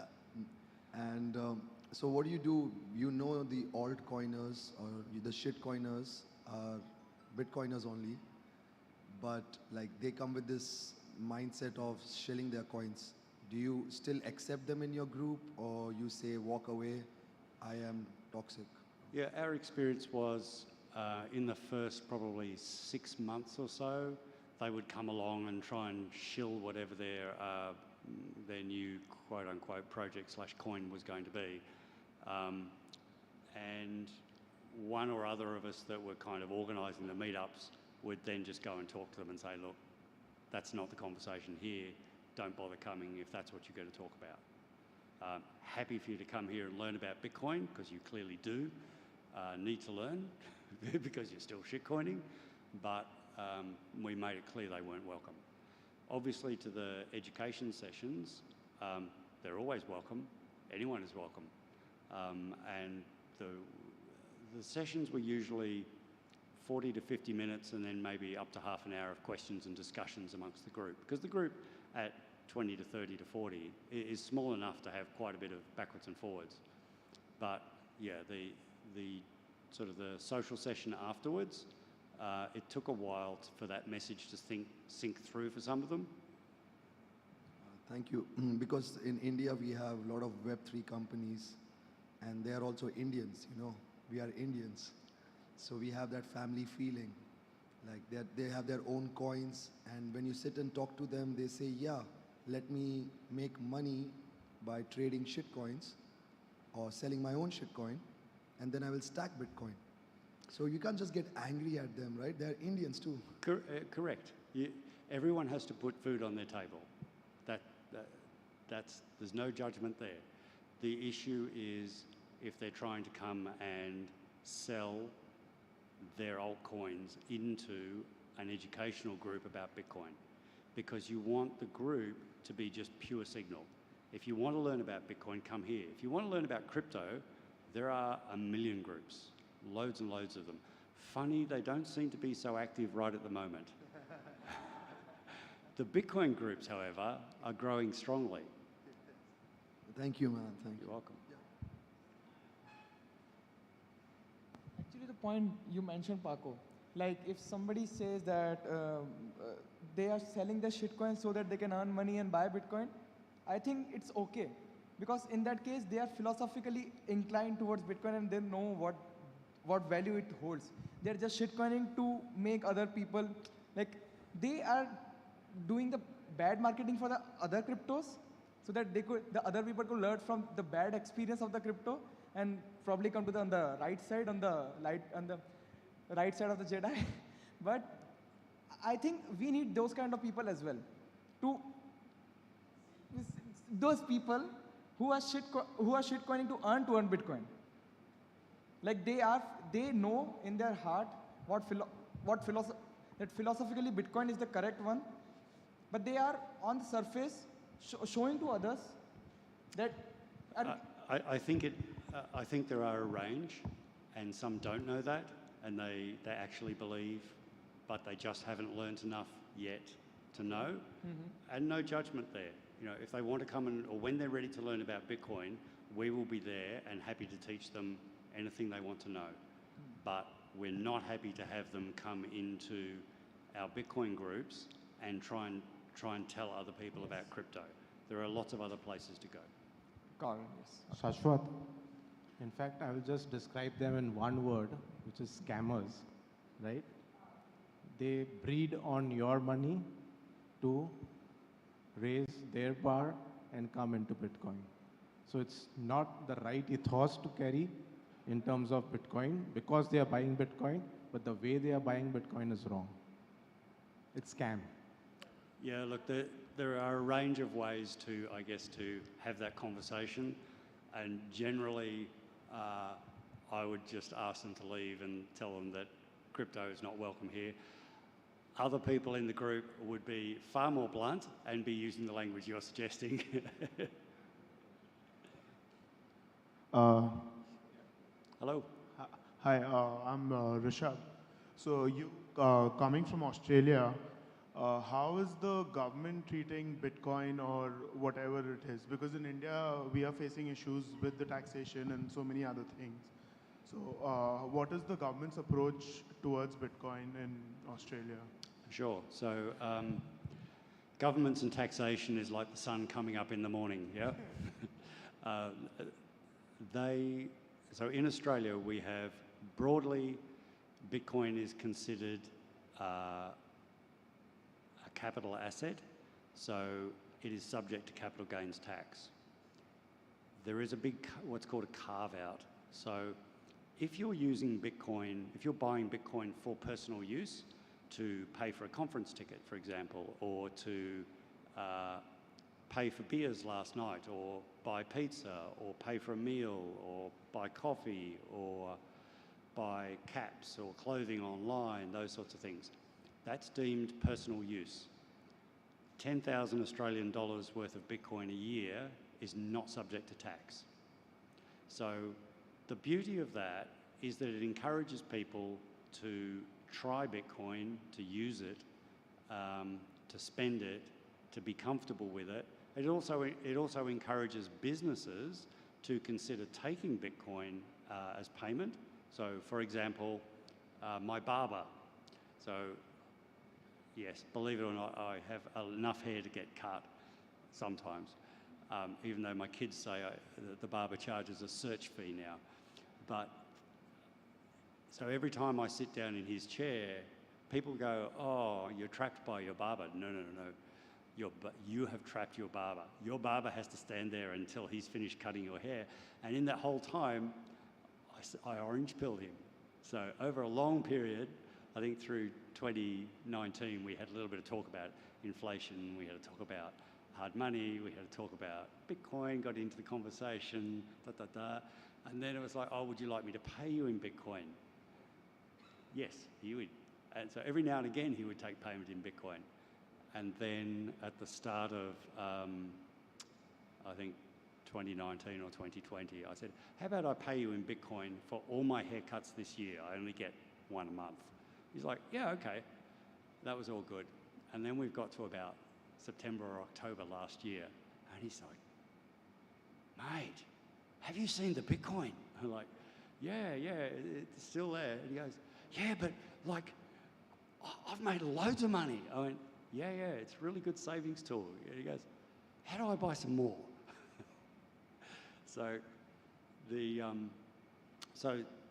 regulations in Australia with that carve out for personal use do encourage that. On the flip side, if you're buying for saving or investment over the longer term, when you sell, if you've held it for more than 12 months, half of that capital gains tax, half of that gain is taxable. And what do? They go, "Just add that gain onto your personal income and we'll tax it like that." So if you're in the top tax bracket, it gets a very high tax. If you're retired and not earning much, then that's probably a better time to sell. Hi, over here.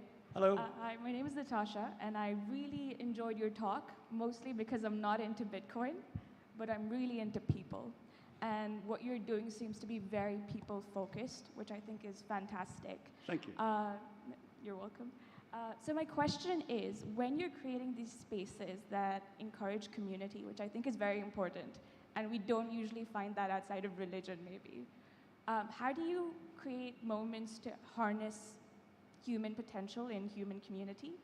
I hope you understand the question, because it gets very complex when people are relating to each other really closely. It very does, and that's why that issue of ensuring you've got both a physical safety in space as well as a respectful behaviour in the group is important. So in a large part, that's personal dynamics. So you want to be aware of that if you're starting a meetup. And I think just from what you said, if you did, you would be very aware of that. and you would try and foster those bonds. You know, we have another Australian group which meets 2 or 3 times a year in a regional part of the country called the Bush Bash, and it's never in a city. It always requires a journey. So there is a proof of work to attend. So shitcoiners never bother. Firstly, it's a long trip. And second, the Bitcoin tourists generally never come, but the committed Bitcoiners all come. So we have much more in-depth conversations there. And the social groupings there, the relationships tend to get much deeper, much more quickly, because there is that common ground. But one of the core things in that group is building the bonds that matter. Because I think we can see, looking ahead, that there is going to be a little bit more turmoil ahead. And for Bitcoiners, knowing other Bitcoiners that they've met and that they trust and can rely on for advice or help is super important. Bitcoin is a social layer. How are we going for time, And that's our time. And okay, that's a wrap. So Wiz is here, ladies and gentlemen. Yes, one round of applause, big applause for Wiz. A personal thanks from me, Wiz. A professional thanks from Bitcoin4India. Thank you so much for finding time. He's here. He is here. So yeah, we have to move on. Thank you all.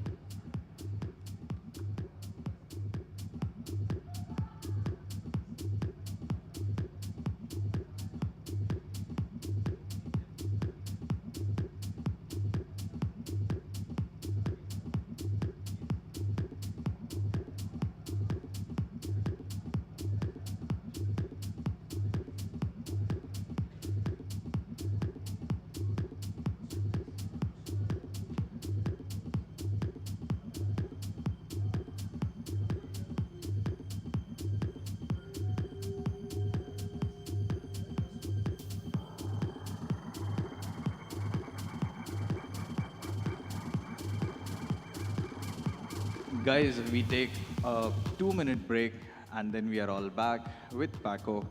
Thank you so much. See you very, very soon.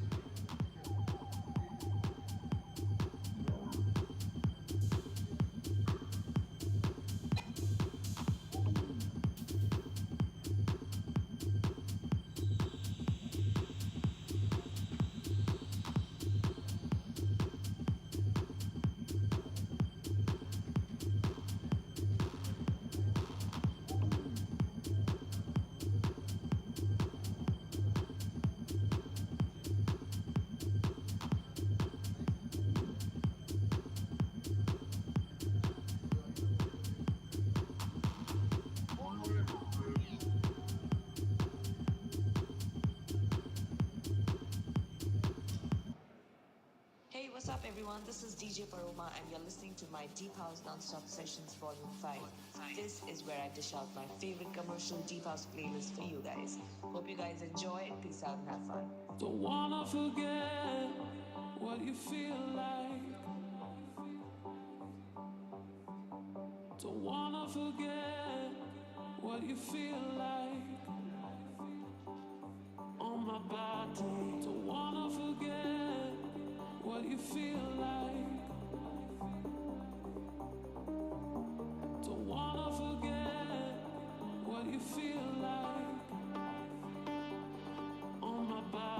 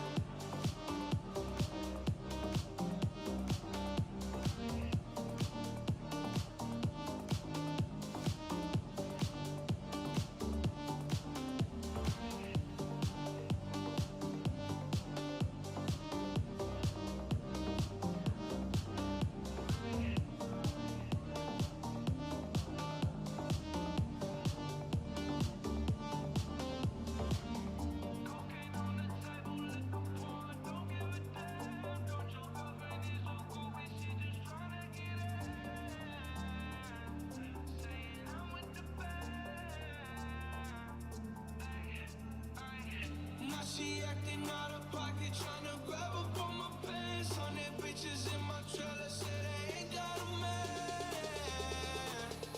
and they all brought a friend.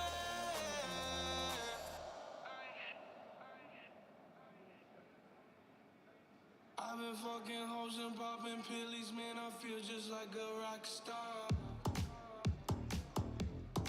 All my brothers got that gas and they always be smoking like a rock star. Fucking with me, call up on the Uzi and show up, man, I'm the shot top. And my homies pull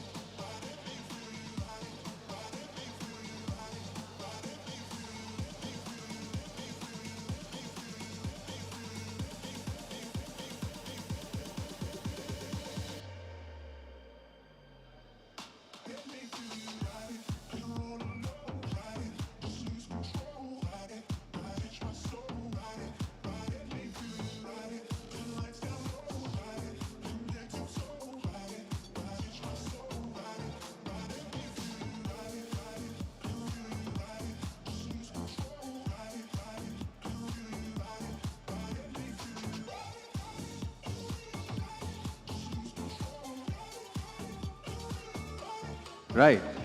Next up, Paco.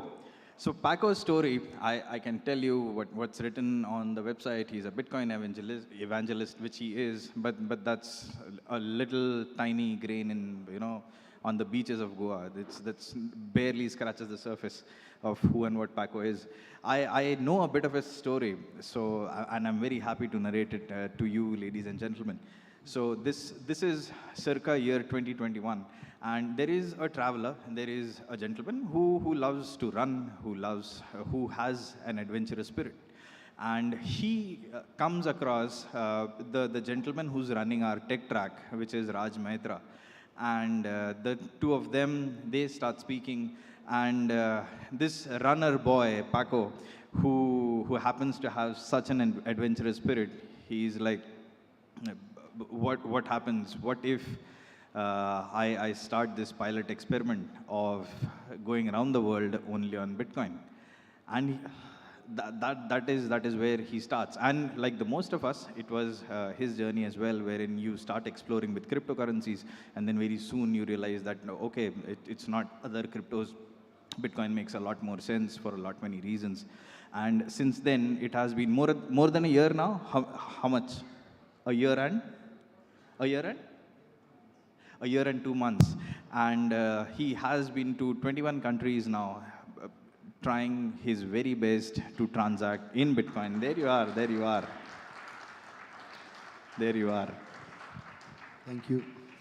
So very, very lovely person. We've been having so that's the decent introduction. He has also been lighting up the speaker house on fire. Thankfully, not literally. So, ladies and gentlemen, please give it up for our dear friend Paco. The applause says it all, right? The applause says it all. Love you, Paco. There you go. Thank you, man. Thank you so much. Hi, everyone. Namaste.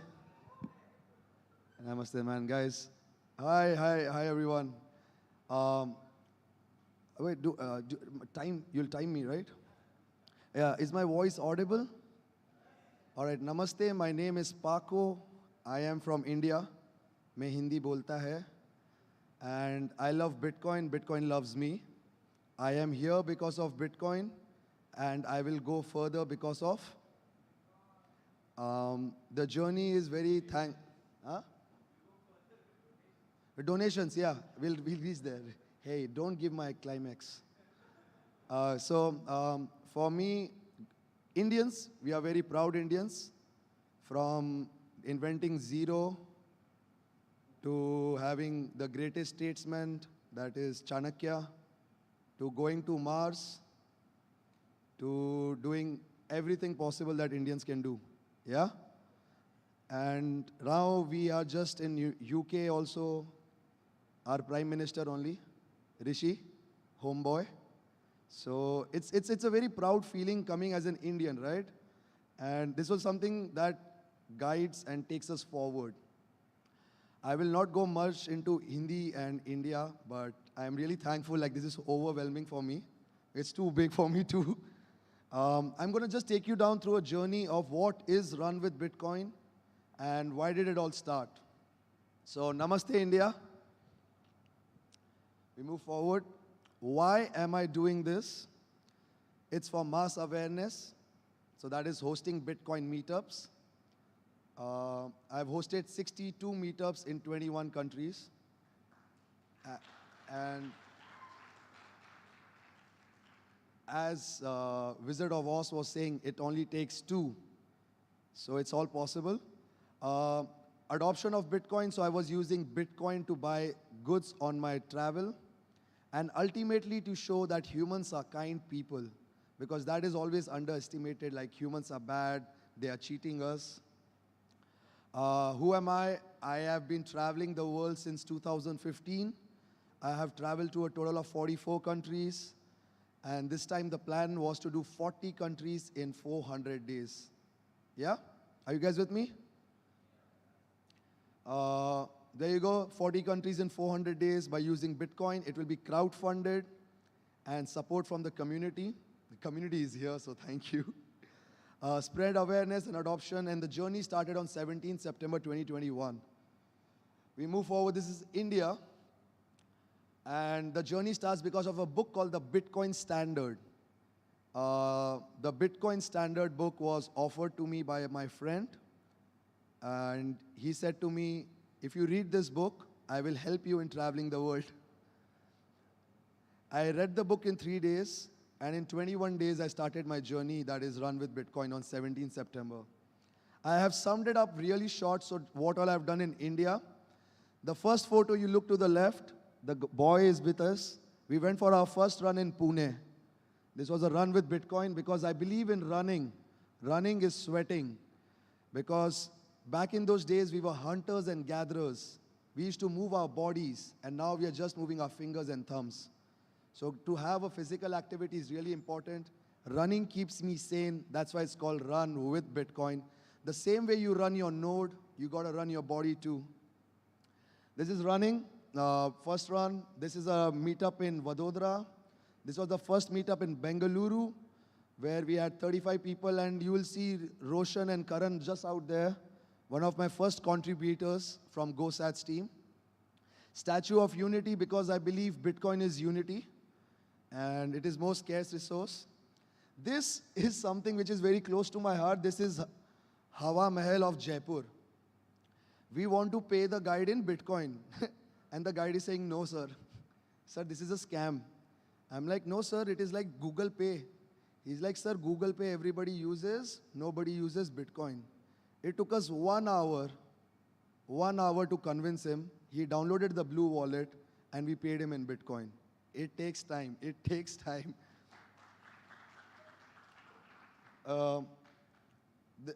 This is buying shoes for Bitcoin in Kolkata. And this is with Raj and Sandeepan and the boys in Kolkata. There are some photos that I haven't added. There was a guy in in Rajkot. He couldn't speak, okay, and he can't hear. Umang is his name. He reached out to me on Telegram. He knows how to type in English. He learned it in the university. He came for breakfast. Whole day we are together chatting on Telegram. And finally he says, English is freedom, Bitcoin is freedom. So that's how it had such moments. That was really close to my heart. I still get, yeah. I move over to the next countries, make you excited. That time the Bitcoin price was how much? $55,000. That's how my journey started. We move forward. Oh, we have photos. This is Ahmedabad. I was called an anti-national in this Bitcoin meetup. I buying medicines for Bitcoin, getting my teeth cleaned with Bitcoin. That is buying a cup of tea with Bitcoin. Oh yeah, this is Umang. This is the guy I was talking about, with whom I spent the whole day. Buying pizza for Bitcoin, not 10,000 Bitcoins, but some Satoshis. Oh, this guy is 13 years old from Pune. Can you see this guy?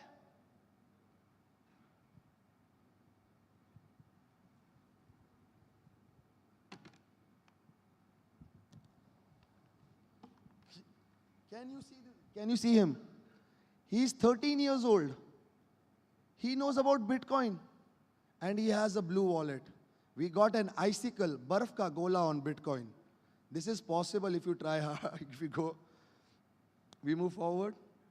A Bitcoiner got me to fly to Dubai. And I got to meet Bitcoin family, Didi. In 2017, he sold everything and is with his family traveling on Bitcoin. Our dear friend Da Vinci, I told you so. In 2011, he made a video. Bitcoin is $1. Please buy.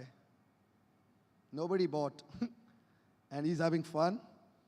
Our famous traders, Carl, MM, and Mendes. You know this guy on the right? Go Sats. That is Roshan. And Ajit Khurana, I got to meet them in Dubai, and that's where I came to know there's something called as crypto industry. And I move forward. Thailand, the guy on the left is the coder for Umbrel. That's why Umbrel is what Umbrel is today because of him. Now he does a lot of other things. But he has 4 businesses that accept Bitcoin Lightning. This is a very close story to me. I was at a bar in Koh Samui, and the lady is like, buy something. And I'm like, I just have Bitcoin. She's like, I want Thai baht. This guy, he heard me. He's like, give me your Bitcoin. I'll buy you drinks. So I found such people who started accepting Bitcoin. That's a hostel that accepts Bitcoin. Book I bought on Bitcoin. These are waiters of a restaurant that accept Bitcoin. So there are people like this that accept Bitcoin. Cambodia, this guy is BSV, Bitcoin Satoshi Vision supporter. I paid him in Bitcoin. Getting a cycle for Bitcoin, coffee for Bitcoin, breakfast for Bitcoin, bike for Bitcoin, biryani for Bitcoin. You have to keep doing this. Singapore, obviously Singapore is amazing. You can move a lot of money there. So anybody wants to do Hawala 2.0, Singapore. I got my drinks, metro rides, some fiat, and food for Bitcoin. Sri Lanka. Anyways, let's do this. My host family, the biggest Bitcoin meetup I've hosted. Kashyap is with us. Kashyap came. You will see him around. Kotu, we are eating Kotu. Bitcoin price is $37,000. And this is my most important one. I am 33 years old.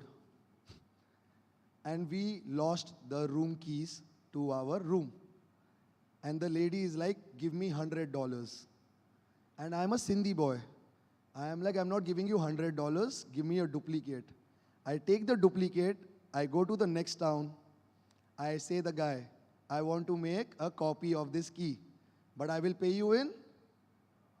I'll pay you in. He flashed me his Binance wallet. And he accepted the payment in Bitcoin. That is Sri Lanka for you. This is the same country, guys. This is the same country that does not have US dollars. With no dollars, there is no petroleum. With no petroleum, there is no electricity. With no electricity, there are no jobs. With no jobs, there is hyperinflation. With hyperinflation, the president was running away on a naval with his navy. That's what happens when you print a lot of money, you know? That is what we saw personally. I remember me and Kashyap standing in a queue for 6 hours to get petrol. Imagine we are 1.5 billion people. What will happen here? Welcome to Qatar. Got him off Binance, my host. This guy uses Electrum wallet. He's 12 years old, he uses an Electrum wallet. He bought me my running shoes on Bitcoin and me running a half marathon on Bitcoin. Welcome to Kenya. This is the country. Now the Bitcoin price is $40,000. That's a Bitcoin bus in Nairobi, a massage parlor for Bitcoin, restaurant for Bitcoin, phone. Somebody stole my phone. I had my keys, so I could recover my Bitcoin, and I bought the Bitcoin or the phone on Bitcoin. This is a very small place where you can play a game of pool table, and you can pay with Bitcoin. We move forward. Uganda, that is a big billboard right outside Central Bank of Uganda that says buy Bitcoin. The company has problems. Moving on. My host, we went to the craft market. I got her a bracelet for Bitcoin meetup. I went to the equator, and I said the lady, hey, take some Bitcoin. She's like, is this Bitcoin halal? And I was like, yes, it is more halal than your money being printed. These are boys, so they run a conventional school. That is, they teach you how to make shoes, how to do welding, and one more thing they do. I was giving them Bitcoin. They were like, no, you're a scam. Give me cash. So till date, cash is cash, and still this is what I could find in Uganda. Rwanda, getting a car wash for Bitcoin, buying a hand bracelet for Bitcoin, and a Bitcoin meetup. Tanzania, Kilimanjaro, I paid my guide with Bitcoin meetup. This is funny. This guy is mining Tanzanite. Tanzanite is a rock. It's 6 years. He has found nothing. He has 2 girlfriends and 2 kids. And he still says, one day I will be rich. This is how our current fiat system is. That's my guide paying for Bitcoin. This is Sandra Chogo. This lady is teaching Bitcoin in Kiswahili, the local language. In India, we can have a lot of things in regional language. Oh yeah, let me go back. You see, in Rwanda, Bitcoin price was how much? So now I've left Rwanda, gone Tanzania, climbed Kilimanjaro, came back after 5 days. The Bitcoin price is 30,000. So price has just been going down, but it's been moving forward. Malawi hosted a Bitcoin meetup, NGO, Bitcoin meetups. That lady is supporting 28 nursery schools. So I was able to open her up a Moon wallet to share Bitcoin. Is it fun? Are you guys with me here? Welcome to Mozambique. The oldest guy I orange pilled is this guy, 67 years old. I got myself stay and crab curry for Bitcoin. The reason he accepted Bitcoin because he's a gambler. He's like, I've been gambling all my life. I love this. Bitcoin meetup, small kid with a wallet of Satoshi, another Bitcoin meetup, and me buying bracelets. You don't see me with bracelets, but I had every country bracelet bought on Bitcoin. Zimbabwe. Everybody asks me, how are you? And I say, I am alive. That was my bus that met with an accident, and I came out alive. So I say there's a Satoshi cloak around me that saves me. A Bitcoin meetup. This guy, so you know Zimbabwe is in problem. The country's currency keeps falling down. That guy imports cars using Bitcoin. That's a house, Bitcoin house, and my host. So I used to stay with local families, and I used to keep giving them Bitcoin for all my food, my stay, just sharing Bitcoin. Zambia, that's a hostel. Do you see something cool about Jolly Boys? Do you see something cool on Jolly Boys? You see the bee. The bee is the Bitcoin bee. He accepts Bitcoin. I started tipping waiters with Bitcoin. Bitcoin meetups, multiple meetups, moving forward. Botswana, it's a very close story to me. Again, tipping waiters with Bitcoin. That's a Bitcoin ATM, Bitcoin lady, Bitcoin. Now this guy, Mr. Chris, a 2012 Bitcoiner, stacked very hard. He has bought a land in the desert and is now growing potatoes. That's what a Bitcoiner is doing. From 10 years, he has just had so much Bitcoin that he said, I will not contribute or donate my Bitcoin to anyone, but I will run my own NGO to see what the problem is. And now he's growing potatoes in the desert in Botswana. For me, it's a big thing. I got to buy spinach and beetroot by using Lightning Network. And to every guy who runs a node, he is running his node using solar power in middle of a desert. So our network is strong enough. Welcome to Nigeria. They make you dance, they make you shake your ass. Tipping my waiter with Bitcoin, that's a newborn baby sharing some Bitcoin, getting a coffee for Bitcoin. These are school teachers, and we were sharing Bitcoin with teachers using USSD code. Remember *343*, you type the number, you can send Bitcoin using that. You don't need internet, you can just need an old Nokia 1100 to send it. That is Nigeria. Moving on. This is, okay, I have to say this. That's that photo. So I have a GoPro, we were shooting in a mall. The security guy got angry. For 1 hour, he's fighting with us. But then he says, sir, I have Bitcoin too. And he shows his phone with a Bitcoin sticker. Cameroon, Bitcoin meetups, buying things with Bitcoin. Central Africa Republic, guys, there is no bottom to top approach. It is only top to bottom approach. There is no Bitcoin adoption. That's me at the president's office. It took me 2 hours to convince them to accept Bitcoin on wallet of Satoshi because my friend was translating in French. And that's the shortest Bitcoin meet, smallest. 4 people came for the meetup. So anytime they say Central Africa Republic has Bitcoin adoption, no, there is no adoption. Nobody uses it. Welcome to South Sudan, the best food in the world. As an Indian, I'll say it. They take 6 hours to cook their food, 6 to 8 hours. So it's so delicious. Bitcoin meetup. This guy is a Bitcoin Cash supporter. So I had to befriend him. I paid my guide with Bitcoin, a Bitcoin meetup. And moving forward. Ethiopia. Ethiopians eat vegetarian, vegan food. Did you know that? They are the only people, they fast like Indians. On a Wednesday and a Friday, nobody eats non-veg. That is how they eat. A dosa, that's their dosa with all dal and everything.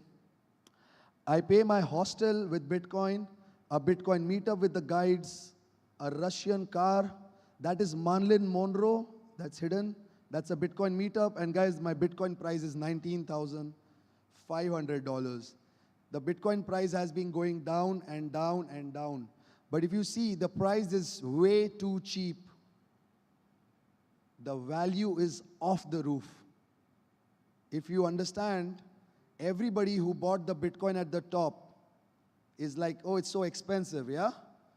Back then, a dollar was 73 rupees, and today a dollar is 89 rupees. So that is 15 to 16 rupees cheaper. So think of it in that context. Moving forward, I traveled India, Thailand, Cambodia, Singapore. Then I traveled West Africa. Plan to move over to El Salvador, Guatemala, Ecuador, Costa Rica, and so on and so forth. My budgeting was $200 per day. I did not get $200 per day. I got bare minimum to move forward, and all my funding came through crowdsource. If anybody wants to follow the journey, it's Paco de la India on YouTube. You can take photos. On Twitter, it's Run with Bitcoin, or Run with Bitcoin community on Telegram, or on Substack. I have documented all 400 days of the journey. There's a photo that I missed.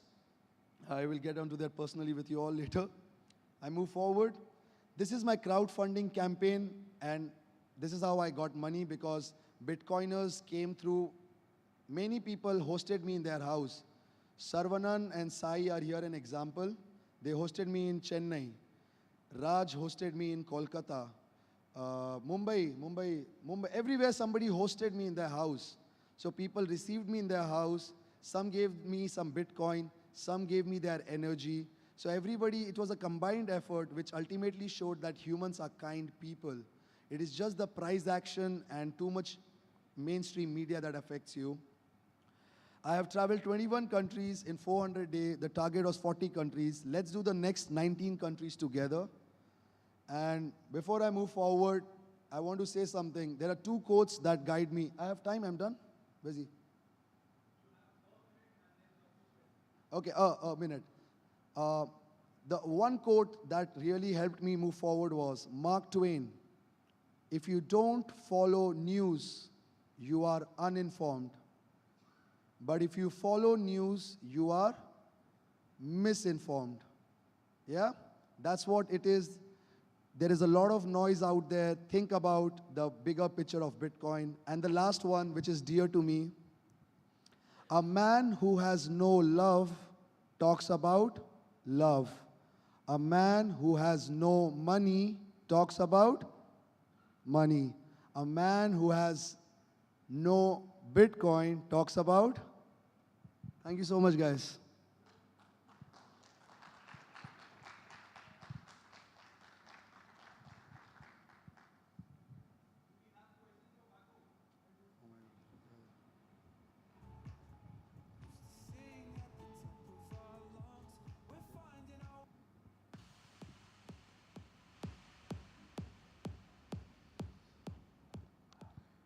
Hey Paco, pleasure knowing you. I think we've met a couple of times, Bangalore and other places.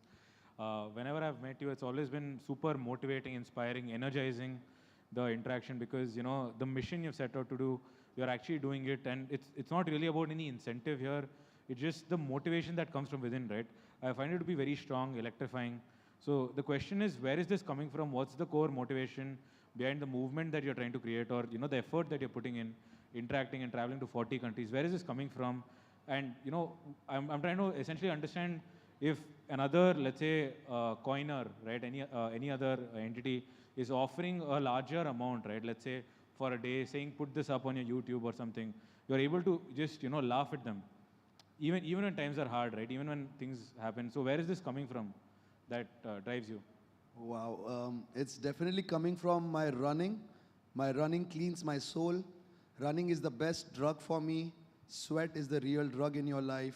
That's what you need. We have stopped moving our bodies and we are just sitting on our computer desks and that's it. And looking what next to buy or where next to take a loan. So that's running is one aspect. But for me, it's always been, I love meeting humans. I have been couch surfing a lot. Couch surfing is like Airbnb. That means I've stayed with over 450 families so far. That means I've stayed with multiple humans, and I believe humans are just like coins. The energy you reflect on them, that's what they reflect back to you. You give them heads, they give you heads. You give them tails, they give you tails. And it is all possible because I was just doing Bitcoin. Thank God I wasn't doing Luna or Ripple or some other shit coin. Nobody would have welcomed me in their home. I wouldn't be standing here and telling you Bitcoin is the real thing. And it was a combined effort of everyone. I always say there was Satoshi. There was somewhere Satoshi's cloak supporting me, you know. And it was a daily effort. You don't think of 40 countries. You think of the next day, the next goal. We have dreams. Let's make it into goals. And that's how I kept moving. And slowly and gradually, it came through. I started with $0, sold my furniture, got $200. Then came Roshan that day, gave another $200. And I'm like, wow, proof of concept. This thing works. Okay, we will try. And I have got offers for $2,000 to $3,000 for an ad, for a tweet. But you obviously know if they are giving you that much money, that means they are scamming someone else. So it was a conscious karma, Indians being karma, what goes around comes back around. So these are the things, a combined effort, you know, proper curry masala with haldi, dhania powder. Yeah. Awesome, super inspiring, especially the community aspect that you mentioned. Yeah, man, community is everything. Thank you, man. Thank you. Paco, when is the last time you used Bitcoin for a transaction? Right now, he wanted to do some transaction. He had fiat. I sent him some lightning Bitcoin. Just right now we did it. Like beautiful, lightning is beautiful. Anybody who has a lightning Bitcoin wallet, I will give some Satoshis. I will definitely share some Bitcoin with you all. I know who all are Bitcoiners. But I will definitely share some Satoshis with you, please. Yeah. So not exactly a question, but you know, like I've been in the space for a long time, and you see a lot of people come out with projects right at the top of the bull market, like you did in November, like you started this journey. And it's amazing to see that you have actually stuck it out and stayed with it throughout the bear market. Like that there is proof of work, and I really appreciate the fact that, you know, you actually started a project and stuck with it. And, you know, it's not about the price, but it's about the philosophy with you. And that is something that gets you my support. And I think I speak for a lot of people when I say that that's precisely what gets you the support. Wow. So thank you, Paco. Thank you, man. Thank you.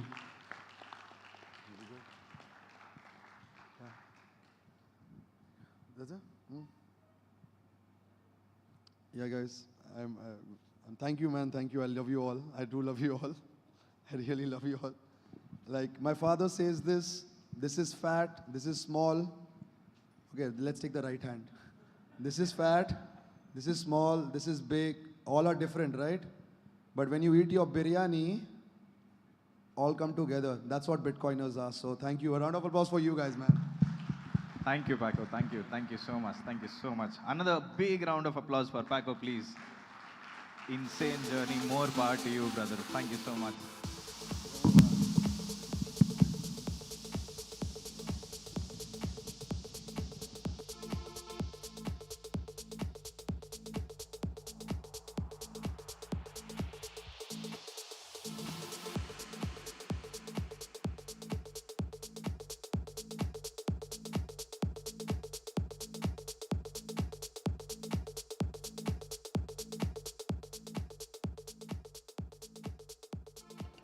Right, you know the drill, ladies and gentlemen. The next session is at 3:30. We've got 9 minutes before the next session.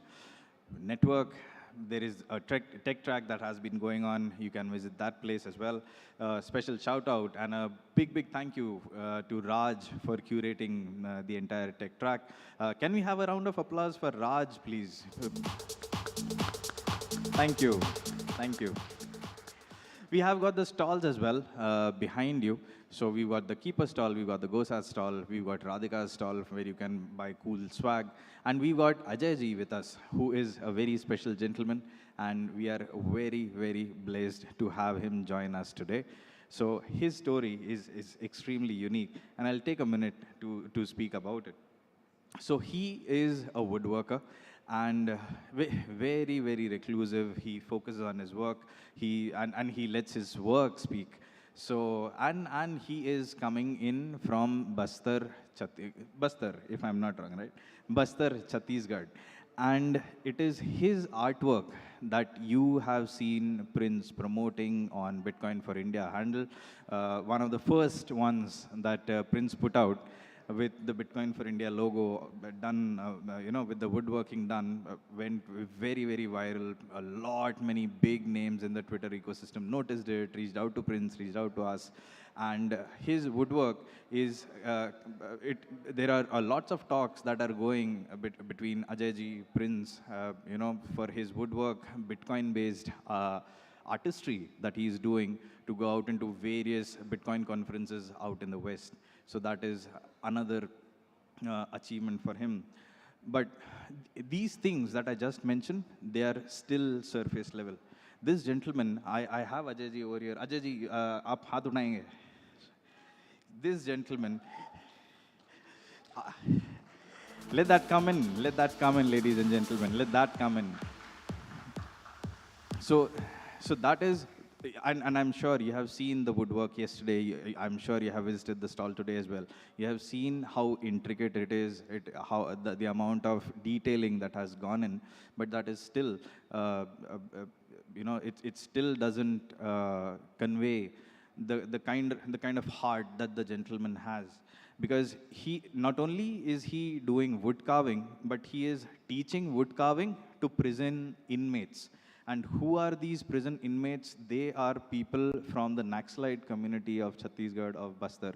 So he, not only is he very, very skilled at what he does, but he's also super, super humanitarian, and he is helping those prisoners rehabilitate, earn a respectable living, teaching them arts and crafts. And the swag that you see over here, the keychains that you see, the wooden plaques that you see, have been made by prison inmates under his guidance. And for that, can we have a big round of applause for Ajay ji? So having introduced him, I will take a minute, and Ajay ji, मैं चाहूँगा कि आप 2 शब्द हमसे ज़रूर बात करें, या 5 शब्द. आई.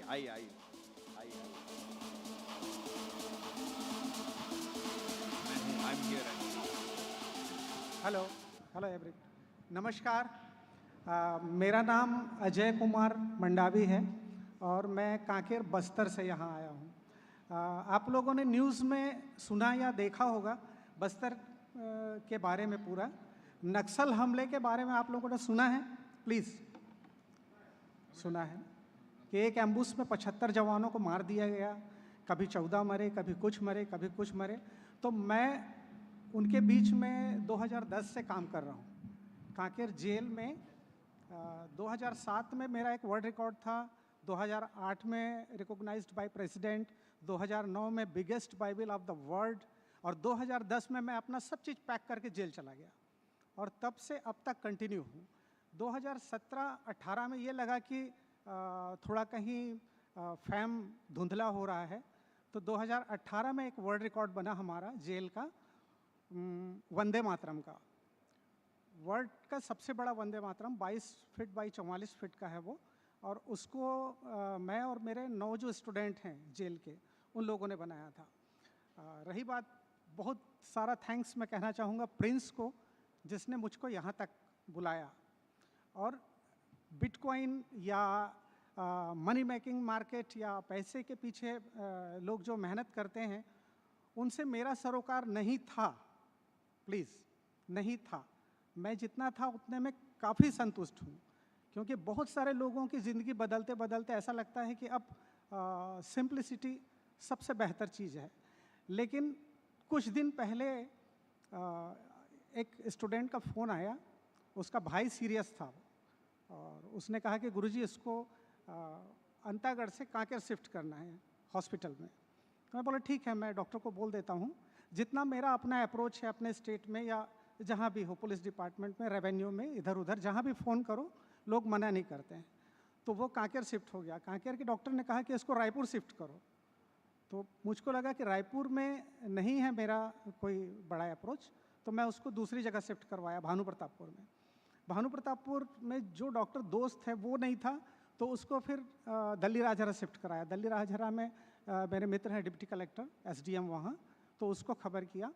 वो यहाँ से वहाँ, वहाँ से वहाँ ले जाने के चक्कर में कोलैप्स हो गया वो. तो पिछले एक लंबे समय में कई बार ऐसी घटना होती है कि किसी को मैं गोद में रखा हूँ और वो मुझसे कह रहा है कि प्लीज़ बचा लो मेरे को, और कोशिश करता हूँ कि वो बच जाए और बच जाता है. लेकिन ऐसा पहली बार हुआ कि कोई नहीं रहा, सिर्फ इसलिए कि जब लड़के ने कहा कि उसको रायपुर शिफ्ट करना है, तो रायपुर के किसी हॉस्पिटल में पे करने के लिए मेरे पास पैसा नहीं था. पैसे से मतलब कि उसको अगर मैं एक बार एडमिट करता तो कम से कम 1-1.5-2 लाख रुपए लग जाते. तब मुझको लगा कि हाँ यार, थोड़ा होना चाहिए, अप्रोच काफ़ी नहीं है. तो उस बीच में प्रिंस भाई से मुलाकात हुई और वो अपने लेक्चर के दौरान जब बस्तर की बात आई तो वो मुझको देख रहे थे और वो काफ़ी इमोशनल हो गए. तो ये लाइव सीन चलता है हमारे साथ. कोई स्टूडेंट जेल के गेट में आता है, कोई अरेस्ट होकर जेल के गेट में आता है, तो उसकी स्टोरी पहले मेरे पास आती है. तो वो मजाक में पूछ लेता हूँ मैं कि अरे यार, तेरे टिकट में तो 19 मर्डर है. तो वो भी हंस के बोलता है कि नहीं गुरुजी, उतना नहीं होगा. तो बोला उससे कम? नहीं, 17-18 होगा.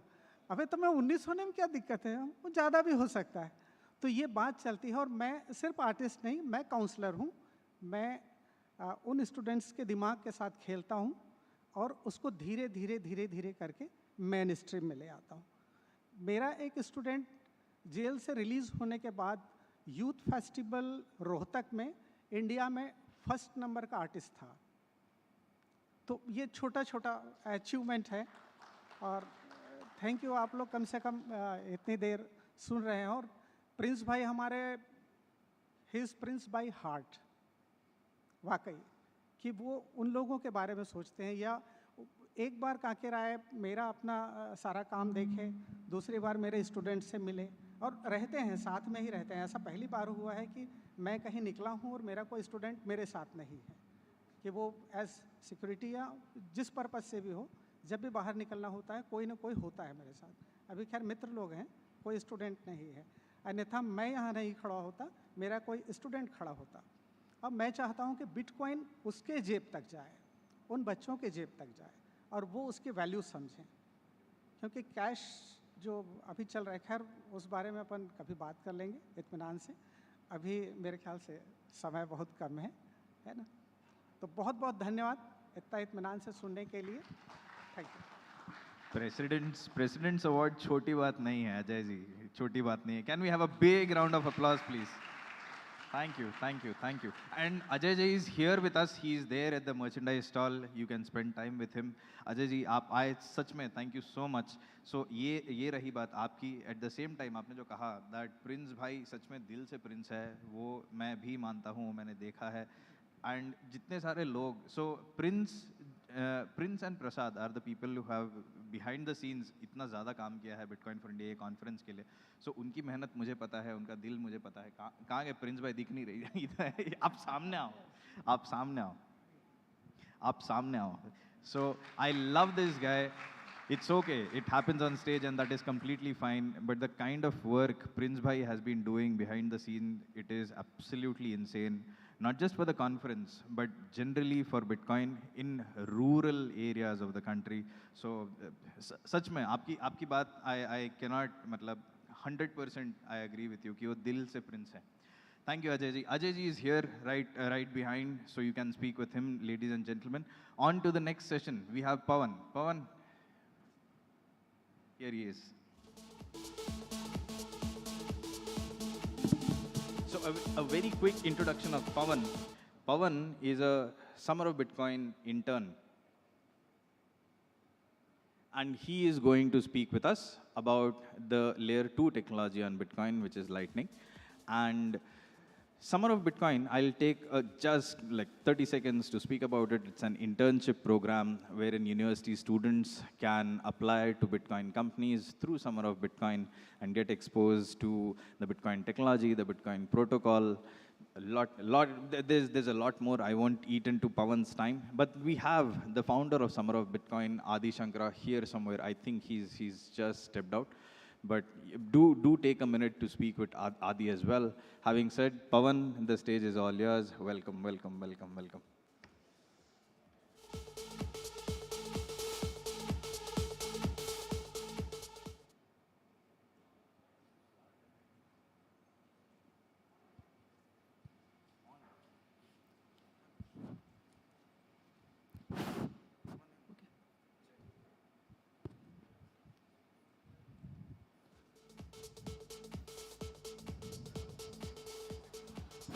Hello. Yeah.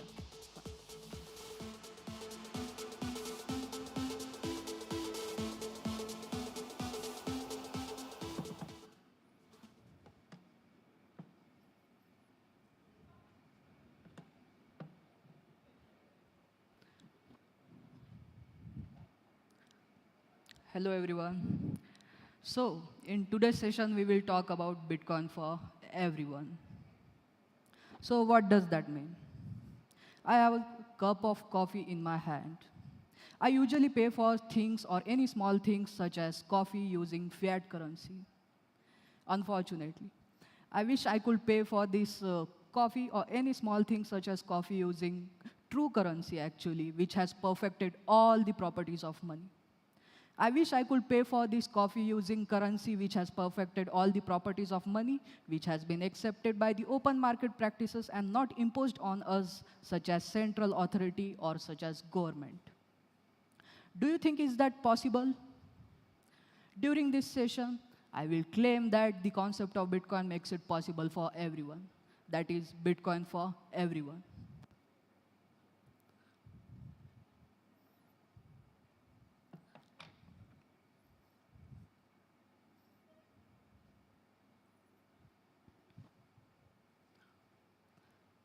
Let me introduce myself first. My name is Pavan Joshi, and I am an undergraduate engineering student and an aspiring computer engineer from Maharashtra. I am a proficient web, Android, and a game developer.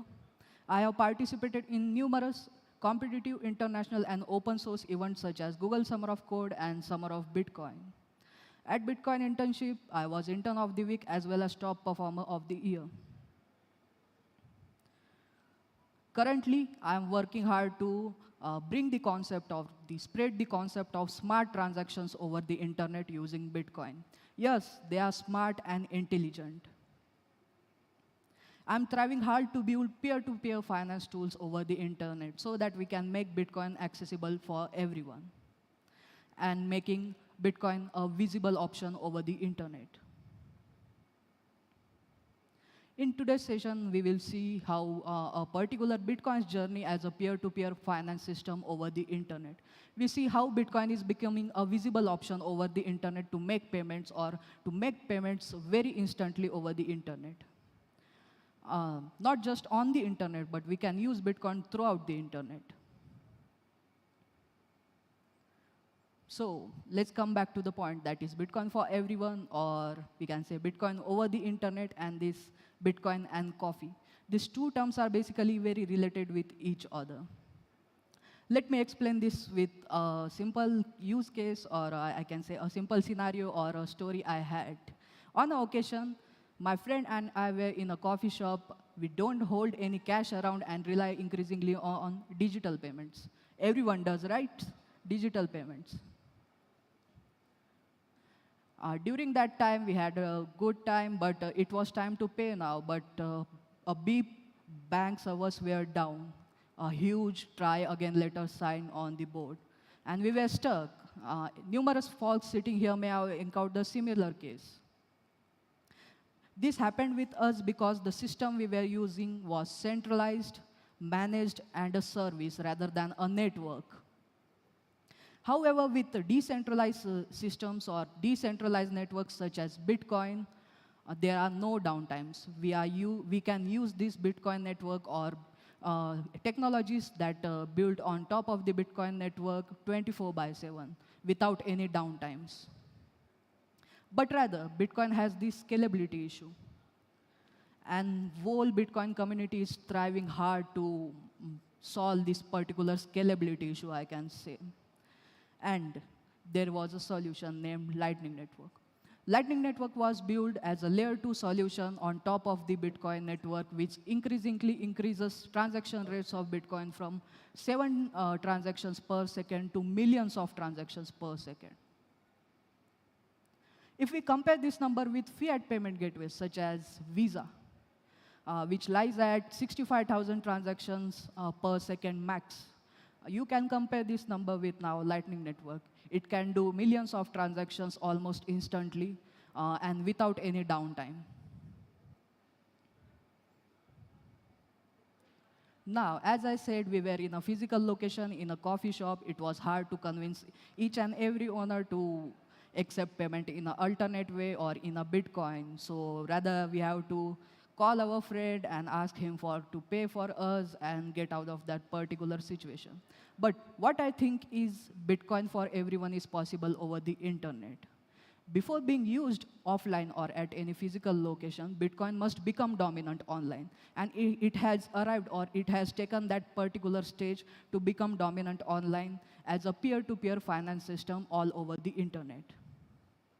And Lightning Network is a terrific technology which scales Bitcoin and allows us a particular chance to make it a global currency over the internet or bring that particular financial system over the internet.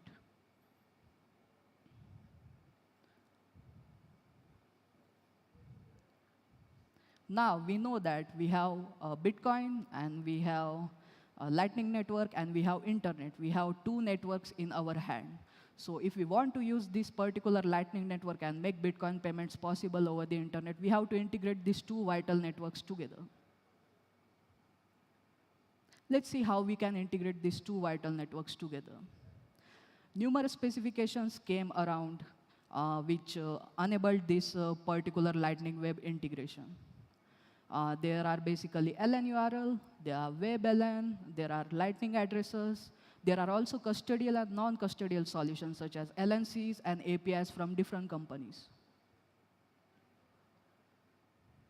Let's investigate LN URL first. I can explain this in much more non-technical way. Imagine you have a website or you want to accept a payment over the internet using Bitcoin. You can use LN URL. Basically, there are three ways you can operate LN URL. First is LN URL pay, second is LN URL withdraw, and third is LN URL authentication. Let's see LN URL pay first. You have a website and you want to collect a particular amount from your user. What you have to do is use LN URL, place a link or a scannable QR code on the website. User can visit your website, they can just click on that scannable QR code or a link, and they can almost do instantly payments right from your browser using Bitcoin. Second is LN URL withdraw. Basically, this is reverse of the LN URL pay. Imagine you have a website and your users interact with your website, they are engaging with your website, and you want to reward to them for their particular engagement and for their particular interactivity. So there is a LN URL withdraw, we can say. You just have to place a particular QR code or a link, a payment window will pop up, you can specify a range of amount, not just a static amount. You can specify a range amount in minimal sendable and maximal sendable parameters. And you can collect amount or give amount to them using LN URL withdraw. And the third is LN URL auth. We all use third-party services such as Gmail. We share them our phone number, we share them our date of birth, we share our different personal information, our biodata to them. What if we don't have to use any centralized system to get authenticated over the internet? There is LN URL auth, my friends. It allows you to get authenticated without using any third-party service. You can serve internet pseudonymously using this LN URL auth specification, and you don't have to use any alternate third-party system to make a login. The next is lightning address.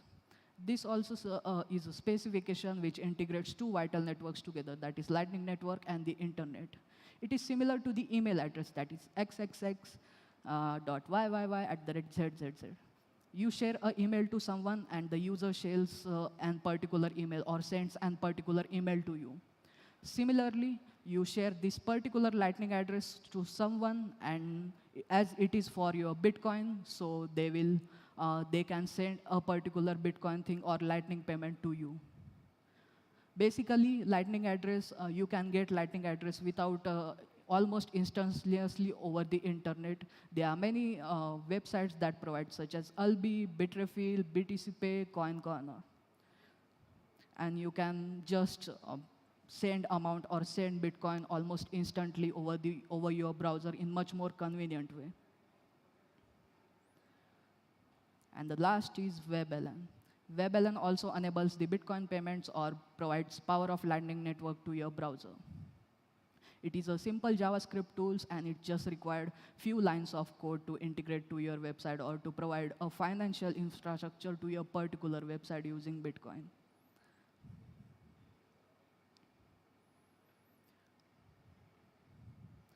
Now, we have reached up to the point where Bitcoin is up to the internet. We have integrated two vital networks, that is Lightning Network and the internet. What we got from this? We got a better native payment layer over the internet. What this does? This creates basically an internet of value.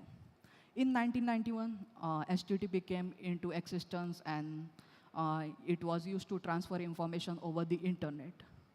But the visionary developers of the internet also had the HTTP status code name 402, which enables payments using, which allows us to do payments over the internet. It is called HTTP 402 payments required. And during that time, many fiat payment gateways such as eCash, PayPal were evolved, as there were no cryptocurrencies. But not necessarily we can say they are suitable for modern web or to do microtransactions over the internet. Imagine you pay a $1 tip to every podcaster. It is not possible. We need much more better way of transactions over the internet. We need much more better way of microfinancing over the internet. Also, fiat payment gateways were divided by borders. There are all the different rules for each country. There are different currencies for each country. It is also not free. It is censorship prone. Also, you have to pay huge amount of money if you are a developer and you want to integrate that third-party service, which is a centralized. Also, there were no monetization policies for such fiat payment gateways. And this resulted into many more advertisement on the internet, many more clickbaits, and this also led to, I can say, a much more unquality content over the internet, or I can say the quality of content over the internet decreased because of no monetization policies attached with particular fiat payment gateways. And this is why we see advertisements over the internet. As there were lack of monetization policies with fiat payment gateways, we have all over the internet just advertisements. Now, how we can create an internet of value or pass a value over the internet using this particular Lightning Web integration, which provides finance using Bitcoin over the internet. It is a much more better and a flexible native payment layer over the internet. And most importantly, it is free. You don't have to spend even a single penny over the internet. You can attach payment flows to every interaction over the web. If you are scrolling your particular browser window, you can attach payment flow to that. You can attach payment flow to a button click. You can attach payment flow to a music play button or anything. You can monetize almost anything. This is the biggest advantage of Lightning Web integration or Bitcoin finance as a peer-to-peer finance over the internet.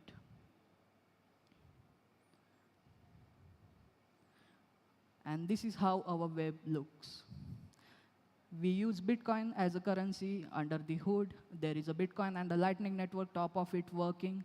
And there is Lightning and web together integrated using different specifications as we mentioned there. And you can build your dreams over the internet after going to all the three layers.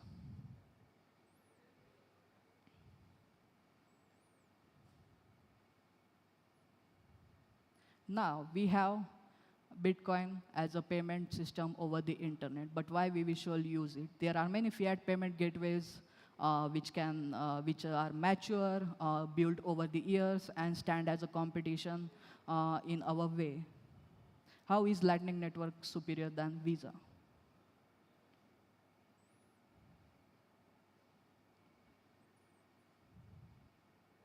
Basically, payment gateway is a piece of technology used by businesses to receive debit card or credit card payments.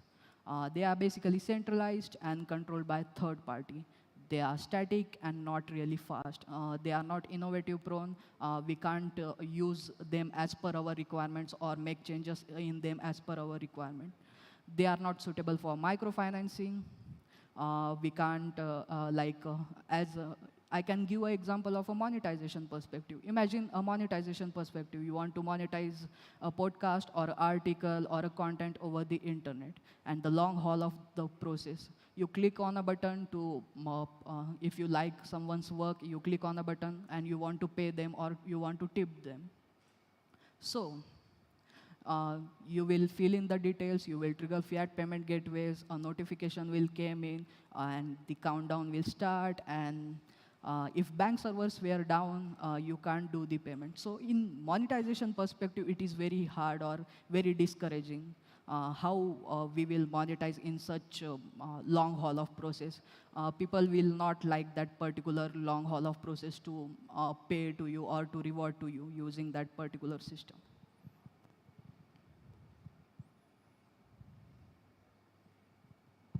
Now, how our Lightning Web integration or Bitcoin as a finance system over the internet is much more better than the fiat payment gateways such as Visa. Let's compare with the authority. Lightning Web integration is free, it is decentralized, and there are no downtimes. You can use it 24/7 in any zone, in any time, evening, morning, or any time. Next is scalability. Fiat payment gateways are centralized, and you can't use or you can't make changes in them accordingly. But Lightning Web integration is much more better than that. You can change them according to your needs. You can provide domain-specific flexibility as there are requirements. There are different requirements for gaming industry. There are different requirements for music industry. If you monetize them using Lightning Network, as it is free and it is prone for changes, you can do changes as per your needs, and you can get that flexibility in your finance system. Next is processing fee. Processing Lightning payments is almost negligible. You don't have to pay anything, or there is no charge for that. But if you see fiat payment gateways, there are many charges applied to use their service: 10%, 2%, 15%, 20%. But this is almost free, and you don't have much more transaction costs or attached to it. And the next is power factor. It has Lightning Network can process millions of transactions per second. And if we compare this number with Visa payments, they are just 65,000 transactions per second. So it is much more better in power factor as well. Reach. Lightning Web integration, or if we use Bitcoin as a finance, we can get domain-specific flexibility. You can make changes to it and use for gaming industry. You can make changes to it and you can use for commerce, or you can make changes to it and you can use for music industry according to your needs. And you can attach these payment flows for every interaction over the internet.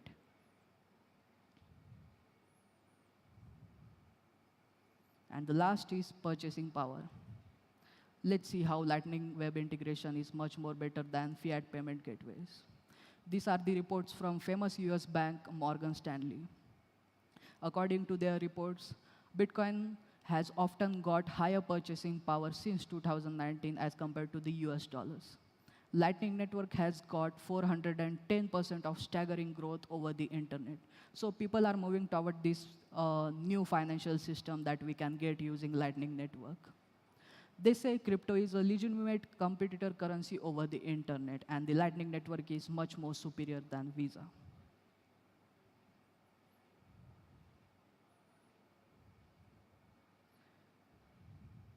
Now, we can use Lightning Network not just on the internet, but throughout the internet. We can use it for every domain on the internet. Now, we will see what is the magic of Lightning Network and how it is changing all the domains over the internet. This is basically Albi. It is a Lightning wallet which is built using Lightning Web integration. You can do micro payments or Bitcoin payments right from your internet browser. You can pay to any website right from your browser using this particular Lightning wallet, and it is built on the top of the Lightning Web integration. This is the dashboard for the Lightning Web or for the Get Albi. It has sent, it has received different settings for scanning QR codes over the internet. It supports all the specification over the internet. Now let's see the monetization perspective. We are starting an initiative named Value for Value over the internet to monetize different websites. Imagine you have a social account such as Twitter. You can monetize your account as well. You have a YouTube, you can monetize your account as well using this particular Lightning Web integration. And how easy it is. You just require 3 steps to monetize your own website. If you have it, you just need 2 meta tags and a particular payment flow will be invoked using Bitcoin. And users can pay almost instantly to you. So if we compare this to a particularly fiat payment gateways, there is a long haul of process, but this is much more easier for developer as well as user visiting to your particular website. If you have a Twitter account, you can put a Lightning address over your Twitter profile, and a particular payment flow will be triggered, and you can monetize your social account as well. If you have a YouTube account, you can put your Lightning address there, and you will monetize your social channels such as YouTube as well. But if you have a specific website such as your own, consider this as an example soundboard.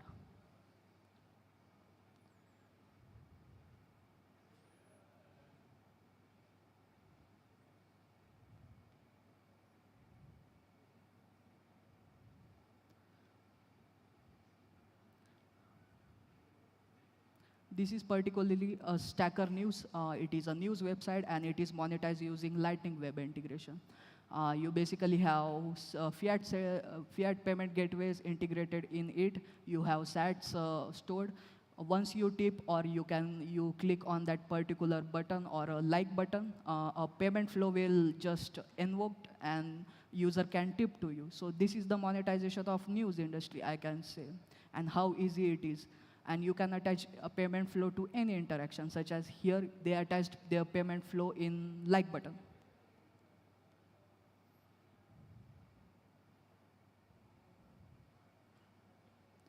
This is the example of LN URL auth. You have a Lightning wallet in your browser. You just click on that particular scannable QR code, and your account is created. And now you can use services of this particular website named BoltFun.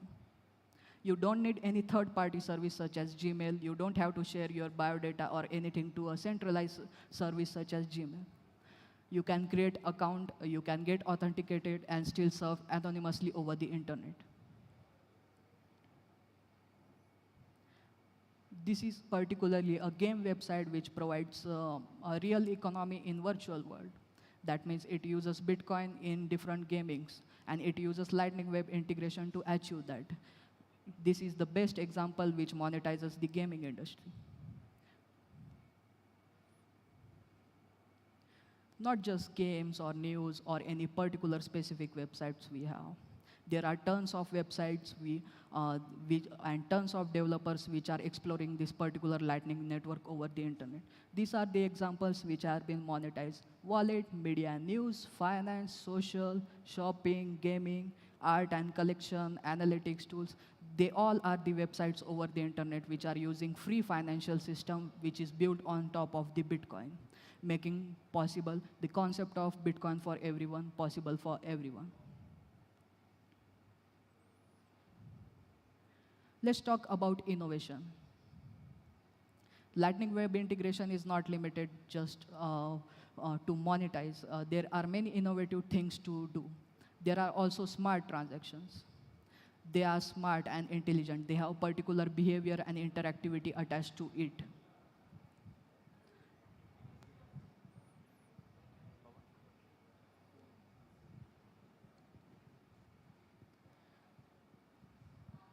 This is the example of a soundboard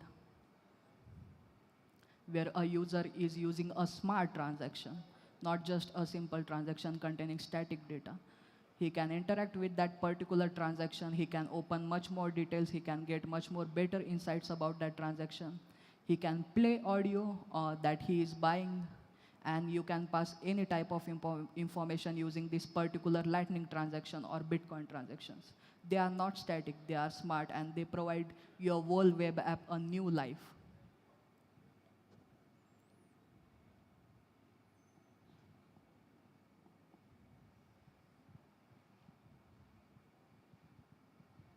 So these were the use cases that particularly finance system or Lightning network as a finance system were evolving.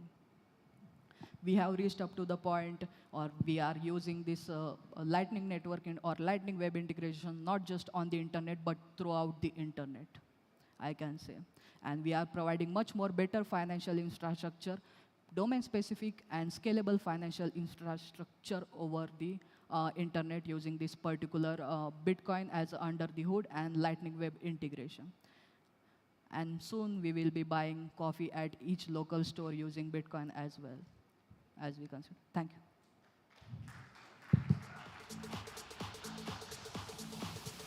Do we have questions for Pavan, ladies and gentlemen?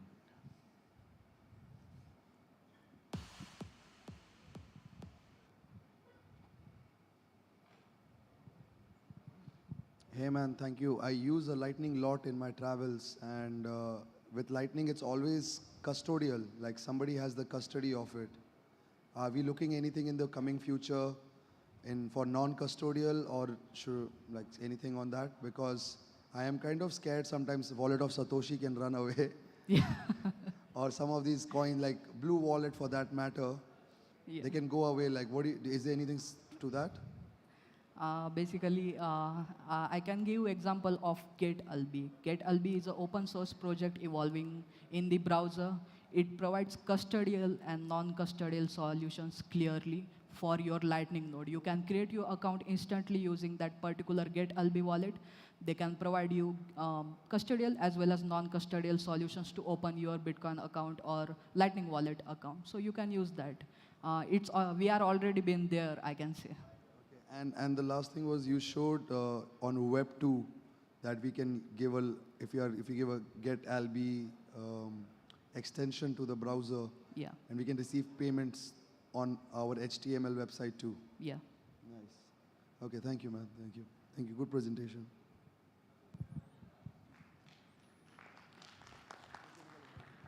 Any other questions? If Prasad has one. No, first of all, really appreciate you being part of Summer of Bitcoin, as well as you are one of the youngest speaker, maybe one of the youngest speaker. Great.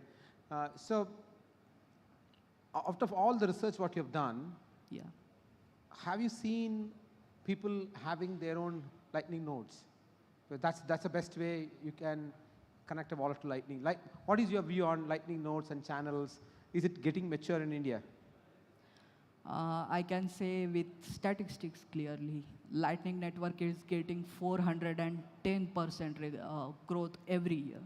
So it is increasing day by day, and many applications on top of, for Bitcoin specific applications are building on top of the Lightning Network, I can say. So definitely people are seeing future, much more better future for Lightning Network as well as Bitcoin on the internet using Lightning Network. Good, thank you. Pavan, a personal appreciation for you. Absolutely flawless presentation, such a deep technical one. You did not use any notes by yourself. You knew everything that was there on the slides, very well prepared slides. Clearly, there's a lot of work that has gone in, not just in the preparation of the slides, but also the preparation of the presentation itself. Absolute appreciation for you. You are going places, my dear friend. Thank you. Thank you so much for this session. Can we have the music, please?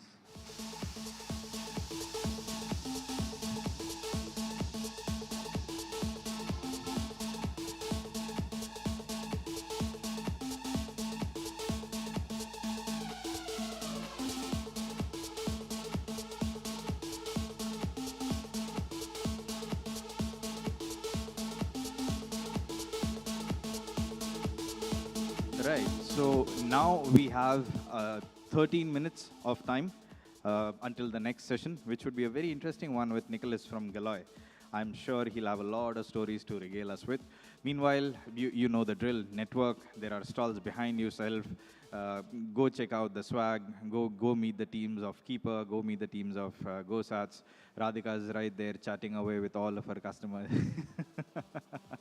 Once again, I from the bottom of my heart, from all of us here behind the scenes for Bitcoin4India, I thank all of our sponsors, Keeper, GoSats, Amber, Paxful, Galloy, for all the help, Ibex Mercado, for all the help that they have extended in not just with helping with putting up the conference, but in terms of people and the intent and the tweets and the retweets and the excitement. Thank you so much for our sponsors. Absolutely appreciate it. Once again, thanking our partners who have helped us put up the event. We have Gungru already smiling away. Thank you so much, Gungru. This one's for you. Once again, a big round of applause, ladies and gentlemen, for our AV team over here who have been absolutely on point with everything. We have not had a session that has gotten stuck, or when a physical speaker is speaking, his mic goes blank. Someone joining us from the internet, his thing going blank. The movie got screened so beautifully. Everything has been on point. Thank you so much to the AV team as well. Thank you so much.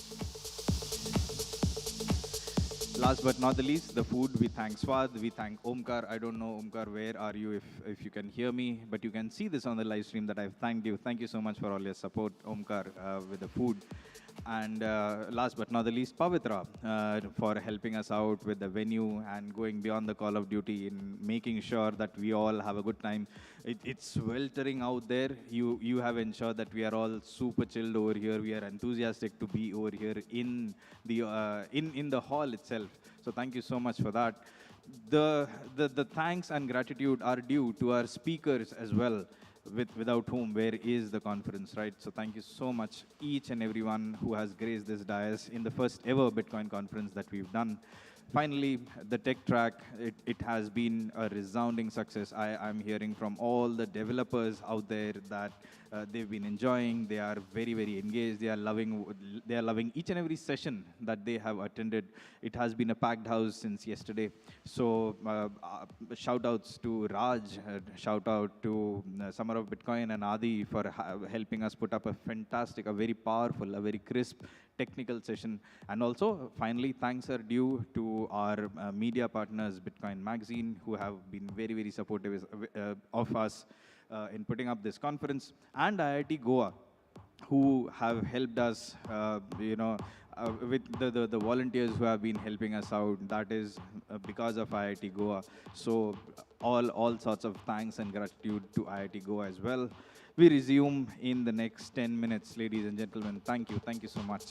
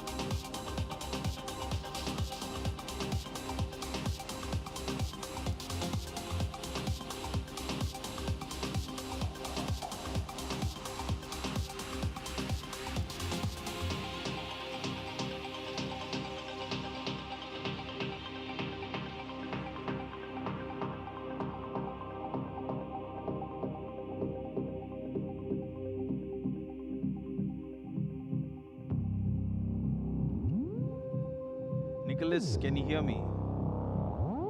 Ladies and gentlemen, I request you to join us back for the next session. Yes, I can hear. Okay, I can't see you, and that's perfectly all right.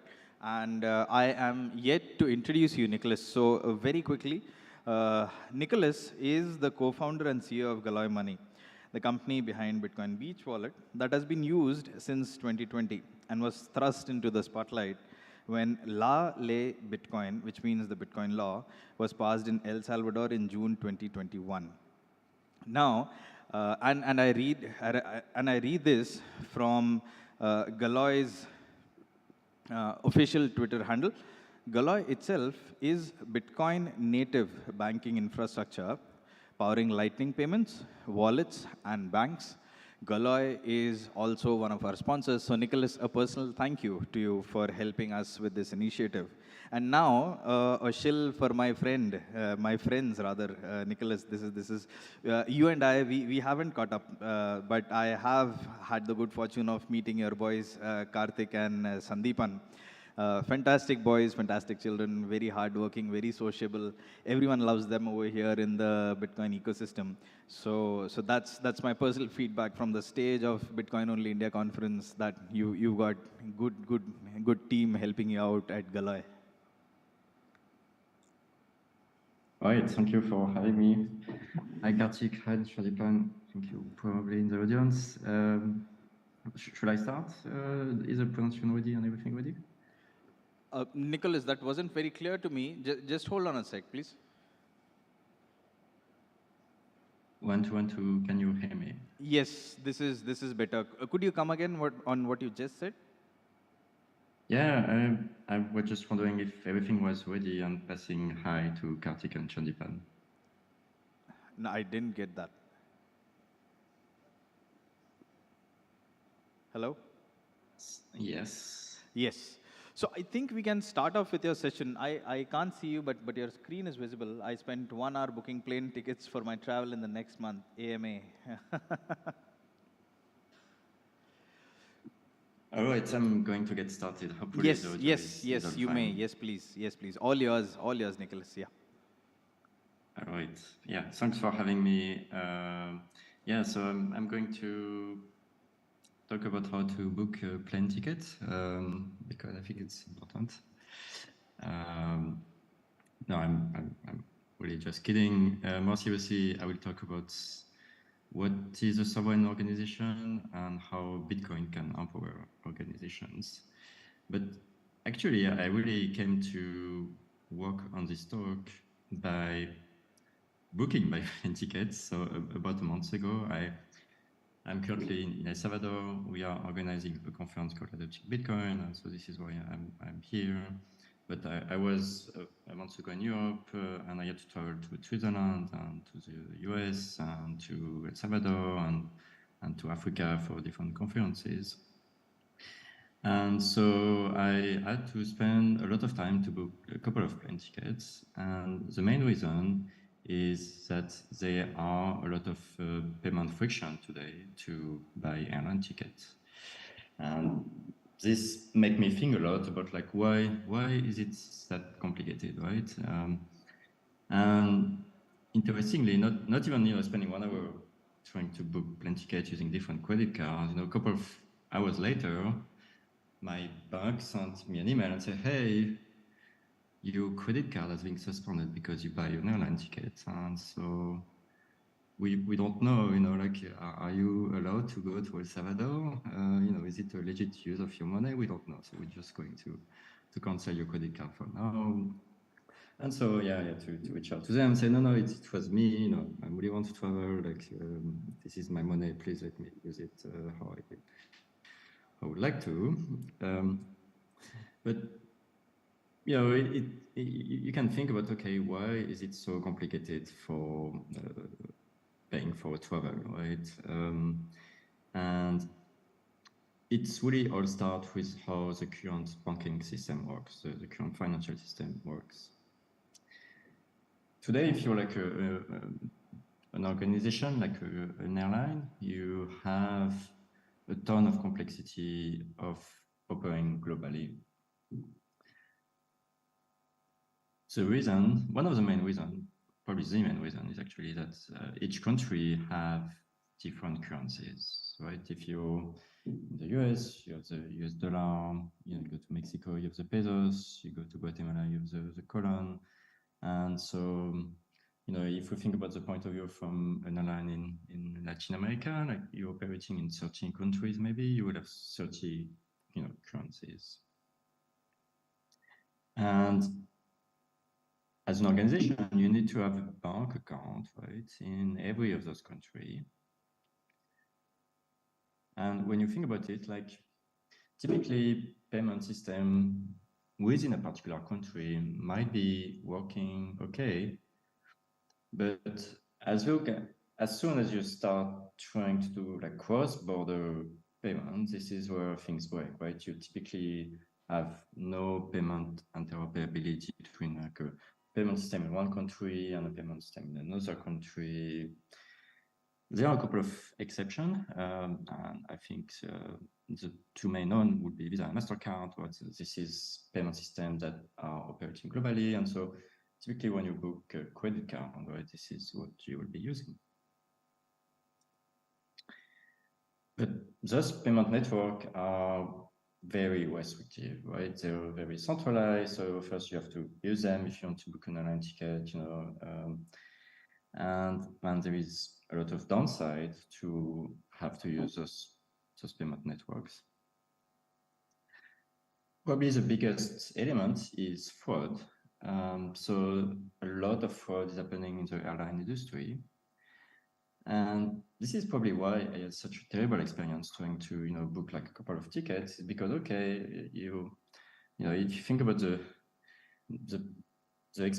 payment flow or the airline. So okay, I'm in Europe, and if I'm trying to book a ticket from Miami to El Salvador, basically the airline said, okay, you tell me that you're in Portugal, but you're French and you're trying to book a ticket for like Miami to like El Salvador, like you must be a fraud, right? Like, and so I'm going to decline the payment, right? And which is why we had to use like many combination of credit cards. Say, okay, I have these error messages. No, okay, let's try this other credit card, maybe for my company.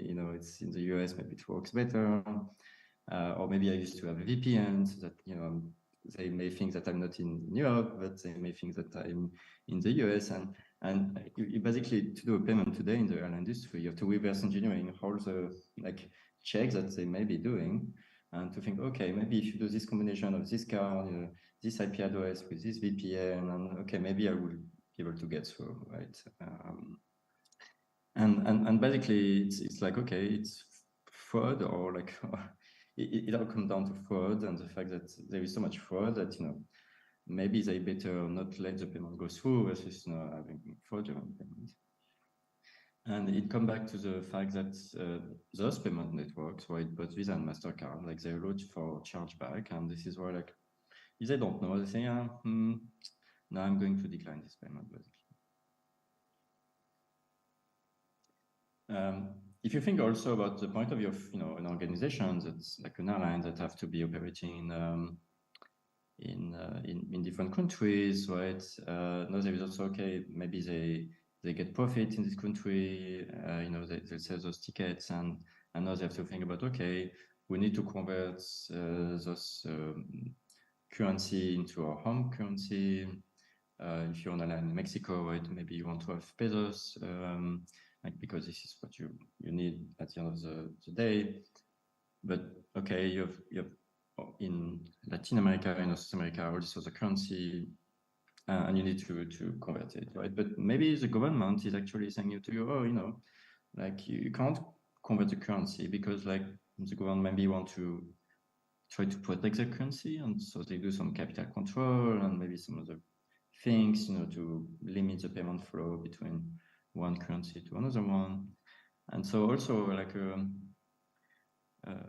an online organization may spend like a lot of money into thinking about, okay, what are the regulations here, what we can do, is there like workaround, and so spending a lot of lawyers' money. Another element that is quite important is inflation. So, if you have like 30 bank accounts in 30 currency, in 30 country with each their own currency, the reality, and today it's very striking because inflation is skyrocketing. You will need to look, okay, which let's say, okay, I'm operating in Argentina, and right now the inflation is maybe like 100% year over year, like it's very high. So like every month that pass by and you keep money in this currency, like you're losing 8% of the value of your deposit. And so you will want to exchange from this currency to like another currency with lower inflation very quickly. But the thing is, the reality is that the inflation is a moving target. Like every day, every month, it's change, and so you need to in every country you operate, look at okay, how is inflation, impacting this currency or this currency, and need to adapt, or need to change the payment flow, and maybe do it more frequently to make sure you don't lose too much money. And of course, now you need to convert from one fiat currency to another fiat currency.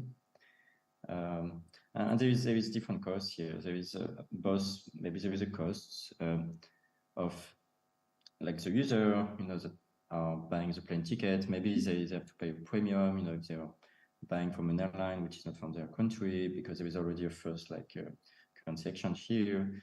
But now there is also the airline, when they receive the payment, maybe they use a payment processor that is also not their home currency. And so they also need to convert it back to their local currency. And so basically the point here is that there's a lot of foreign exchange fees to change from different currency. Sometimes you will be paying a 10% premium price just because of that, right? And so it's driving the cost of plane ticket quite significantly. And sometimes it's also just used as an airline, you just lose the business, right? Like maybe someone see prices that are too high and decided not to travel, or travel elsewhere, like all that because of these fees, right, that are stacking up. And so, there's all this issue, right? There's many currencies, there is inflation, there is a lack of payment interoperability, like all this, is pretty much terrible experience. So there have to be a better way. And I'm sure you all know where this is coming. But if only there was a global payment network, that will solve this, right? Something that is interoperable, one currency and all that. And so let's, project to this ideal, and let's think about the airline operating on a Bitcoin standard. What will this mean? So first thing, as someone like me who book plane tickets fairly regularly, I think it will mean to have an amazing payment user experience. Now you're like, okay, you're going to book a ticket, you go to a payment comparison, you said, okay, I'm going there, from Stockholm to New York, and okay, if you want to confirm this ticket, scan this QR code or just copy the invoice, Lightning invoice, and I can use my wallet, whether it's my phone, whether it's my Albi browser extension, and I just hit pay.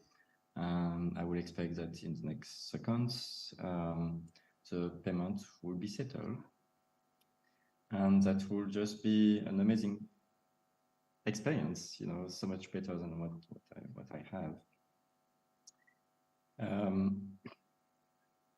And the payment will be settled instantly, which is a key point, because today the airline, the reason all these payments have issue is because they don't really know if the money is here at the end of the day, because if it's a fraudulent payment and someone is doing a chargeback, the airline will not get the money at the end of the day. So you understand why the system is like so crippled, is because of chargeback, fraud, and in international commerce, right?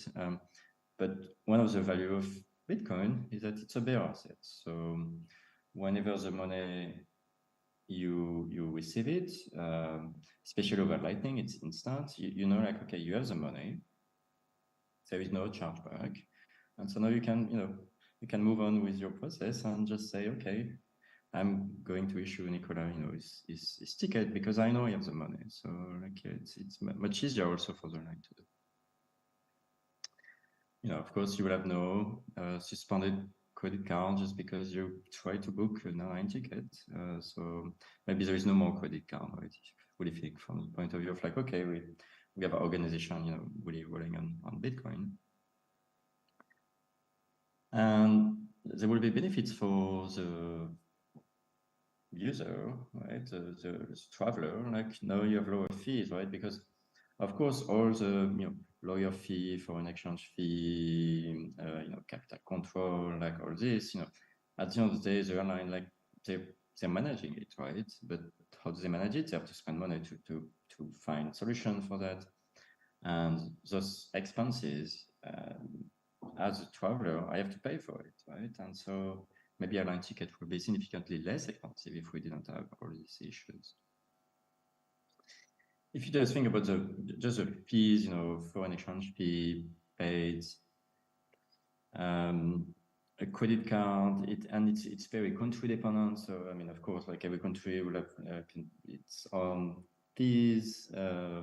Even like for credit MasterCard, you might think it's a global payment network, which it is, but the fees are very local, depending on which currency it's based on, what are the laws in those countries. But typically, maybe a merchant will have to pay 3-4% in a country like US.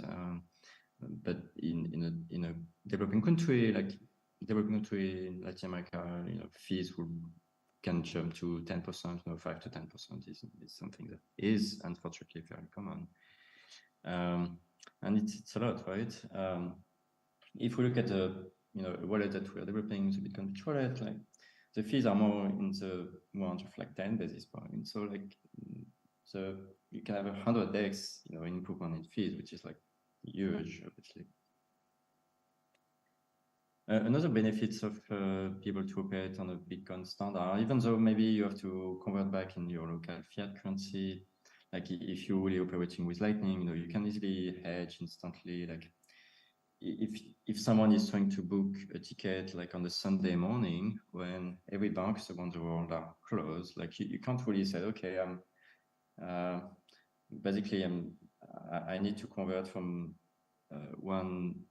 this Argentina or not Turkey or a country with super high inflation, where I know that every day that pass by I'm losing a fraction of 1%, 1%. So if now basically it means that if someone is booking a ticket on a Sunday, maybe at the end of the day you will have lower probability that if it's on a Monday, because market and close, so you can't do anything with the financial system on Sunday. But if you're operating on the Lightning standard, like you can just say, okay, I'm going to hedge this payment right away. I have the money on Lightning, I can convert it, I can use a spot exchange, a derivative exchange, like to move the money as I want, right? You can really optimize it.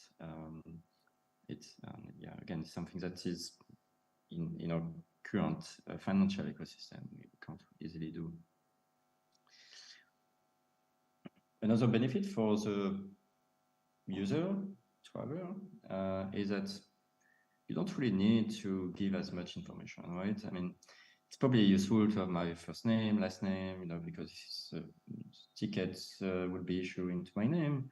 But like, why do an airline need to have my address, right? Like, I mean, anyway, if I'm traveling, I'm probably not at home. So like, what's the point of know where I live, right? And maybe I'm a nomad, and I'm traveling around, and I don't really have a permanent address.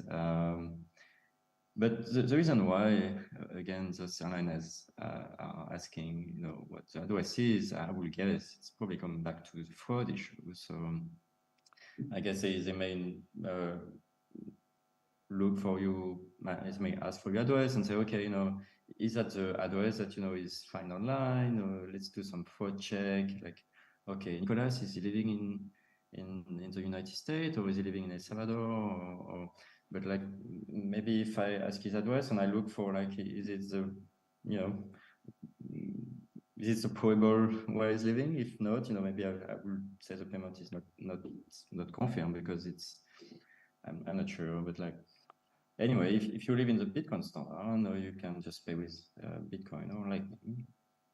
You don't need to ask for the advice because again, there would be not really fraud for that, right? Because you know that if you receive the payment is settled, so there will not be a chargeback, and so it's better privacy for the end user, which is good because if you ask for the address, eventually maybe the address, the airline will be hacked, all this information will be online, and you don't really want your address to be published in dark market. So not having to ask for address is actually, I think, a good thing.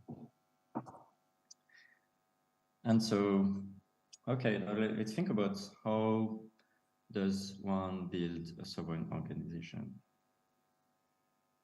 So first, the first thing you might want to do is you might want to run your own Lightning node, right? Which is fairly straightforward to do if you are operating on the Bitcoin standard, which, by the way, is something you can't do if you're on the financial ecosystem. You can't run your own Visa node or MasterCard node for a couple of reasons. The first one is like it's not open source, right? And the second one, it's a permission system. So even if you had the code, they will not allow you to say, no, yeah, join the network, open channel, and no, like Visa and MasterCard are very centralized network, and they charge fee. It's almost a monopoly, right? It's duopoly, and so they want the payment to pass through their node, and every time there is a message that is being sent, they will say, okay, thank you for using our service. You will have to pay X percent for that. Lightning is different, like everyone can join the network. So if you want to be sovereign as an organization, you will say, okay, I will join the network and I will have my own key and everything. Another thing that you can do with Bitcoin that is very unique and that doesn't really exist in the traditional financial system is you can do also proof of reserve, right? You can show to a counterparty that, hey, this is how much money I have, or maybe if you're a bank, you can also say, okay, your deposit, it's in my books, right? I'm not trying to like do a fractional reserve system, and you can have a cryptographic proof for it. It's something that again is uniquely possible with Bitcoin that is not possible in the traditional system. Now you can also have a way to think about how to custody your assets with multisig. And so you can have multiple parties, maybe multiple stakeholders for a company, like think of a 3 out of 5 keys, and you will share the keys to multiple people in the organization, so that if you want to do a large expanse, you need approval from many people.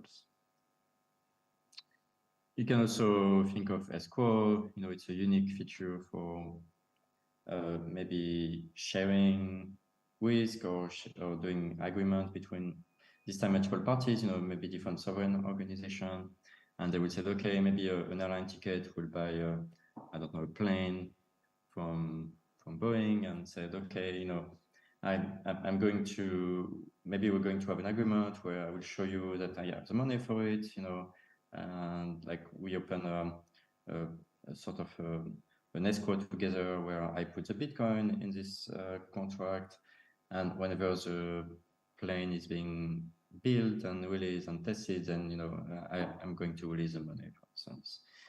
And it's allow basically the company building the plane to make sure, okay, the airline will pay on its promise, right? And so it's limit maybe the exposure of the company manufactures the plane to like, are they going to pay, or not? And they can have insurance on that, without having to pay insurance, actually, or credit default swap.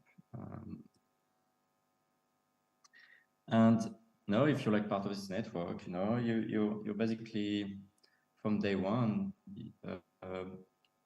present on this global network, and so it's like you don't need to think about, okay, which currency, which country should I operate on. Like you can just accept payment from anywhere around the world, and from day one, right? It's by design. It's like I don't have to, if there is 180 countries in the world, like I don't have to think for every country.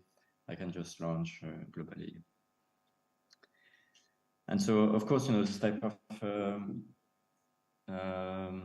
sovereign organization, the foundation will be coming from open source software, and because I mean it shouldn't be like closed software, and it shouldn't be the MasterCard or Visa way of doing things, where like you hide things. So this organization want to look at, okay, what is a solution that is available, tested, where I can build on top of it if I want, and this is actually part of what we're developing at Gallo, is the idea of like, let's develop the different stack to allow sovereign organization to allow organization actually to become sovereign, right? To be their own bank, to be able to receive money internationally, some money internationally, hedge from their local currency, run their own node. And so this is our mission at Gallo, is to power sovereign organization. With that, I'm happy to take question if there is a way to take question, or happy to dive into more of what Gallo is doing, if that's helpful. Hey, Nicholas, can you see me now? Is the camera? I can hear you. I can see 5 pixels of you. Can we have the camera here? Yes, I can see you now. Hey, so Nicholas, we met briefly in Miami, and we had a very short conversation, if you remember, at the coffee shop.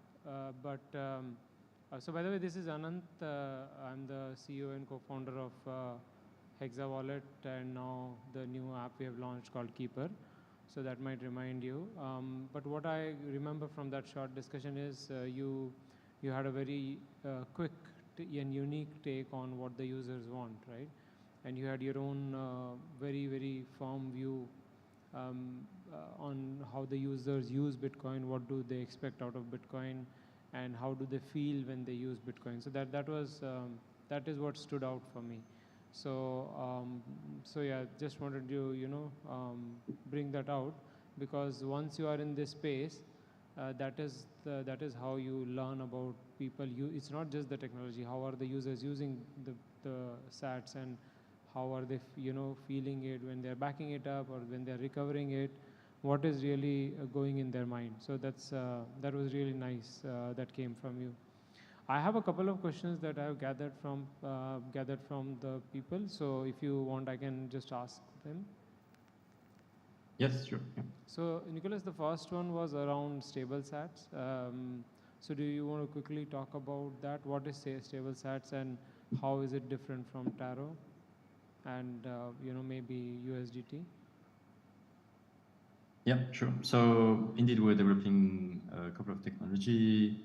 I didn't go into the presentation because the idea is to more talk about the vision of the sovereign organization. But one of the products we have is called stable sats. We are doing a rewrite in Rust.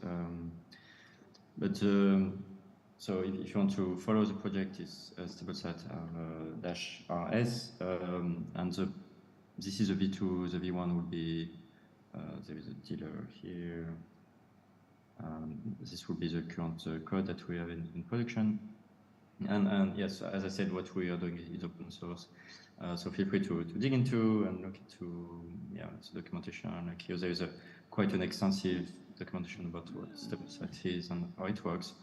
But to go over just right now what stablesat is, so it's a way to basically have USD equivalent wallets that use derivative market.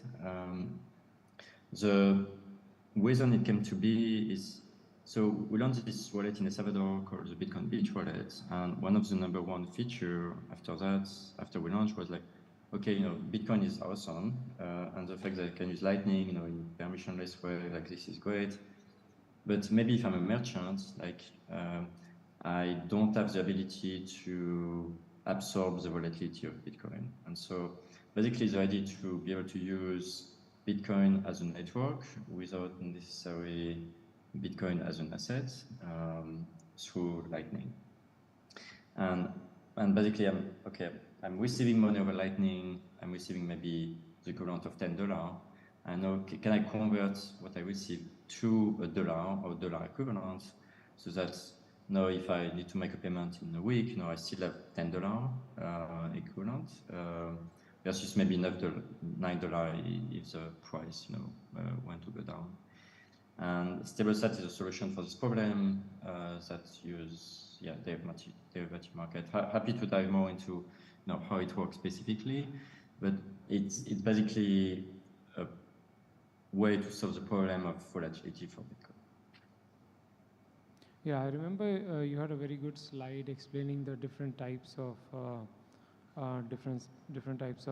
stable sats that can work on Lightning, specifically for remittances, and why you went down a specific route in terms of using the FX market and the derivatives, right? So it's, Yes. yeah, it's a very different take from other probably projects like Taro. And definitely one thing that comes out from any of this project is there is a clear need for people to interact using USD over Lightning. So yeah, definitely a great project. Yeah, thank you. Yeah. The difference with Taro is typically more stable coins. So at the end of the day, if you use Taro, it's also over Lightning, but Taro will be more. Okay, there is an issuer, there is a bank that have money in their bank account, and let's say they have $100 in their bank account, and now they issue 100 token of $1, and so okay, now you can use this token, and it's plugged to the Lightning system such that there is a conversion from Taro assets to Lightning. But at the end of the day, there is really the existing banking system is present. The innovative strategy of StableSat is there is no longer traditional financial ecosystem in the loop because now you use exchange that do not need banking, and so it's a different strategy. There is pros and cons with StableSats, but the main takeaway is that unlike traditional stablecoin, there is no traditional financial payment gateway for StableSats. Correct. And the second question I had was around when you talked about sovereign organizations and how a multisig can be used to secure the. So I can see you here. So it's just like a TV is here, so I'm going to look down here at you. So the question was around if there are different shareholders of the company, right, who have to secure the funds. So let's say there are like 3 or 4 shareholders and they have to do a multisig. So it's great, that can be a multisig, but then how do you, is there a way was the question. Is there a way where you can differentiate in terms of the share percentage? For example, someone has 30% share, someone has only 5% share. Any thoughts on that? Yeah, that's a good question. Currently, the multisig that we are using is fairly standard. So you can think of, okay, you have 3 out of 4. It means that if 3 of those key holders are signing a transaction, they can approve and spend the money from the wallet.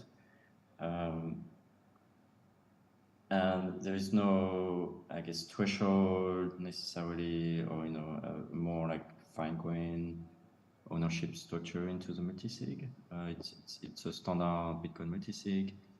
But to your point, I think it's something that might be interesting to have something more granular.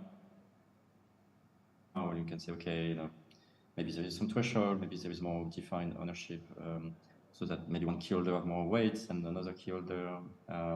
It's not necessarily something we are actively working on our side as of now.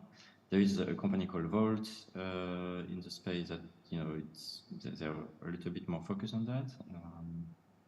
But eventually, I think this could be part of our stack, right? If you really want to power sovereign organization, we need more granular. Because when we were threshold and limits. Right.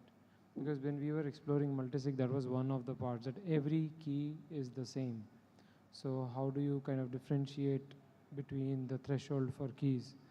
Maybe there's a signing server somewhere with policies that dictates how much who can sign and send. But probably this needs to evolve. We need Taproot for that. We need music for that.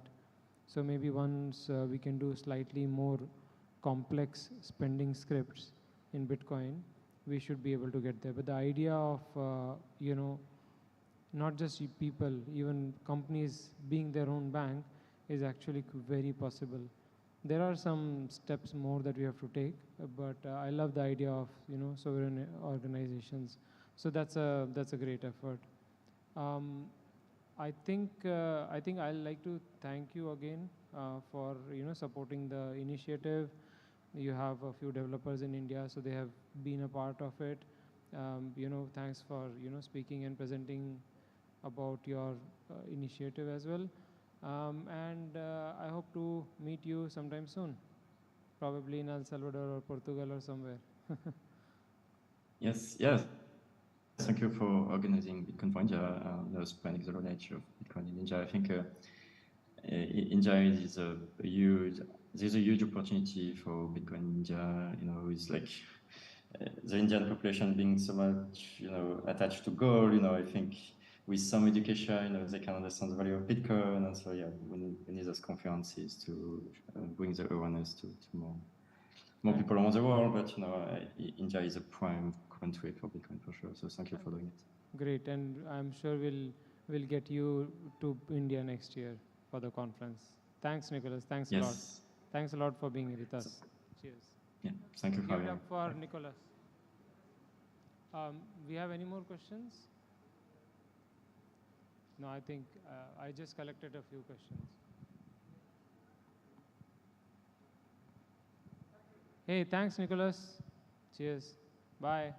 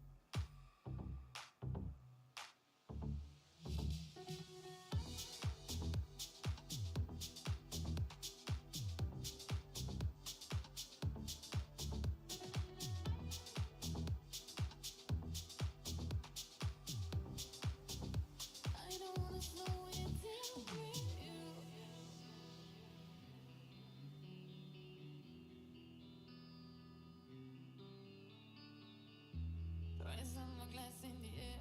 Raise up your glass in the air. Raise up your glass in the air for me. Tonight I get down and I'm spinning around. Don't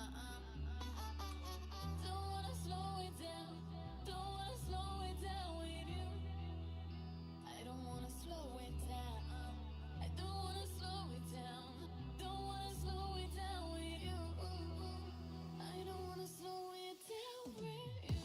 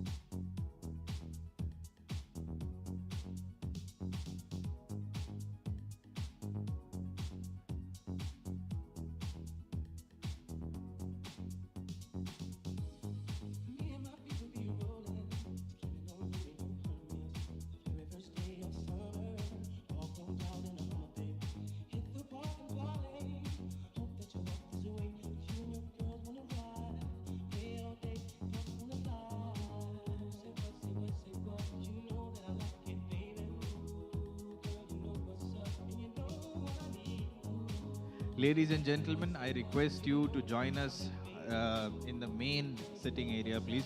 This is the last session that we are having, and this one is with NVK from CoinKite, one of the most well-loved, well-appreciated hardware wallets. Do join us right in front. Thank you. Adi.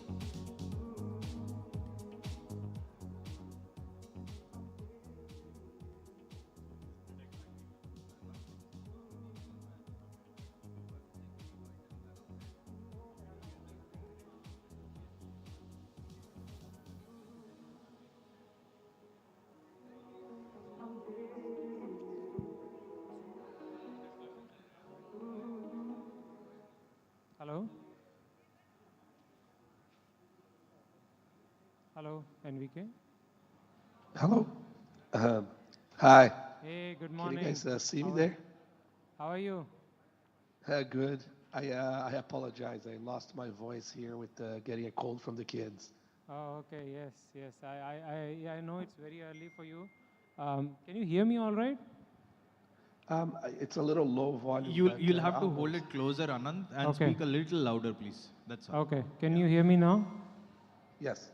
Okay, So good. NVK and Anand, before you jump into your session, NVK feedback for you, very personal from the ground in India, feedback for you.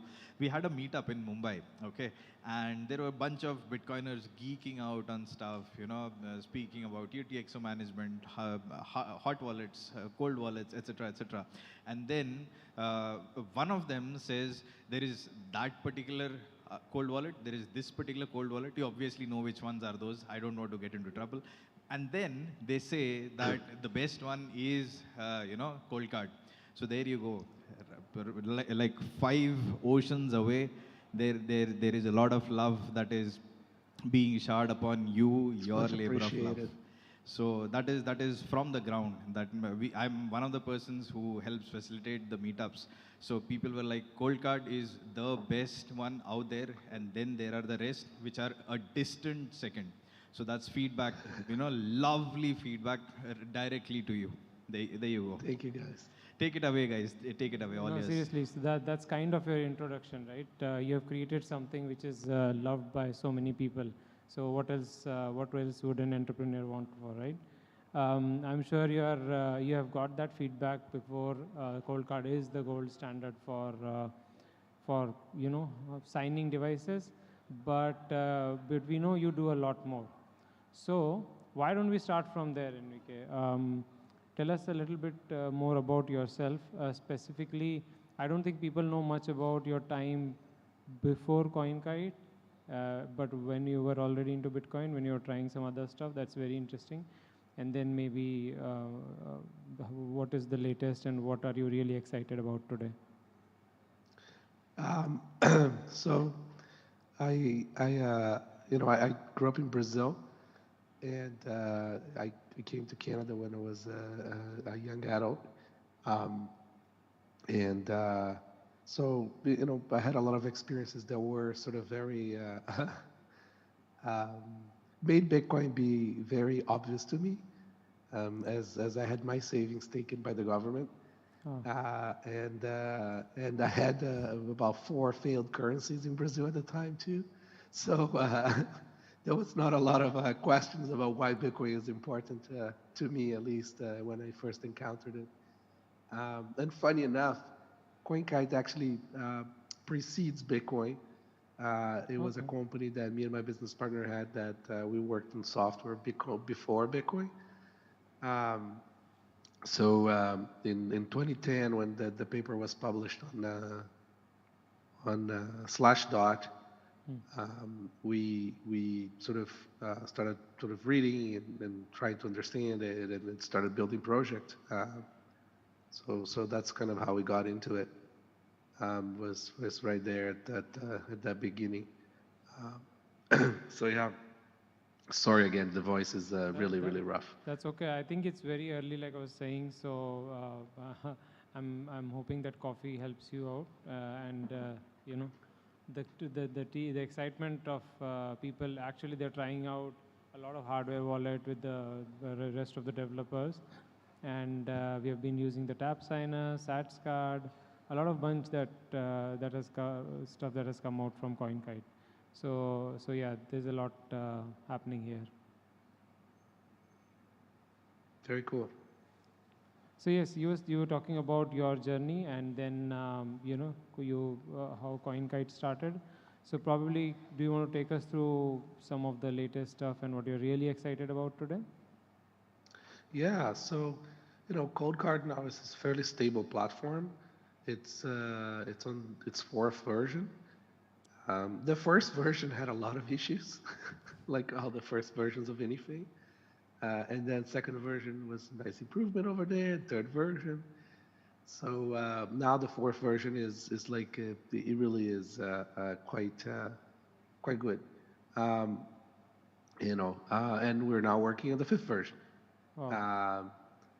We don't believe this thing should ever stop, right? The development of hardware, especially in security, is very important to continue because security is a moving target, right? The attackers learn and improve. Bitcoin changes with more features like taproot and things like that. And we come up with more things we want to do, and we want to experiment. So we're constantly working on that. So there was something that we used to do many years ago, which was tap to pay with Bitcoin.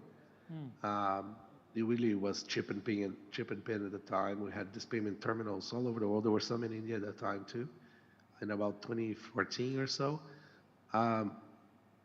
And what we decided to do was, at that time it was too early, but we really liked the technology of smart cards for security of Bitcoin because it's fairly affordable.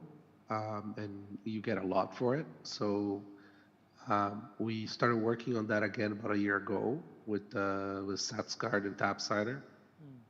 And these are the two products that we launched recently because, we figured, hey, realistically speaking, a device that costs $150, Cold Card, it's quite expensive for outside of the Western world, right? Especially the BRIC countries. And we wanted to launch something that was a little bit more accessible. So Tap Signer is that device, right? It's essentially a hardware device, a hardware wallet. It's a signing device that does quite a bit of stuff, even though it looks so simple. And we're starting to sort of get it out in the market and see how people use it and sort of change it and iterate on it. We used to have, well, we still have Open Dime, which is a bearer asset, is essentially physical Bitcoin. The Open Dime, unfortunately, the way the technology works on that, we can't cost reduce further. So even though we still want to make it because it's fun and we love it, we wanted to find a solution that was more accessible as well. Right. So we also created an Open Dime version in an NFC card, which is the SATS card. So we're trying to deploy that in BRIC countries as well. Nice. So SATS card and Tap Signer are two of your latest pieces, and I would encourage everyone here to, go to the stalls or the tech track where people are, showing it and showing how it works and even the code behind it. So I know you guys, most of you have looked at Cold Card, but do look at Tap Signer and SATS card as well. One question I had for you is what's behind the handle NVK? How did that come through? I'm not sure I know the answer. Oh, it's very easy. It's Novak without the vowels. Sorry? It's Novak without the vowels. Oh, okay. Right. That's it. Okay, got it. And what are some of the standards that so you have been looking at the standards and you have made some of the standards like PSBT more accessible, more wallets now using it, though it has been available for a long time, even BIP 85. So standards we believe are very important in an open network specifically, where it's permissionless. No one has to ask for permission to build, right? So do you want to talk quickly about the importance of standards in such an open network? Yeah, I mean, PSBT was essentially a forgotten standard. And going back a little bit, we always wanted to make a hardware wallet for many years, but we didn't want to build the software that was on people's computers to talk to a hardware wallet because we always believed that was not a good approach. We wanted the software wallets to be done by people who want to build software wallets, and we wanted hardware wallets to just sort of anonymously, without specific code, to talk to those. Um, so when we bump into PSBT, we figured, hey, this is perfect. We can make a hardware wallet that uses this non-hardware wallet specific standard to sign transactions, right? So we think that's the best approach for anything around Bitcoin. Unfortunately, that's not true all the time. With the NFC cards, we do need specific code because that's just the nature of smart cards. But we try ourselves to always make things that respect the way of Bitcoin of being. We don't want the software to have to ask permission to anyone to do things. So, we don't want software wallet developers to have to ask us to talk to our devices, right? So if we choose standards, people can just build. And sort of like nobody's holding anybody back in a open network. That's very important to us. Yeah, absolutely. And one thing that about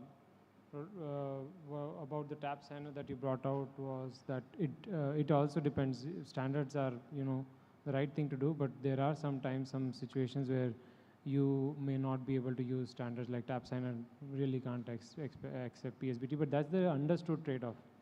That's a trade-off that is understood and taken a conscious decision is taken on that. So yeah, just wanted to underline that for the audience. What about BIP 85? What do you make of that standard? And that's another one. It's below 100 BIP.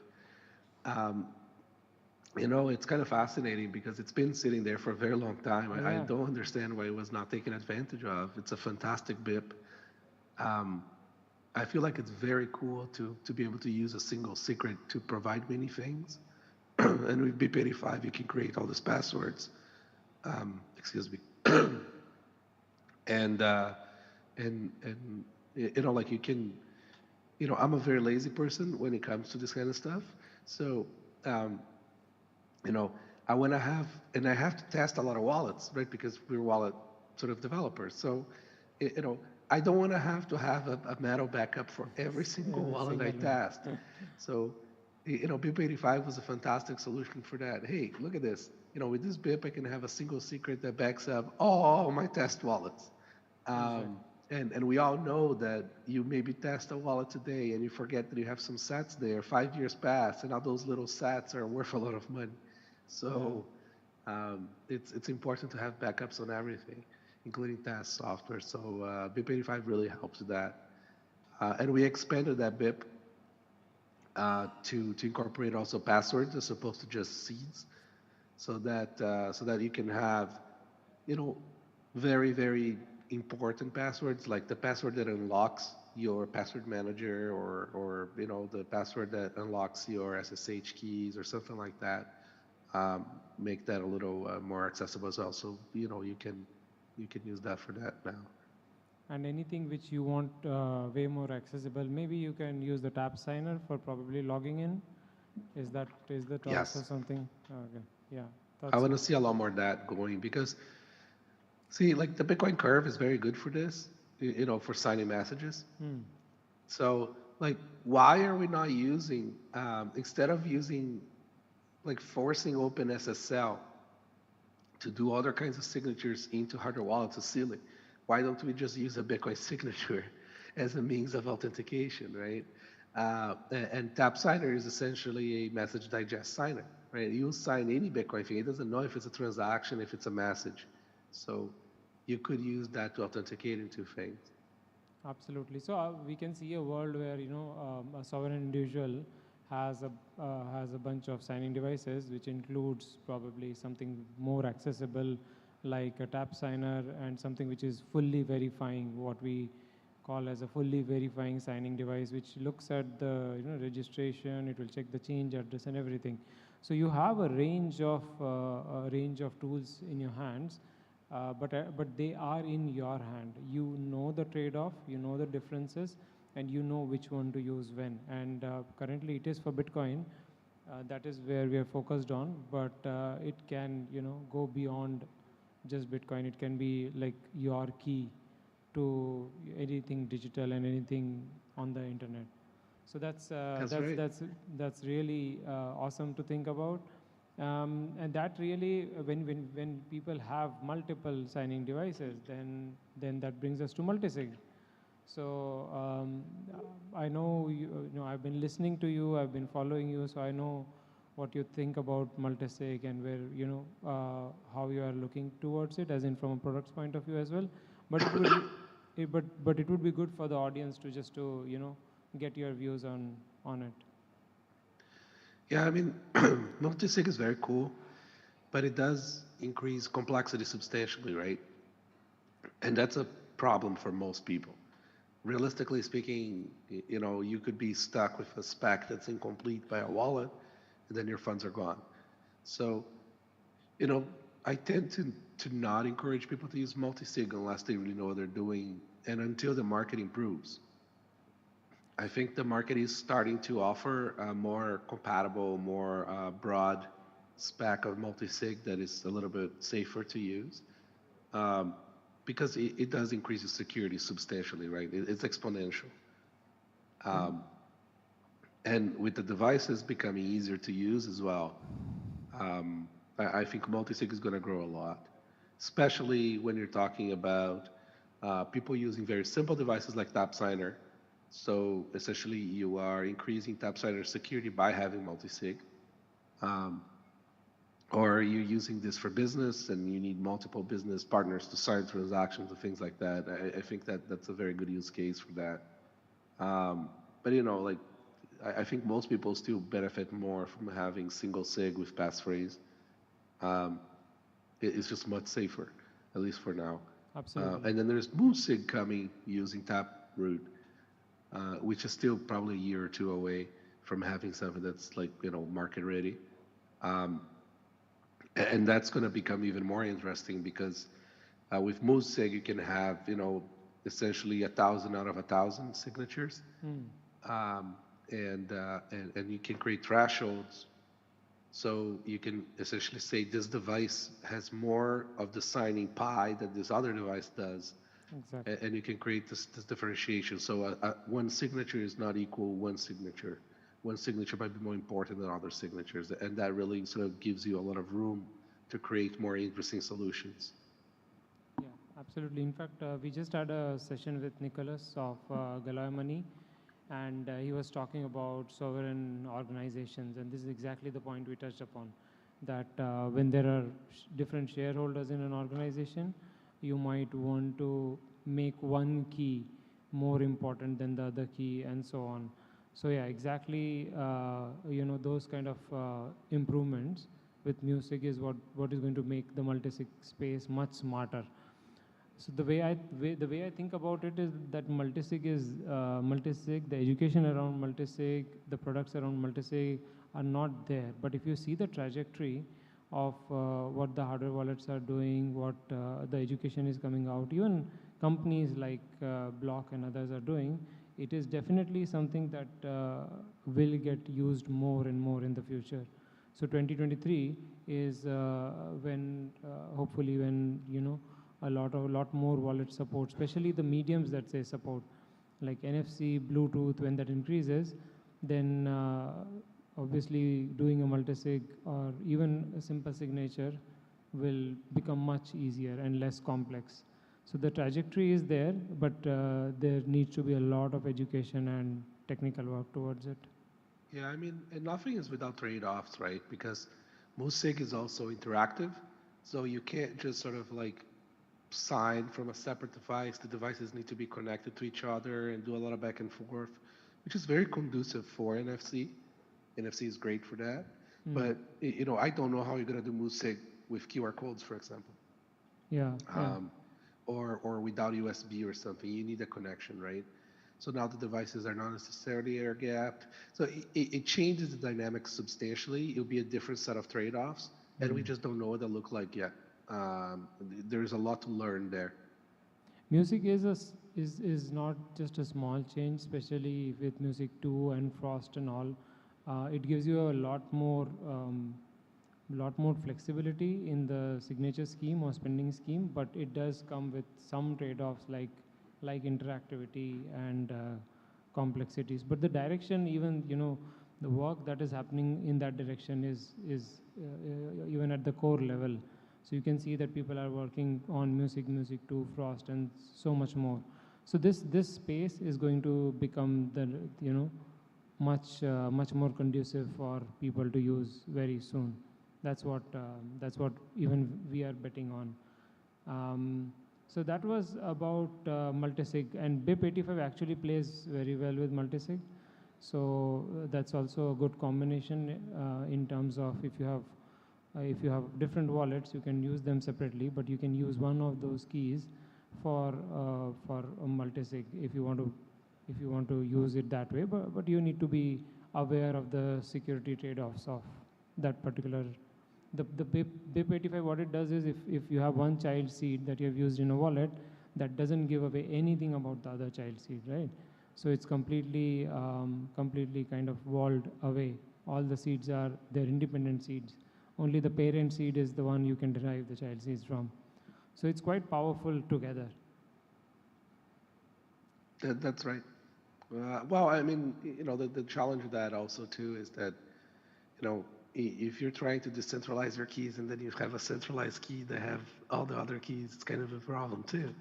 So, nothing is without trade-offs. Absolutely. That's why it has to be with education that you can't have maybe in a quorum of 5 you might use one of those keys, right? But not beyond that. So you need to have those things are where the education comes in. So when India, NVK, when are you coming to India? Sorry, say that again. Sorry, when are you coming to India next? That was my next question. Oh, I wanted to go for this. It's just that the timing didn't work out.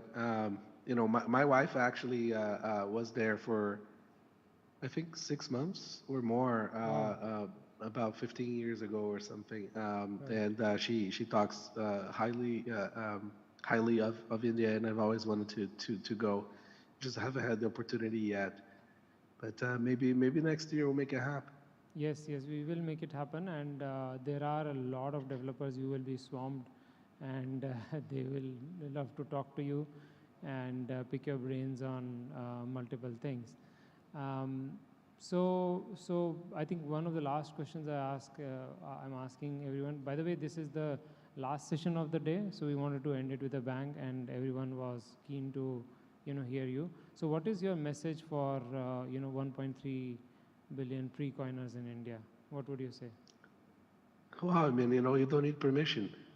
Sorry? This is the first time in history that 1.3 billion people in a country doesn't need permission to enter payments. Nobody can hold you back. Nobody can tell you what to do.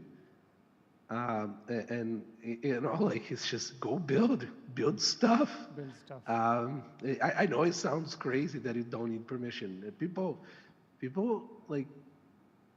they don't seem to internalize that they don't need permission. They still go ask. They still go sort of seek the permission. Really, I'm not joking. You really don't need permission. You can go right now, write a little bit of software, and send a transaction, and nobody can hold you back. Exactly. It doesn't matter where you are, what language you speak. And most importantly, solve your local problems. Nobody's going to understand the Indian market more than you. So, build the wallets that your people need. Build the software that your people need. Create the sets of trade-offs that your people need. And that's it's extremely empowering once you start to see that that market fit solution starts to take on. So yeah, don't ask for permission, just build. Nice. So don't ask for permission is the message. Amazing. Enrique, you want to touch on something else before I open the floor for question and answers? No, go ahead. Again, I caught this quote from the kids, so it's hard to go on long, my usual long rants about things. So you're going to hear a much more quiet NVK today. No, but honestly, it is really good to have you, actually see you and be able to talk to you. So thanks for making it again. Guys, I'm going to just go around for questions. Can I see the audience? So can we get the camera there for questions?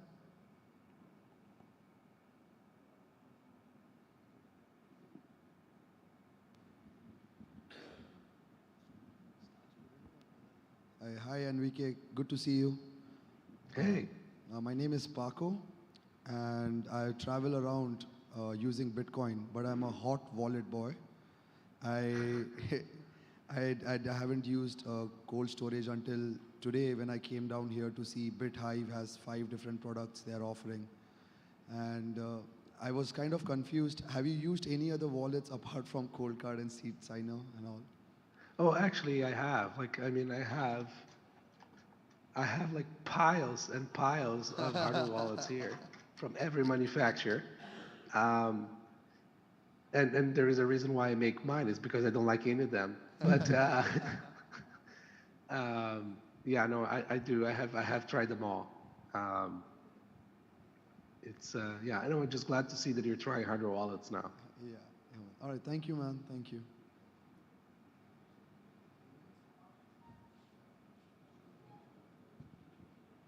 So which is your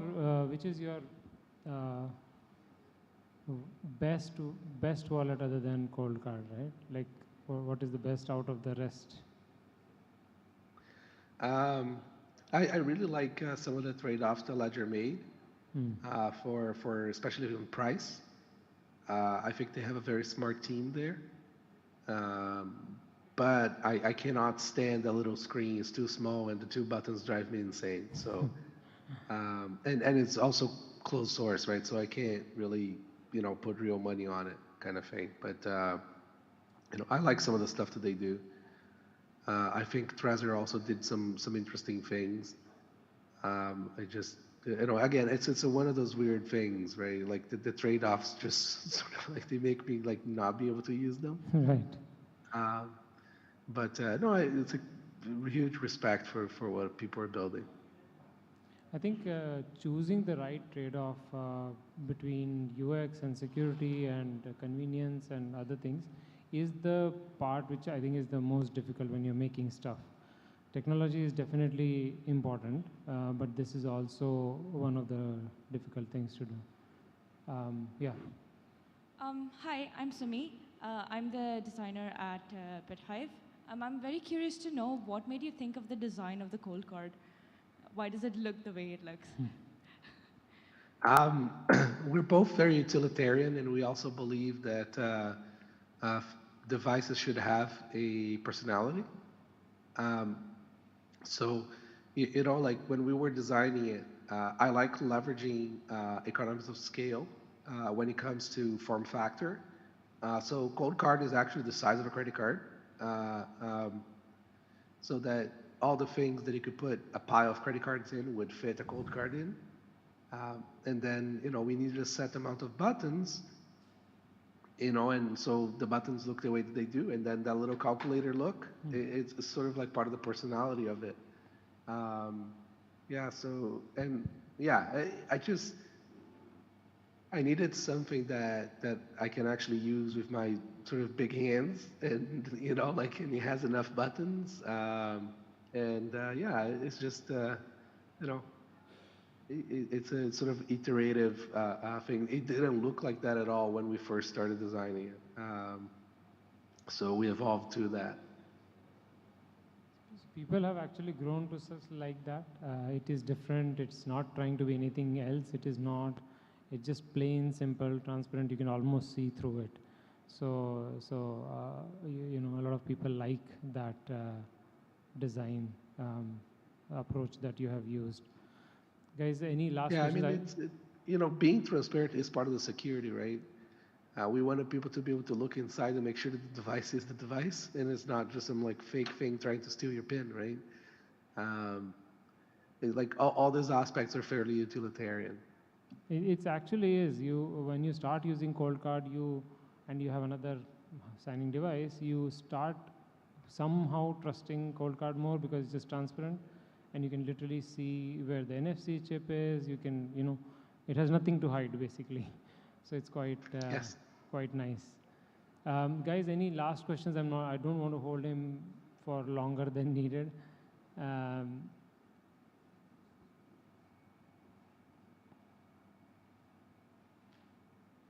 Okay. Is there a question or no? I think you guys. So these guys want to try out the cold card, and it's behind in the keeper stall. So probably we can talk more about it there. Hey NVK, thanks once again for making it, and I'm sure we'll get you to India next year. Hey, thanks for having me. This was an absolute pleasure, and keep on building and don't ask for permission, guys. Yes, Seriously. Yes. Give it up for NVK.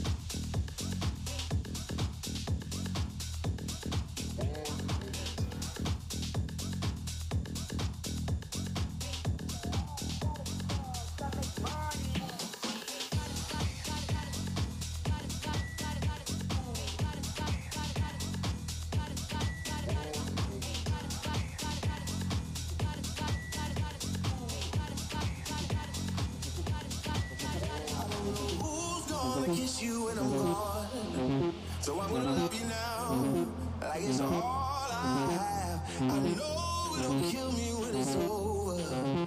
I don't wanna think about it. I want you to love me now. I don't know who's gonna kiss you when I'm gone. So I'm gonna love you now, like it's all I have. I know it'll kill me when it's over. I don't wanna think about it. I want you to love me now.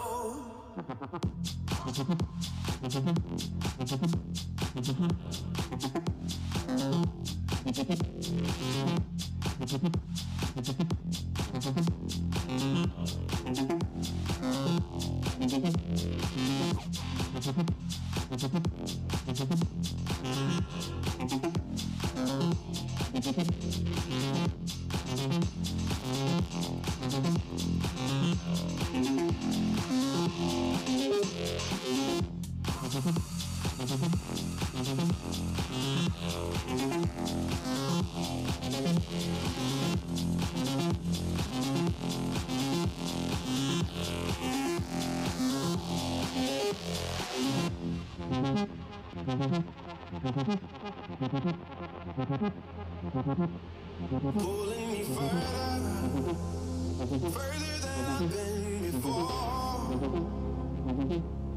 making me stronger, shaking me right. to the core.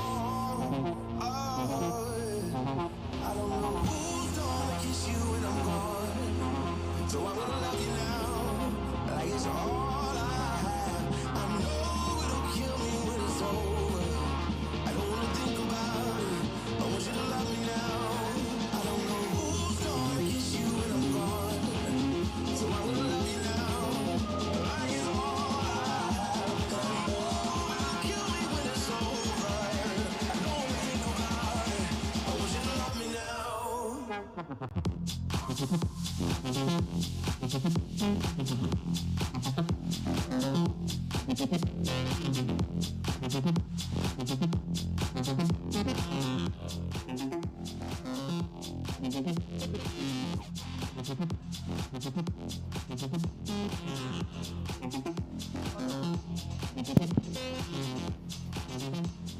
Hello, everyone.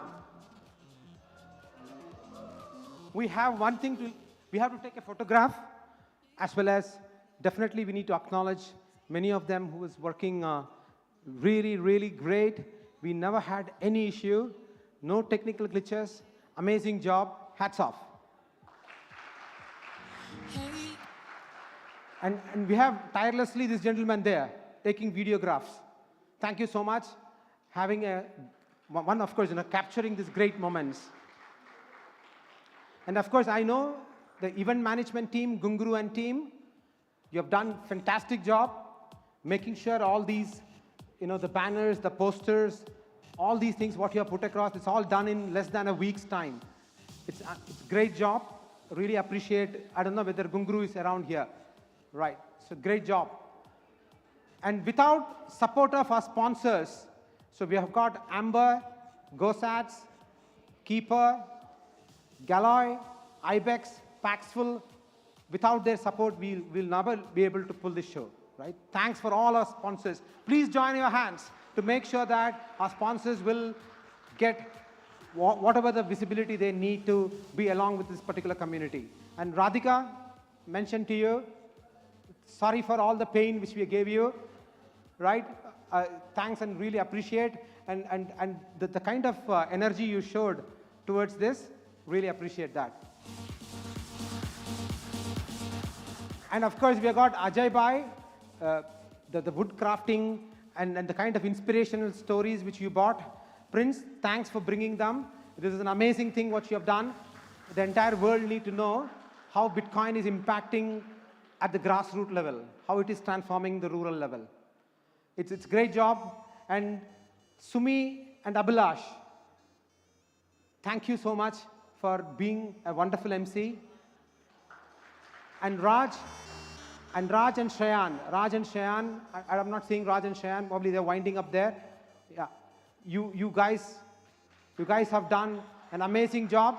We could see most of the time the technical track was crowded. There was no seat there. People were standing. It really shows the kind of work which you guys have done and the kind of content which you're bringing across and the developer community that what we have. It's an amazing thing. Really proud of all of you. We'll be back stronger, better, and more effective. So with that note, let's have a photo. We want to come, all of us come this side, and we'll have a photograph. Thank you so much.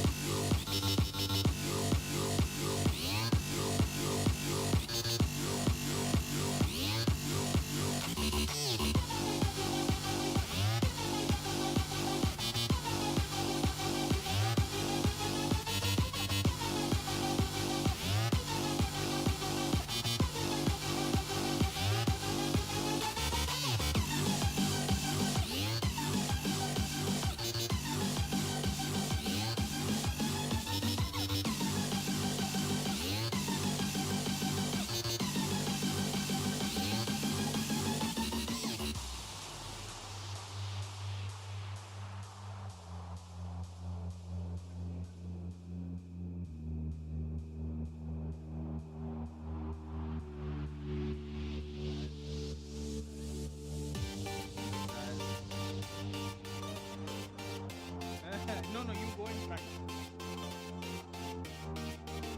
Arey, tall guy, you come behind.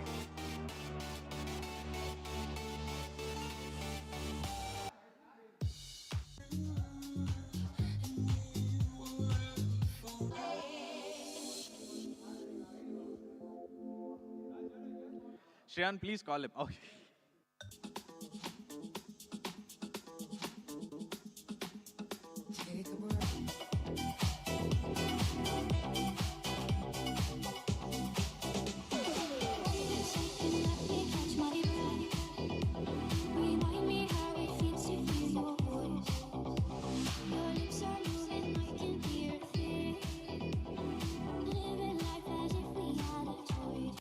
Give it up for Raj. Whoa!